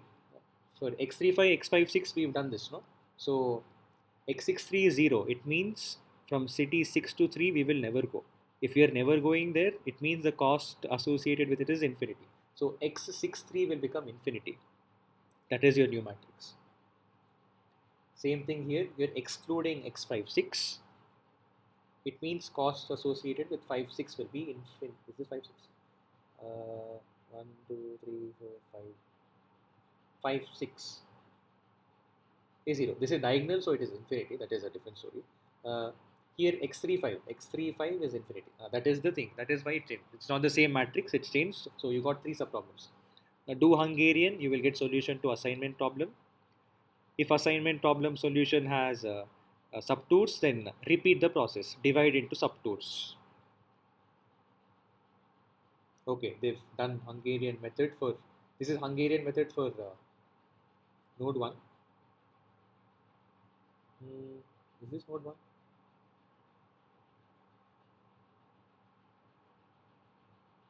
I mean, that is without excluding.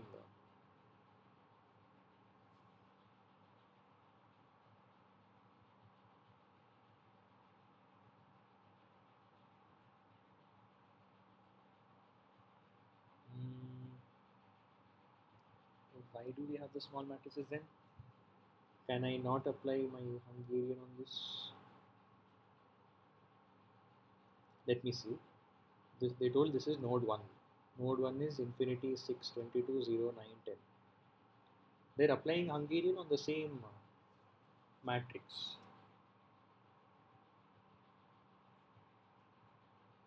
Mm, okay, fine. Let me see. We told that in node 1, x35 and x56 are assigned, no? x35.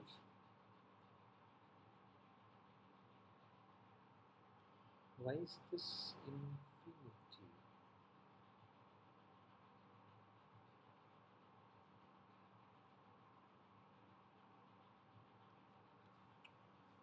x35.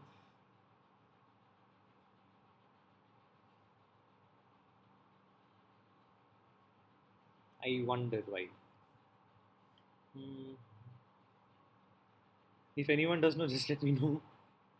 Or else I'll have to think for 2 minutes.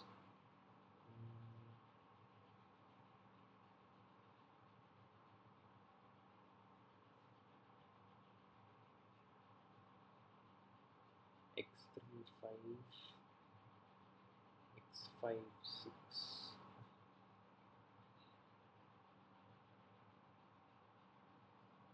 Okay, I mean, if you're X35,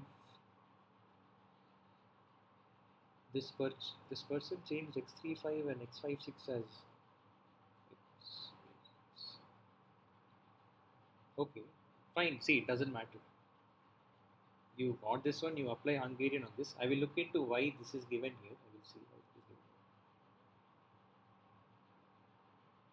given. Mm. Okay. Just look at this.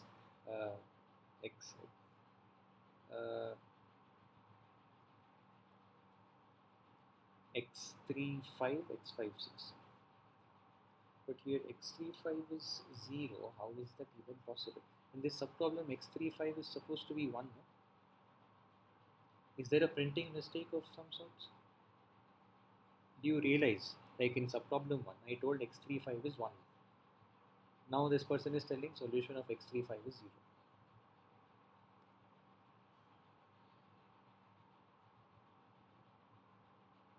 Why is this the case?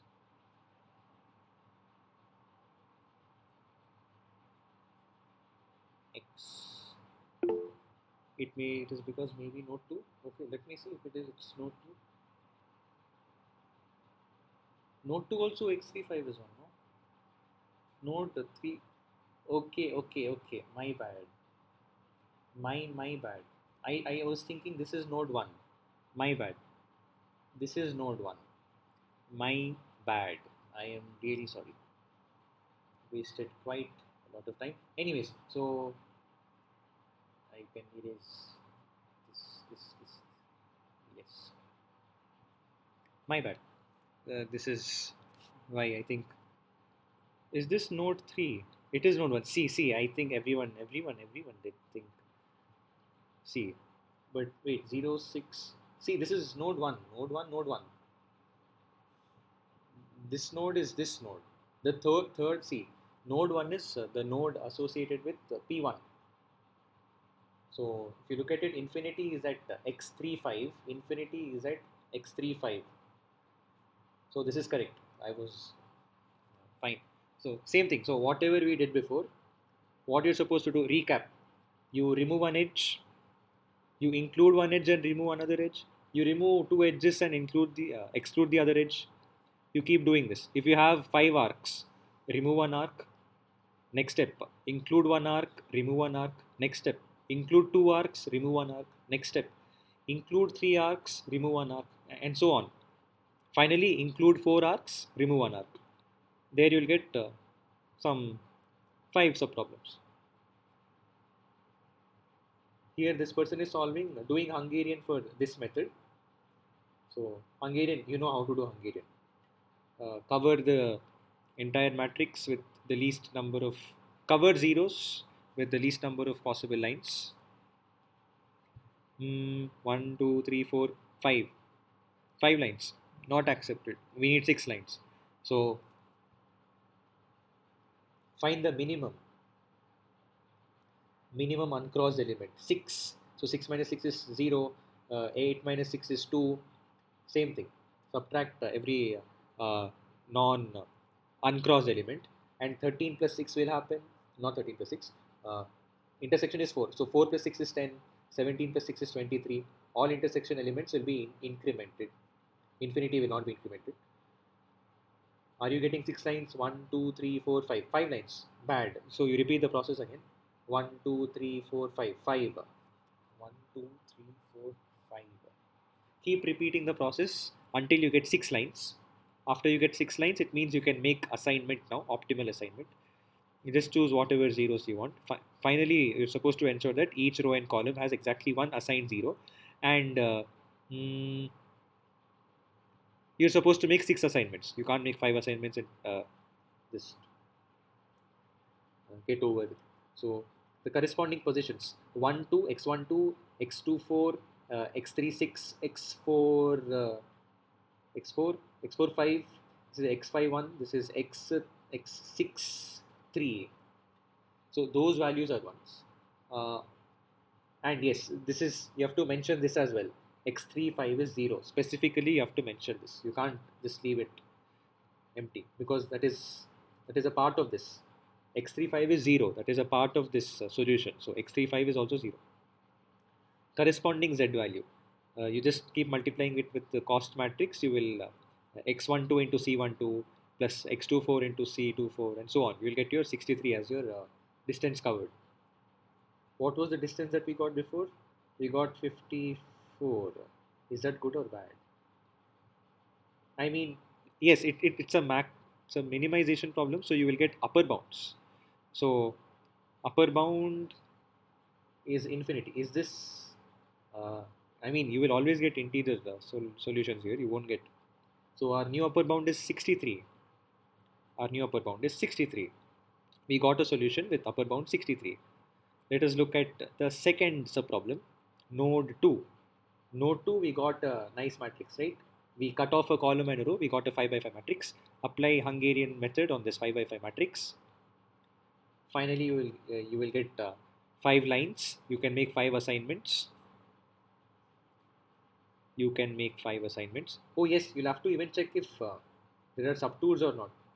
Here there are subtours, so this is not our final answer. Okay, so upper bound is still infinity because If you only get no subtour answer, then you will update your upper bound.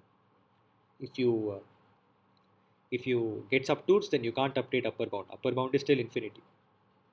Upper bound is still infinity. So we will have to branch this once again. So we will have to see. P1 is not done yet. We are not done with P1.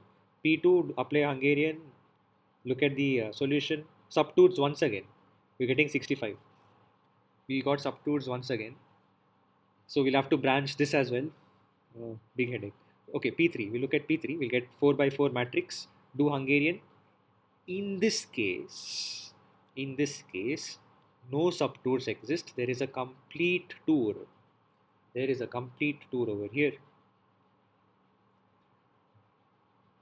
So if you don't get subtours, this means this is a very nice answer. If you get nice answer, what do? You update your upper bound. Previously, we were doing knapsack. No? Knapsack, that was a maximization problem. There we are updating lower bounds whenever we get integer solutions. Here, their relaxation constraint was integer constraint. Here we are relaxing subtour elimination constraint. So if you don't get subtours, it means it is a nice answer. Since TSP is a minimization problem, you will have upper bounds. So you'll update your upper bound when you get a nice solution. Nice solution means when you get a solution with no subtours. So Z is 63. Since this has no subtours, my upper bound will be updated from infinity to 63. So yes, these three and since 63 is a nice answer, nice answer in the sense this has no subtours, this will no longer be branched. We are done with P3. P3 is done for. We are done with P3. We'll have to branch P2 and P1, but we'll see. We will see whether we have to branch it or not. Upper bound is 63. Upper bound is 63. If we branch P1, we will get some number that is greater than 63. Integer, so at least you would get 64. Okay, we'll see. We'll come step by step. P2. Should we branch P2 or not? It had subtours. P2 had subtour. Okay. Upper bound. Okay. See here. No subtour. So upper bound updated to 63. From it was infinity, it became 63. P2. Do we include P2 or not? Okay, fine. They scammed me at this point. They're not going step by step. P1 has P1's. See, if you expand P1, you will get at least 64. But upper bound is 63. You can't exceed 63. 63 is not less than 63. 63 is greater than or equal to 63. That's the problem. So that is fathomed. It has P1 has subtours, so we are thinking, should we expand it or not? Check the upper bound condition. Is 63 less than upper bound? No, it is not. So fathom. What about P2? Is 65 less than upper bound?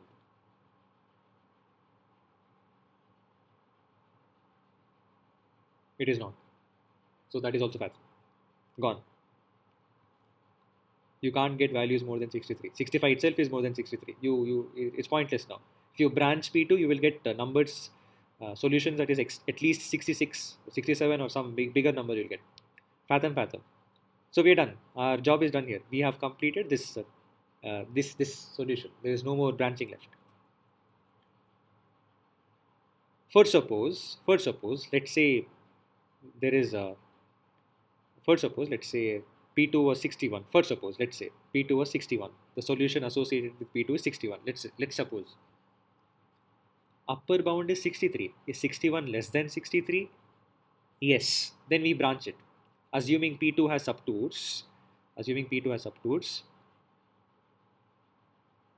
If it has subtours, then we'll have to think, no, should we expand this or not? Okay, how do we think? Check the upper bound.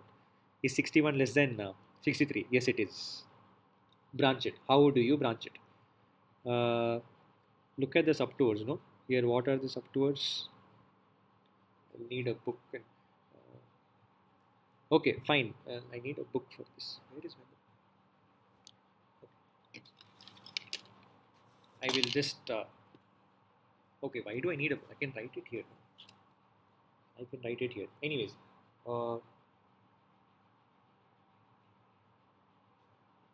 5, 6. I mean, see the same procedure. You include You remove an edge. Next step, include that edge and remove another edge,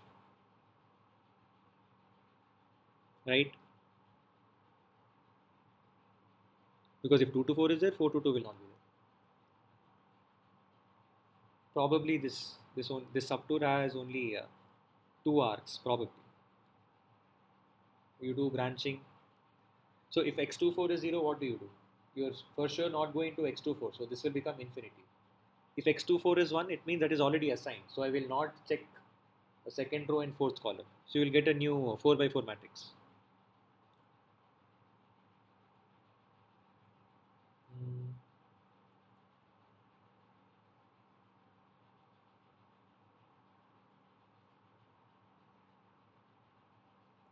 Yes.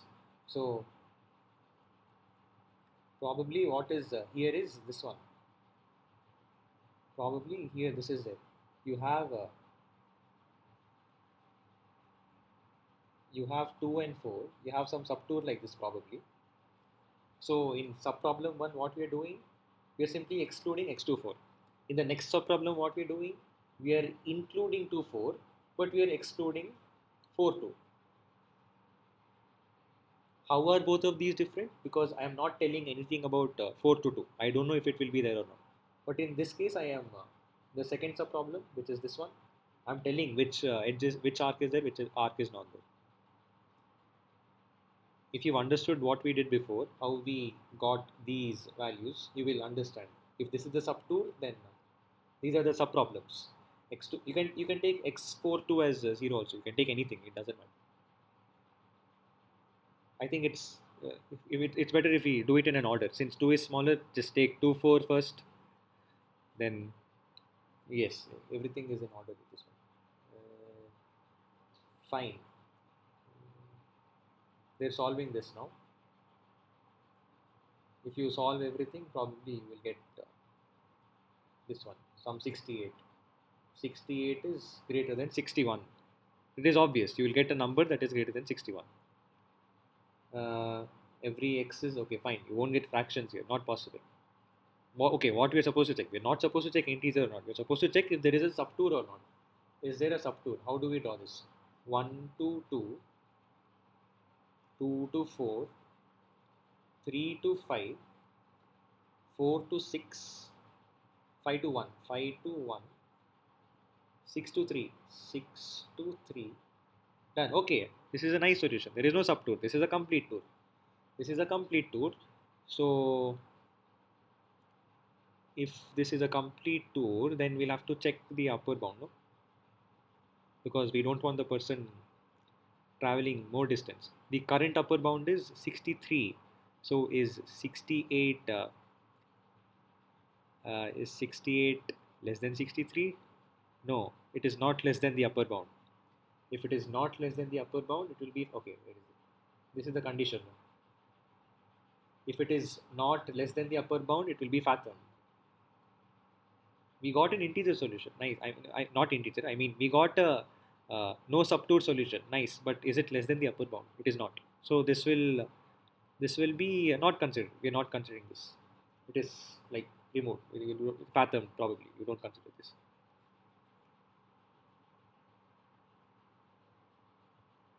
Okay. Nice. So when you're using subproblems, no, when you make subproblems out of this, you have to deal with this only. I mean, that is very much obvious. You should not take the original matrix and start adding or subtracting them. If you're doing subproblems, from the current subproblem, you have to branch. So your matrices will keep shrinking. They'll become smaller. Anyways, so what else is there? Okay, some other example. This is some problem. TSP problem. 0 means initial. You're at the initial TSP problem.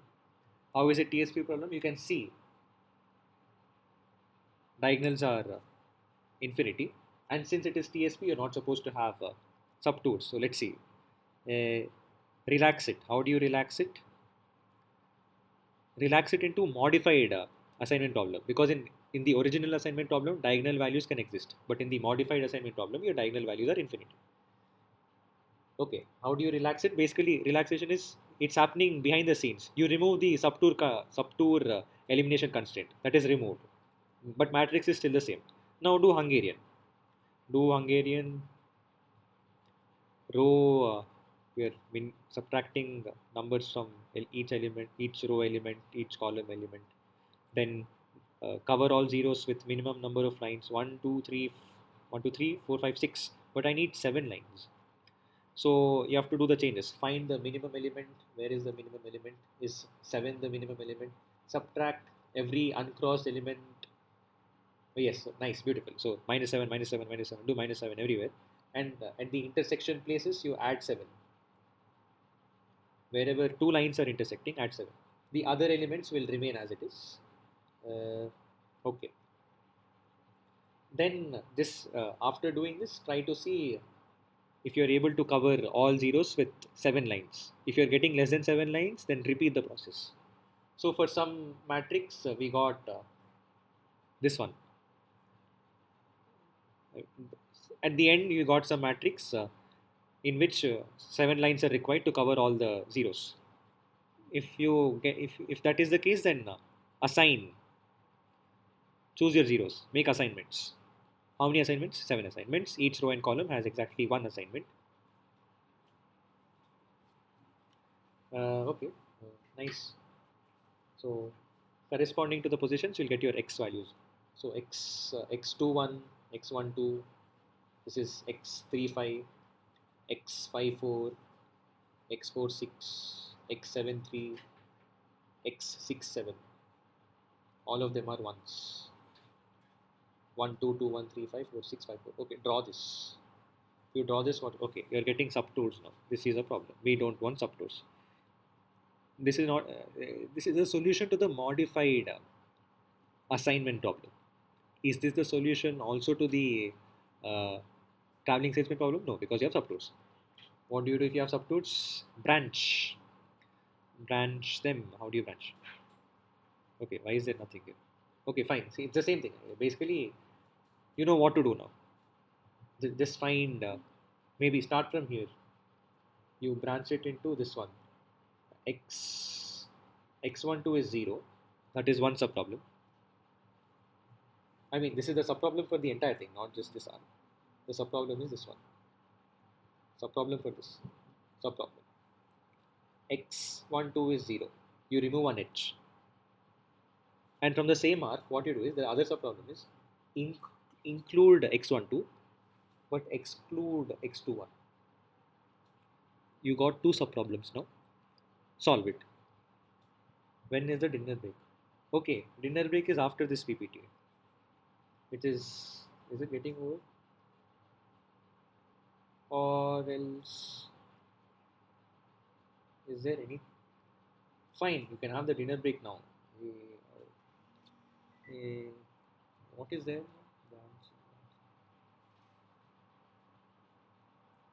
Okay, there's nothing much. We'll see. Maybe 10 minutes, I think this will get over. Assuming there is nothing much after this. Example of branch. We looked at all of this. We know all of this. We saw this. No? Then we'll. This is not integer, so you will do. What will you do? 3.75. No? So you will take 4 and. You will take 4 and 3. We did this. If you remember. We did all of this. Choosing a branching variable that is fractional in the optimal. Observe that every feasible IP integer IP point must have either. Okay, we did all of this. Okay, this is in the context of subproblem. We did all of this.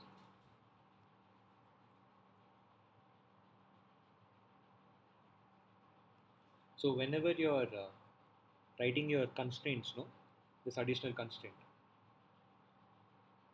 This is the subproblem. No? In subproblem, you're adding extra constraint. You have to ensure that the entire original feasible region is within the subproblems. What is the feasible region here? The feasible region for the integer linear programming is not the brown color area, but it's the discrete green colored points. So in your subproblem, you're supposed to have all of them. So whenever you divide that, no, you will get this one.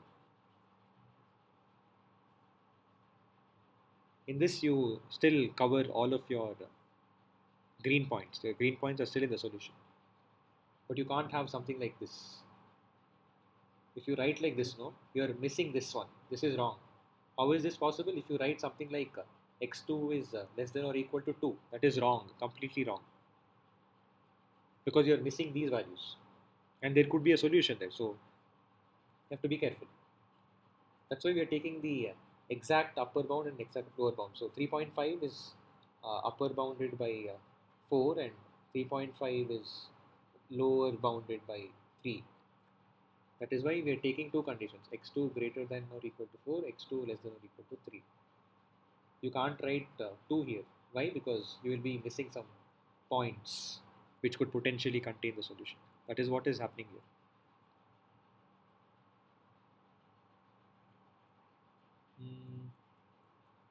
Okay, that is what we did here. All my feasible points are inside.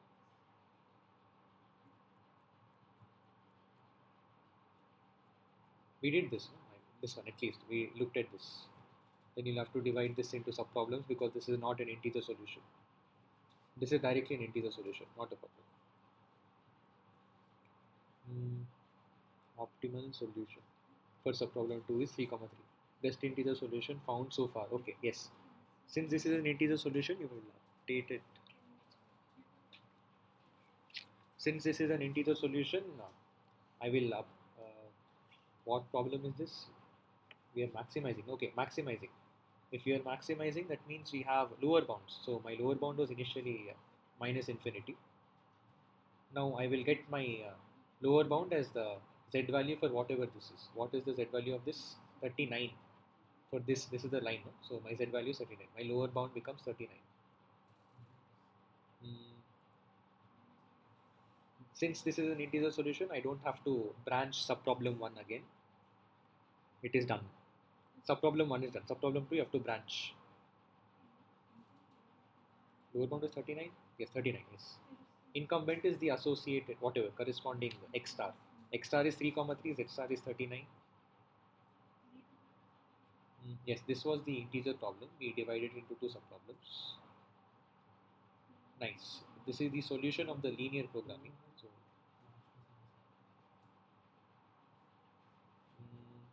are we okay? Fine. Yes, this is the subproblem I was talking about. We did not do subproblems for this one beforehand, but now that we know branch and bound, we can do subproblems now. 1.8 is causing us problems. So take upper bound and lower bound. So you'll get 2 and 1. So x1 can be greater than or equal to 2 or less than or equal to 1. Basically 1.8 is, let's go to the graph. Is there a graph here? So x1. So I'm just looking at this values, and greater than 2 means, see, this is x less than or equal to 1. This is x greater than or equal to 2. This is x less than or equal to 1. But in subproblem 2, the feasible region is only here. So there is no feasible region here for subproblem 2. We'll see what will happen. See, this is infeasible. X greater than or x1 greater than or equal to 2 is not possible because that is outside the region. There is no subproblem here. All my subproblem is in this triangle. And I'm talking about a region that is outside this triangle. So it is infeasible. So the only feasible region is x1 less than or equal to 1. Which is this one. This is fine. This is feasible. Solve the corresponding linear programming. You will get some linear programming answers. Lower bound is 39. This is not an integer solution. I got 4.44. So should I branch it or not? Check it with the lower bound. Is this greater than the lower bound? Yes, it is. Then you'll have to branch it. If it is not greater than the lower bound, then you won't branch it because I already got a better solution. Why will I have to branch it then? Okay, we are continuing. Since this is greater than the lower one, okay. What is causing us problem? This one. Same thing, same story. x2 greater than or equal to 4,